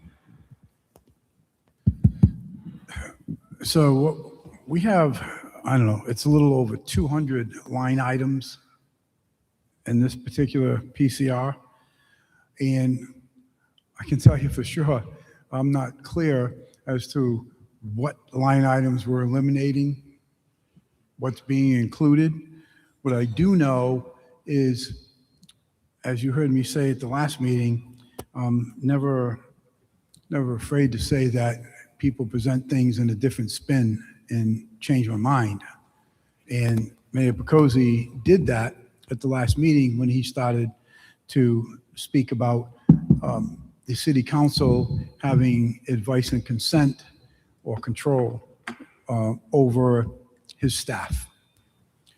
I don't think that would be a good move. I think that whether it's this mayor or mayors in the future, I think they should have that authority to select and choose their own department heads, their own chief of staff, et cetera. So I'm not sure if everything that is being eliminated out of this takes that out, and all we have is just these boards and commissions, excluding the Board of Public Safety. That's correct, Councilman Lattiser. So it takes all the spin that I happen to agree with in this case would be out. Correct. So it only does the boards and commissions. It leaves out of the PCR. It's proposed to remove from PCR 20-26 all the parts about the employees over $100,000 and department heads. That would all come out. So the advice and consent would come from or come to us regarding boards and commissions excluding Board of Public Safety. Correct. And what is the reason for excluding the Board of Public Safety? So that only arose tonight. The mayor had pointed out why the Board of Public Safety being included would be a problem. So I defer to his explanation. I don't want to wrongly paraphrase it. Mayor, could you repeat that, please? I didn't Absolutely. catch that. The Board of Public Safety is different. The Planning Board, the Zoning Board, they're like a different branch of government. The Board of Public Safety can actually make policies for the fire department and the police department, the departments that I run. Well, they're under me. So it's a different kind of relationship there. The planning department can't do anything about the way the city operates, the way personnel operates. The Board of Public Safety can. That's why I'd like them to be exclusive of the rest of the boards. I don't even really know why we have a Board of Public Safety. I think they were put in place of a police and fire commission, public safety commissioner back in the day. But it's a really weird situation and balance. It's something the mayor has to work very closely with them on, as well as the fire and police chief.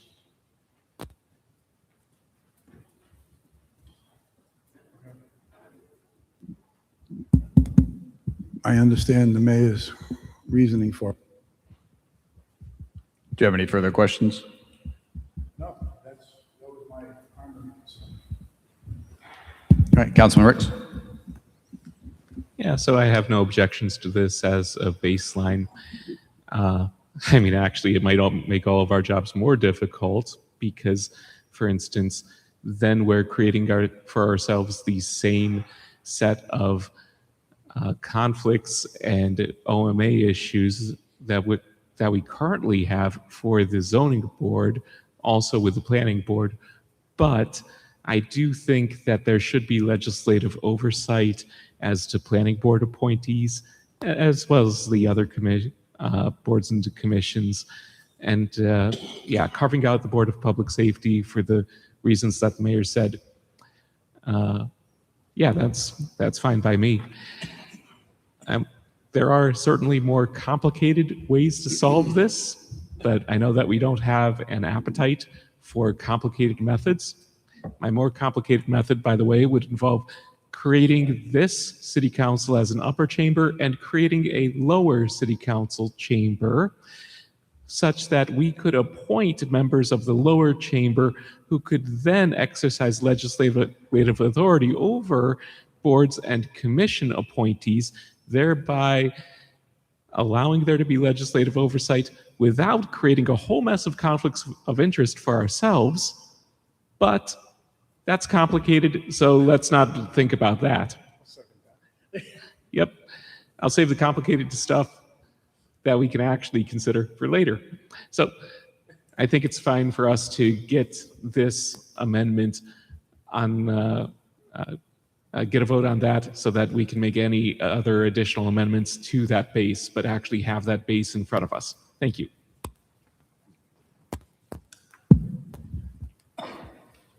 So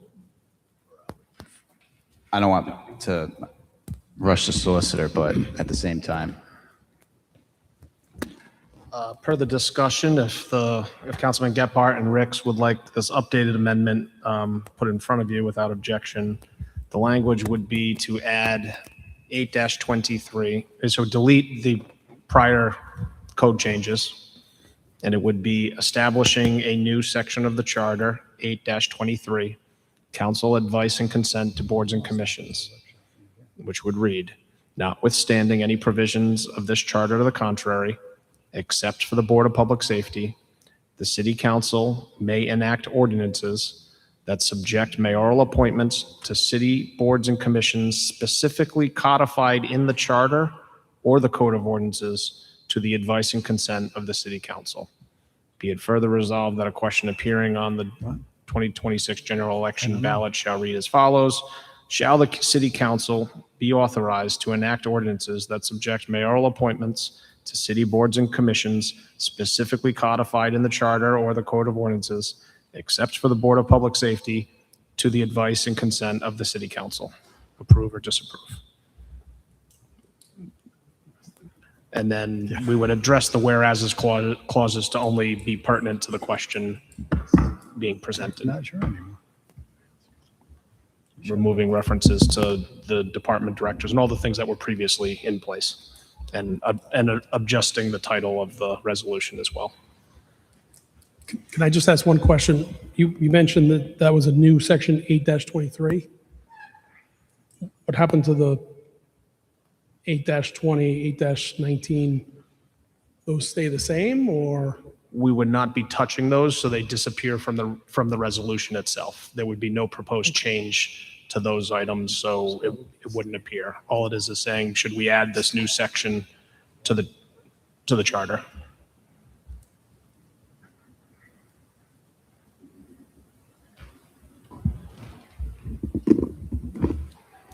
Could you just repeat that amendment?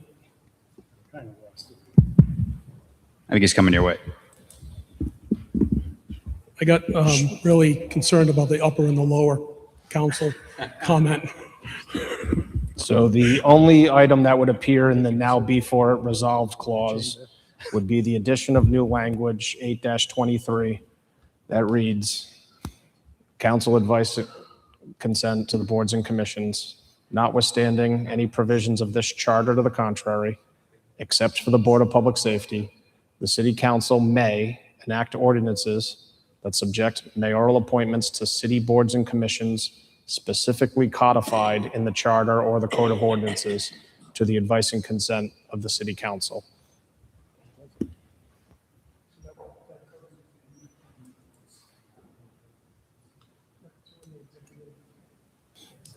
Unless it is present in the charter today or specifically enacted as a board in the code of ordinances, it would not cover any other advisory board or any other board that is not codified as a board within the charter. A board that is subsequently enacted under ordinance authority, but that is not put into the formalized structure would not be applicable. That simplified it. I'm still thinking about the lower council too. I just keep picturing a tiered room. And Councilman Lattiser agreeing with me. Question for the council solicitor. I'm just concerned about the notwithstanding language, because if then we don't make any change to the end of that first sentence of 8-12 planning board, that could create some ambiguity as to the planning board in particular.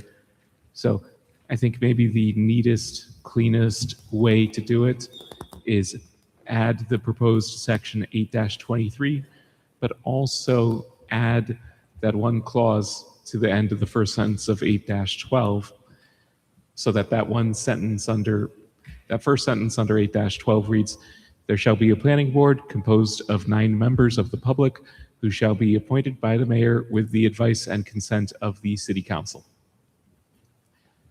Because otherwise the two may contradict. At that point, you'd have to change all of them though. Yeah. As opposed to just relying on the catch-all one that says notwithstanding. Because notwithstanding is not ambiguous because it's a standard insertion into contracts.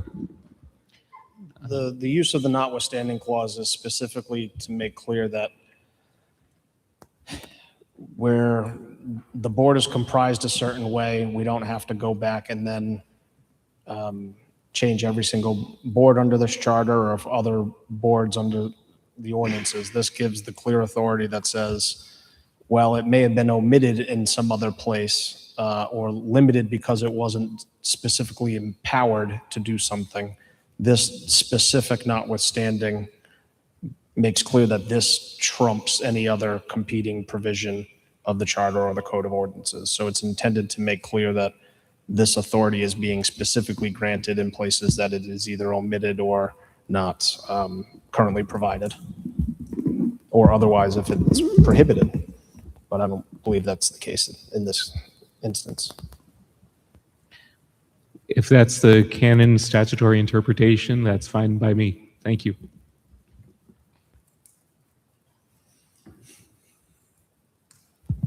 All right, so first we need to amend the amendment, or?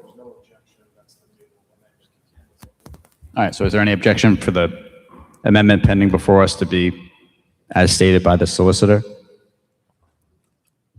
All right, so seeing none, that's the amendment before us.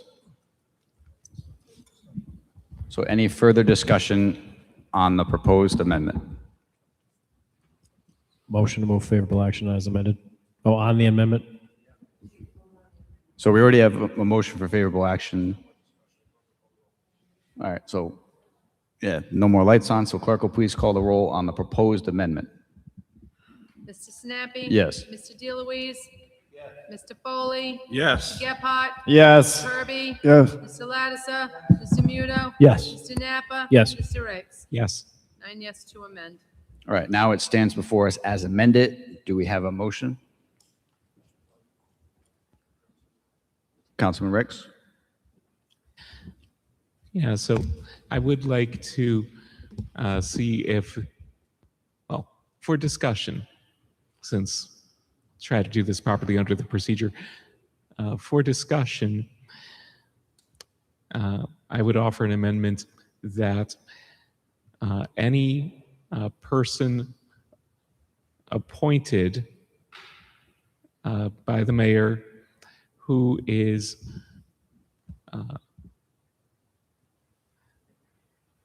an unclassified employee with a salary at least double that of the mayor is subject to advice and consent of the council.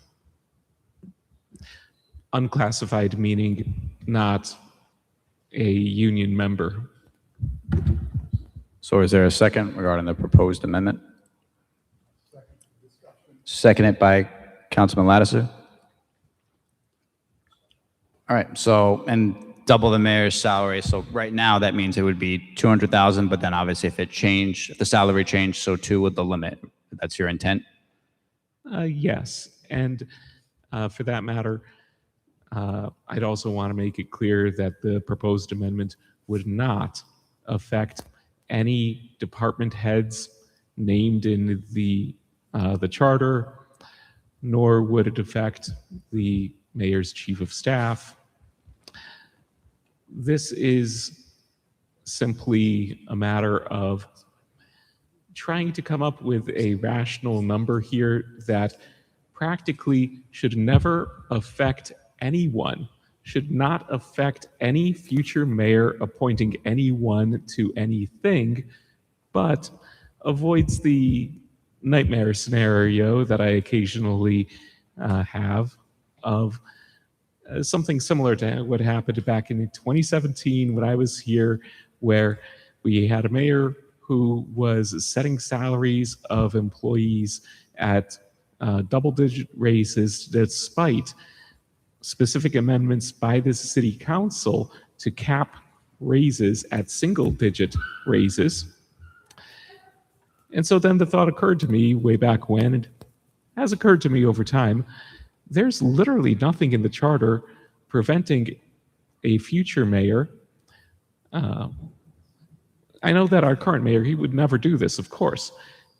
This is why it's in the charter. It's to prevent an issue from possibly happening in the future.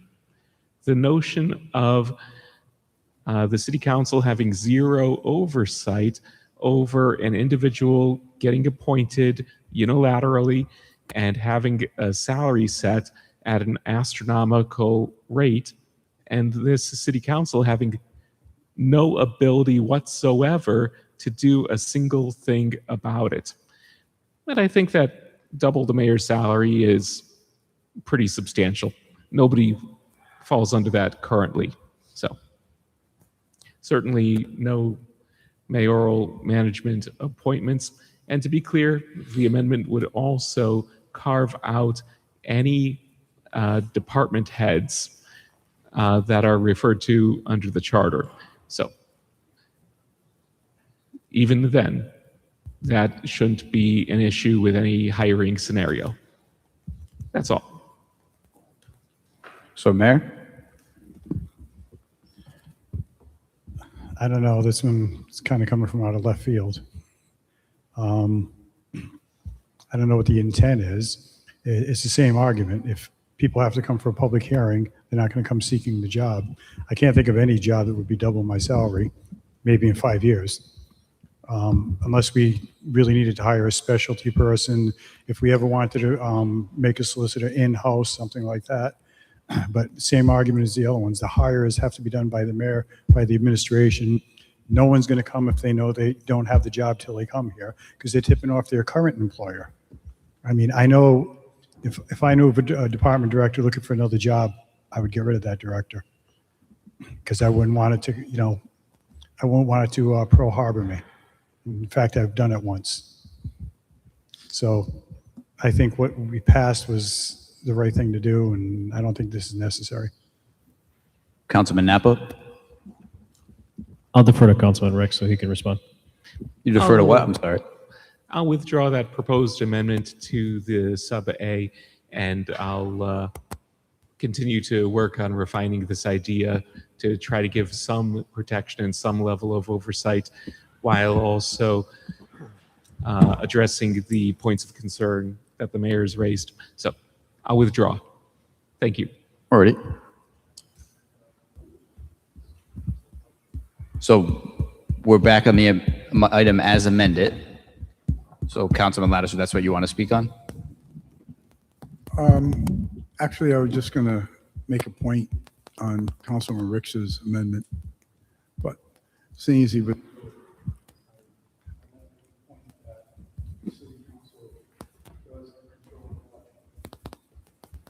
All right, Councilman Gephardt. I'd like to move favorable action on the amendment. So favorable as amended, motion made by Councilman Gephardt. Is there any second for the motion? Seconded by Councilman Napa. Is there any further discussion on the amended PCR 20-26? All right, seeing none, clerk will please call the roll. Mr. Sinapi? Yes. Mr. DeLuise? Mr. Foley? Yes. Mr. Gephardt? Yes. Mr. Kirby? Yes. Mr. Lattiser? Yes. Mr. Muto? Yes. Mr. Napa? Yes. Mr. Ricks? Yes. 9 yes, favorable as amended. All right, next is PCR 21-26, a resolution of the General Assembly requesting amendment of the Warwick City Charter to expand the membership of and alter the election districts of the Warwick School Committee. Intergovernmental, so Councilman Gephardt. There was discussion of holding this, but we ended up putting it to the floor with no recommendation. All right, so first we need a motion in any direction, or I guess hold, so I guess it's not a direction, but we need a motion if we're going to discuss. Move to hold, or is it? Move to hold to June 1st. All right, do we have a second on the? Second. Seconded by Councilman Napa. Any discussion on the motion to hold? Councilman Lattiser. President, so initially I was this item after considering a lot of discussion and comments from members of the public and even revisiting some of the suggestions, perhaps three and three might work. Things I brought before the council years ago, 3 elected, 2 appointed by the mayor, 2 appointed by the city council, and fast forward to where we are now with 9. To be honest with you, I'm not sure which one of all these suggestions is the best. What I do know, or what I believe, is that what we currently have, which is 5 members, is not the best. And in my opinion, it definitely needs to get changed.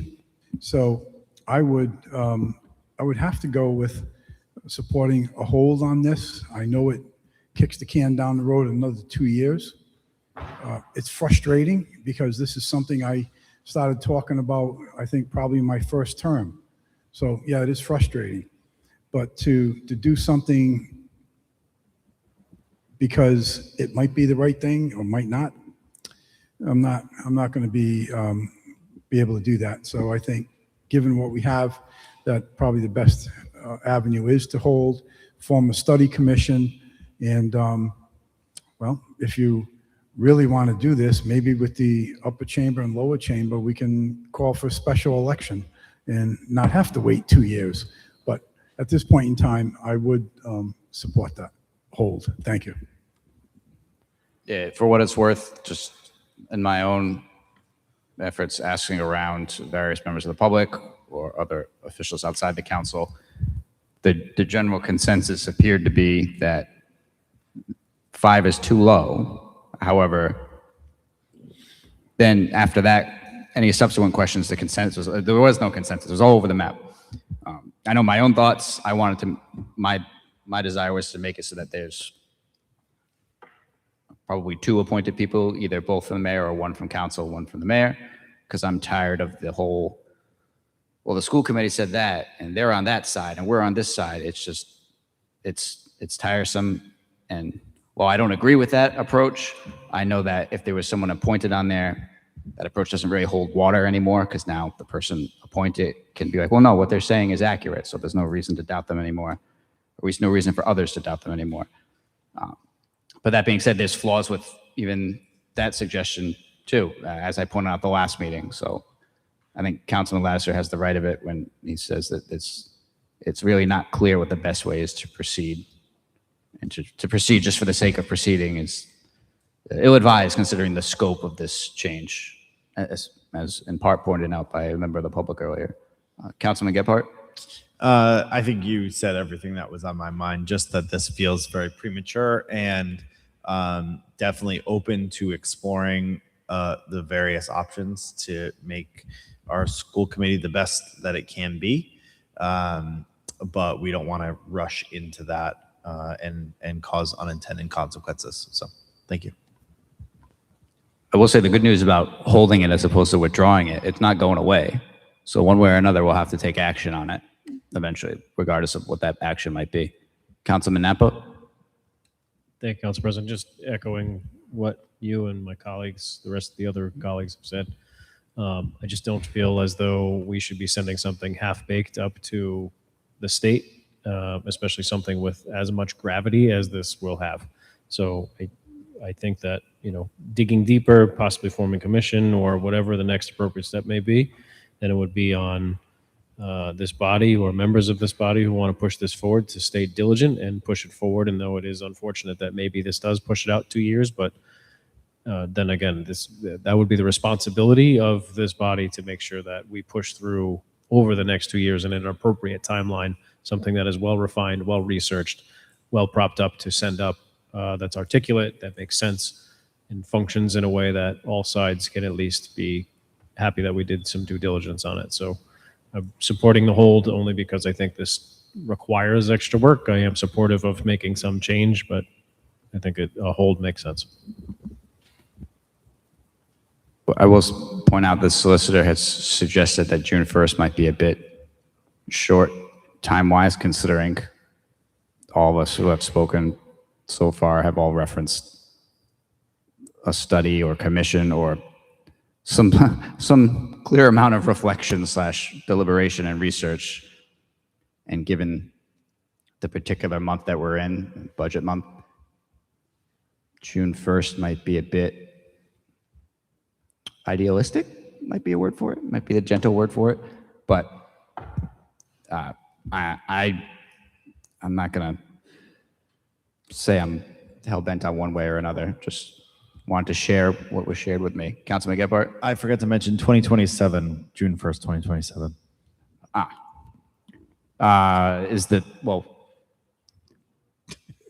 Touche, because we didn't ask the year. Whoever seconded, do you still second that, just to make sure you're still on board?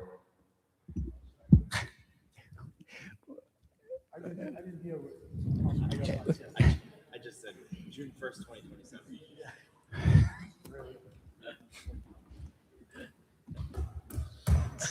Angry light. All right, well, so I'll make sure I got new people. Councilman Muto? I just want to thank you for Councilman Ricks for bringing several items to light to this council. It started a good debate. I think more study is needed, but we've had some great discussions to forward better process procedures and institutions for our city. So I want to thank you for that, and also agree that more work to be done to get it right. Thank you.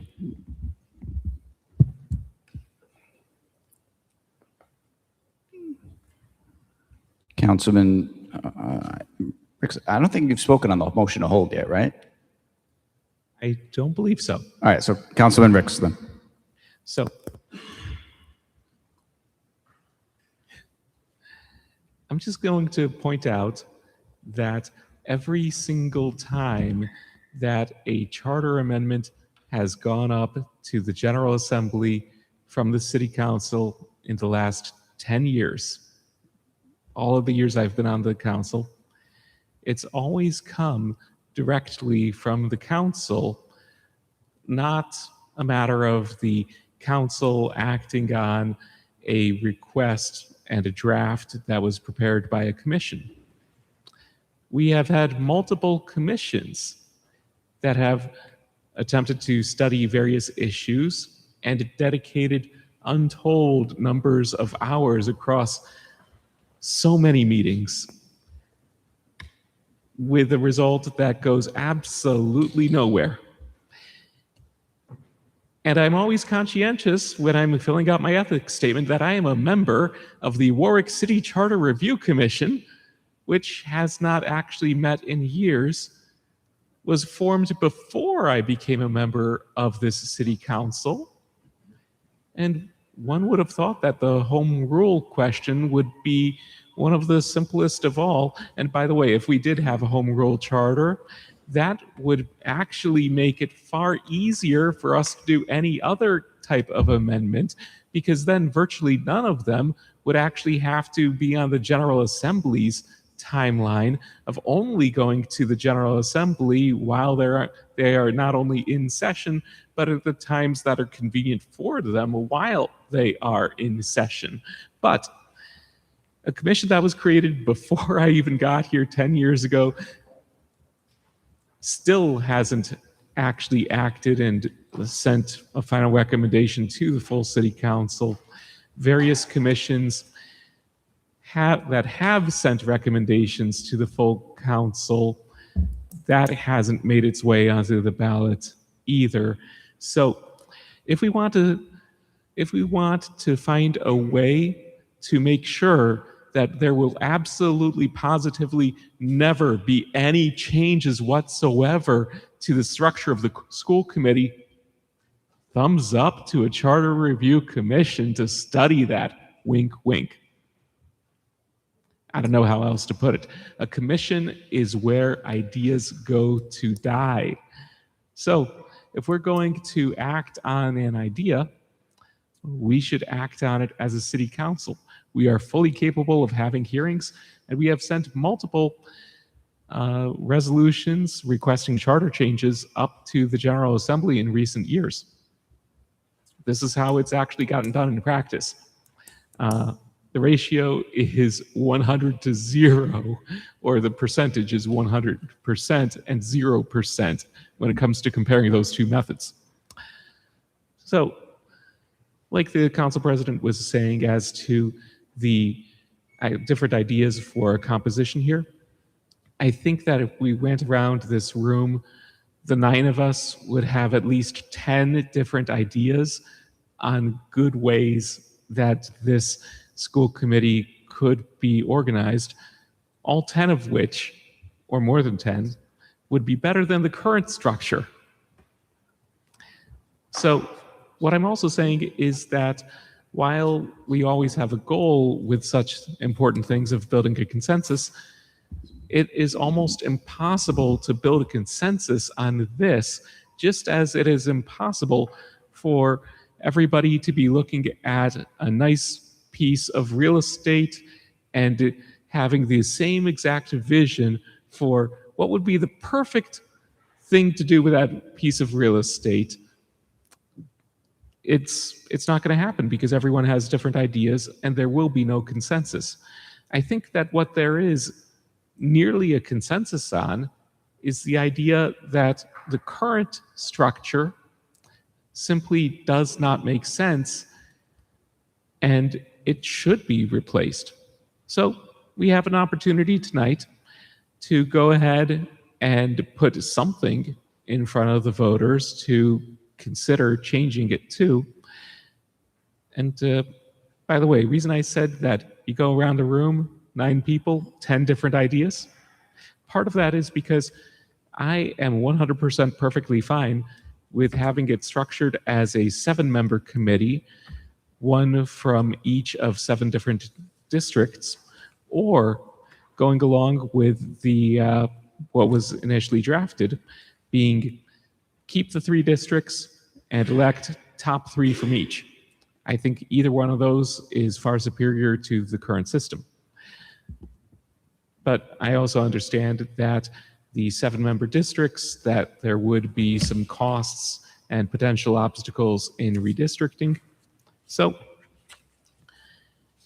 it seems that most people here are inclined to hold this, but if what I've said may change any minds as to let's put something out there and keep that conversation going, bring it to the voters, and if the voters really think that there are much better ways to do it, they can vote it down. And that might actually spur the public to have that input, have all of those conversations to come up with as close to consensus as we can, that unicorn, that mythical beast of trying to build a consensus where it's impossible to actually build a consensus. So I'll leave it at that. And if we can't get it done this time around, we can always try next year. And then when we inevitably get to the very same result, well, we can just live with the current system as it is forever and just complain about it. That's all. Thank you.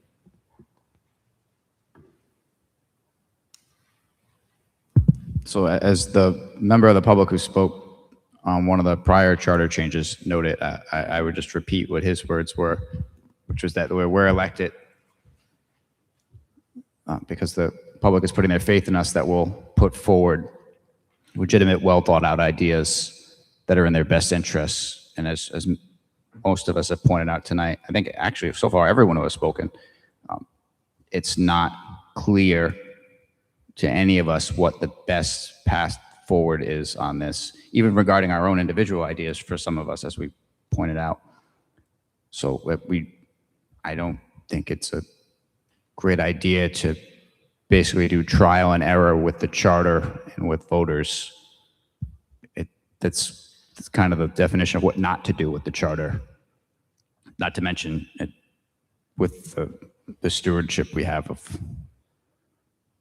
over the voters and trying to make decisions with their best interests in mind, and doing so without the information and data needed is an objectively bad idea. I will say this is different currently than the last time I recall the Charter Review Commission. I don't recall there being an item docketed that's going to stay on our docket unless and until we address it. And 2, perhaps more importantly, this is a much more narrow in scope scenario, whereas prior ones were they had a bunch of questions before them and it got muddied real quick, as opposed to just one singular question, and one that, as we all have noted so far, there's at least one avenue that everyone agrees on. Granted, it sounds like people disagree on necessarily what about the structure doesn't work, but I feel like everyone's clear that they'd prefer it different than the current. My own stance being, I think more than 5 would be more appropriate given the amount of the budget that they're responsible for. It just seems unfair to tack on the burden that they have with only 5 people. But that's my own thought. Councilman DeLuise? Thank you. We have a motion before us to hold this, correct? Correct, Do Councilman. we have a definite date? Is it June 1st? So that was the original date proposed.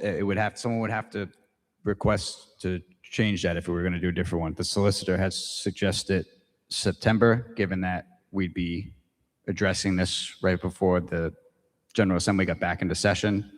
It wouldn't be rushed. It'd be after the budgets, and we'd have time to deal with any backlog post-budgets too. But, I mean, it's up to the body to decide if they're comfortable with that. Mr. President, just for my own edification, I would like to have more information, and I would urge other council members possibly to speak with department heads, I want to get better educated myself. Maybe speaking with the, teachers union, school department officials, the mayor. I don't feel as though I can make an educated decision tonight if we had to vote on it. So I think more time, for me personally, would be greatly appreciated. Understood. Councilman Gebhardt? I would just say, I think there's 2 extremes on what to do next with this. Like, for me, foregone that we're not going to act on it tonight. One extreme, it could be, the establishment of a new commission that now has to have meetings and call people together.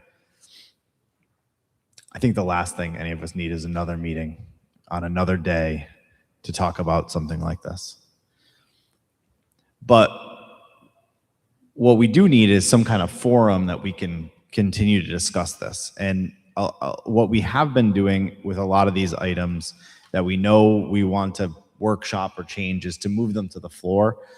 But I think what everyone has said so far is like, we don't have the answers to be able to modify this on the floor. What we need is more input from the various constituent groups to tell us what would maybe be a good idea or what might be, what's a bad idea or why, and to just kind of hear it out. And so we don't do this a lot in where we keep an item in committee and have periodic comment on it because we're kind of moving things through the process out to vote. But maybe we could treat this item a little bit differently. Originally in my head, I was like, oh, well, maybe we could have a separate committee of the council that kind of worked on this. But I don't know that we necessarily need a new committee. We just need sort of a standing item, even if it was docketed as, for discussion purposes only, that didn't imply that we were going to try to take a vote on the item at the end of the discussion, but that just said, hey, we would really like to convene people who know how other school committees are comprised, people who have strong feelings one way or another, who could come, we could give them a date and time to provide testimony, but without creating this furor around, that we're gonna make a snap decision on that night.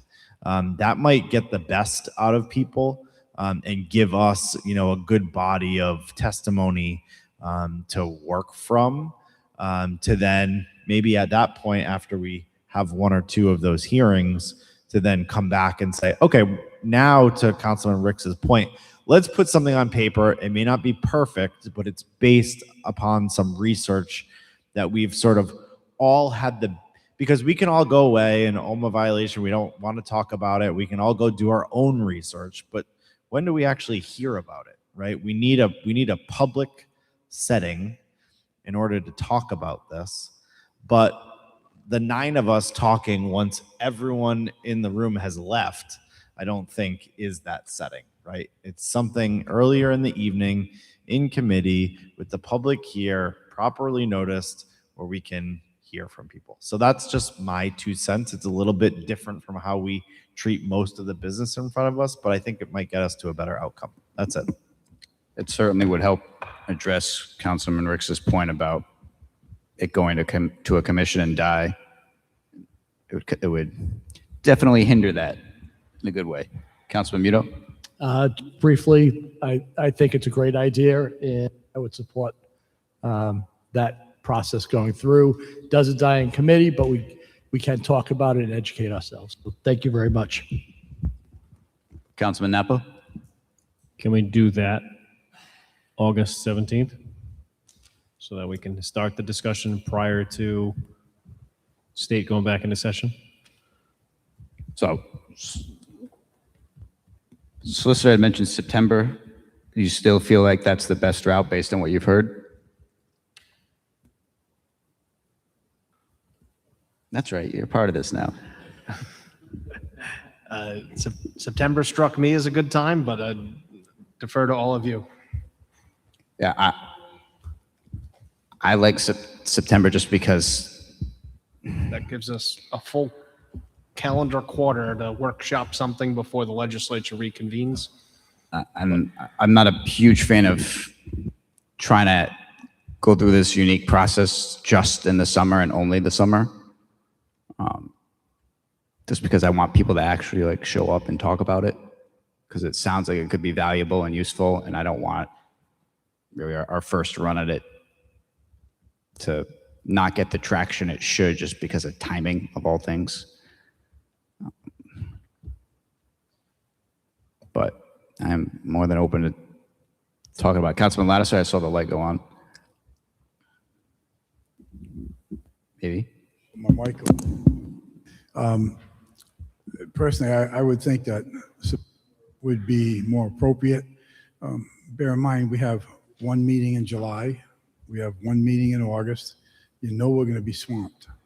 We're going to get hit pretty heavy, I would think, in July and August.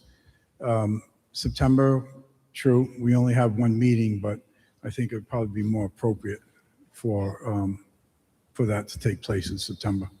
It could be your own back-to-school session. There you go. That actually, or it could be like that song, "See You in September." it is a good point, because having it right around the time school starts, you're definitely more likely to get, if you didn't have participation yet, you're bound to get it then.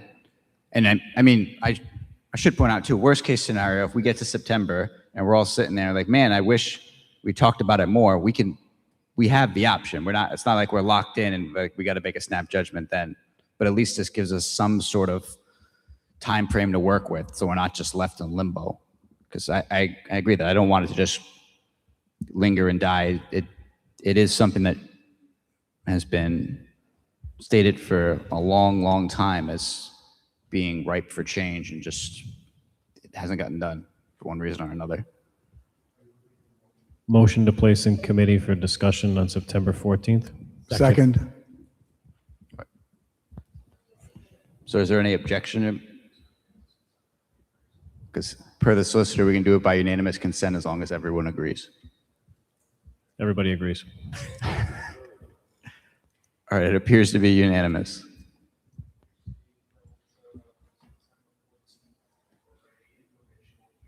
Yeah. So if you didn't hear him, UC held till September 14th for an informational hearing. And it'll also give us time to prod interested parties too, who know already that we're talking about this and thinking about it. And that's part of the good news with having had this tonight, because people have been reaching out saying, hey, we want to talk about that, or we want our opinions heard. So. All right, I guess so held then, right? At that point, if it's by UC. All right, yeah. No objections, so held till September 14th for the informational hearing. All right, so then this one's done. Resolution relative to the claim for I still can't pronounce it, I'm sorry. Councilman Muto, save me.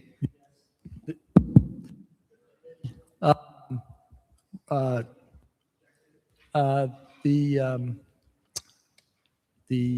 claim. So motion to reject the claim.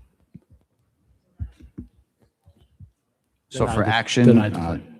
is that a motion for favorable action to deny the appeal? Yes. Seconded by Councilman Lattiser, and it's Mr. Contreras, I can't do it. Yep. Contreras. That's how you spell it, if anyone's wondering.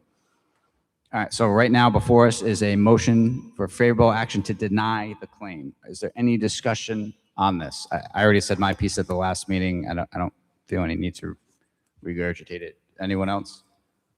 All right, seeing none, the clerk will please call the roll. Mr. Sinapi? Yes. Mr. DeLuise? Yes. Mr. Foley? Yes. Mr. Gephardt? Yes. Mr. Kirby? Yes. Mr. Lattiser? Yes. Mr. Muno? Yes. Mr. Napa? Yes. Mr. Ricks? Yes. 9 yes to deny. All right, next is PCR 50-26, 2027-001B, fire apparatus repairs. This is Finance, Councilman Lattiser. The Finance Committee recommended favorable action on PCR 50-26. For action, Councilman Lattiser. Commission recommends favorable action on PCR 50-26. You mean you move favorable action? Yes. And that's seconded by Councilman Muno. Is there any discussion on this, rather? Seeing none, clerk will please call the roll. Mr. Sinapi? Yes. Mr. DeLuise? Yes. Mr. Foley? Mr. Gephardt? Yes. Mr. Kirby? Yes. Mr. Lattiser? Yes. Mr. Muno? Yes. Mr. Napa? Yes. Mr. Ricks? Yes. 9 yes, motion passes. All right. Does anyone have anything for unanimous consent?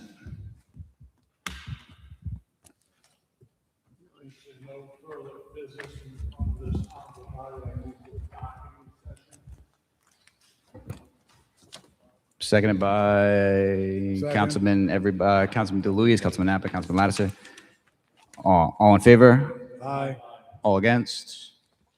Any abstentions? Seeing none. In the docket session. Ward 1. A resolution in regards to erecting a stop sign on both sides of Miyano no Tomo Drive. There is a traffic study. Ward 2. Yes, 3 items. So first, a resolution to the General Assembly requesting amendment of the Warwick City Charter, Article 5 budget relative to City Council powers to determine amounts of raises of city employees not subject to collective bargaining agreements. I'll just add that that is a tentative title subject to change.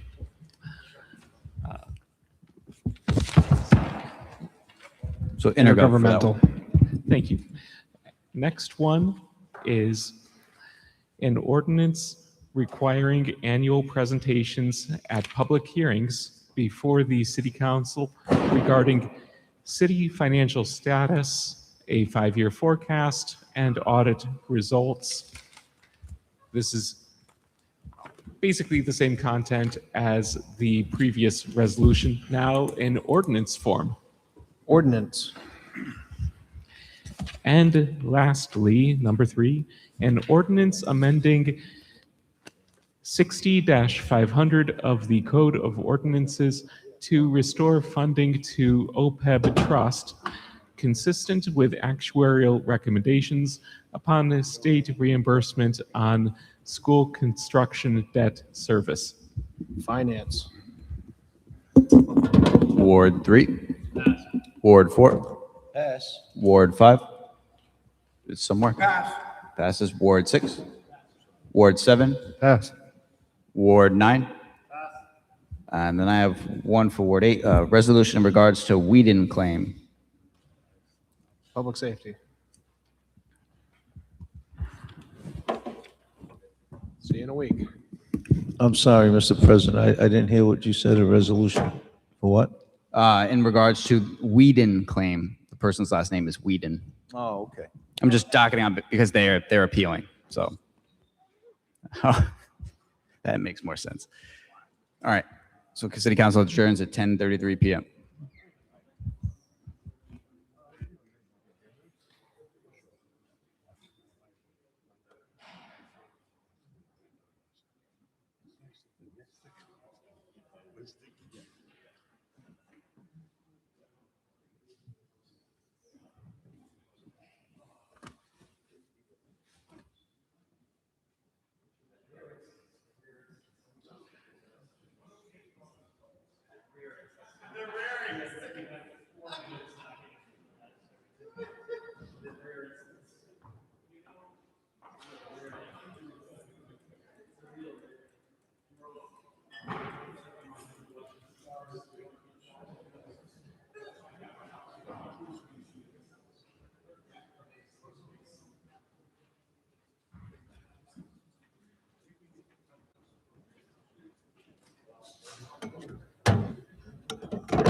Hi ho. Look at you just knocked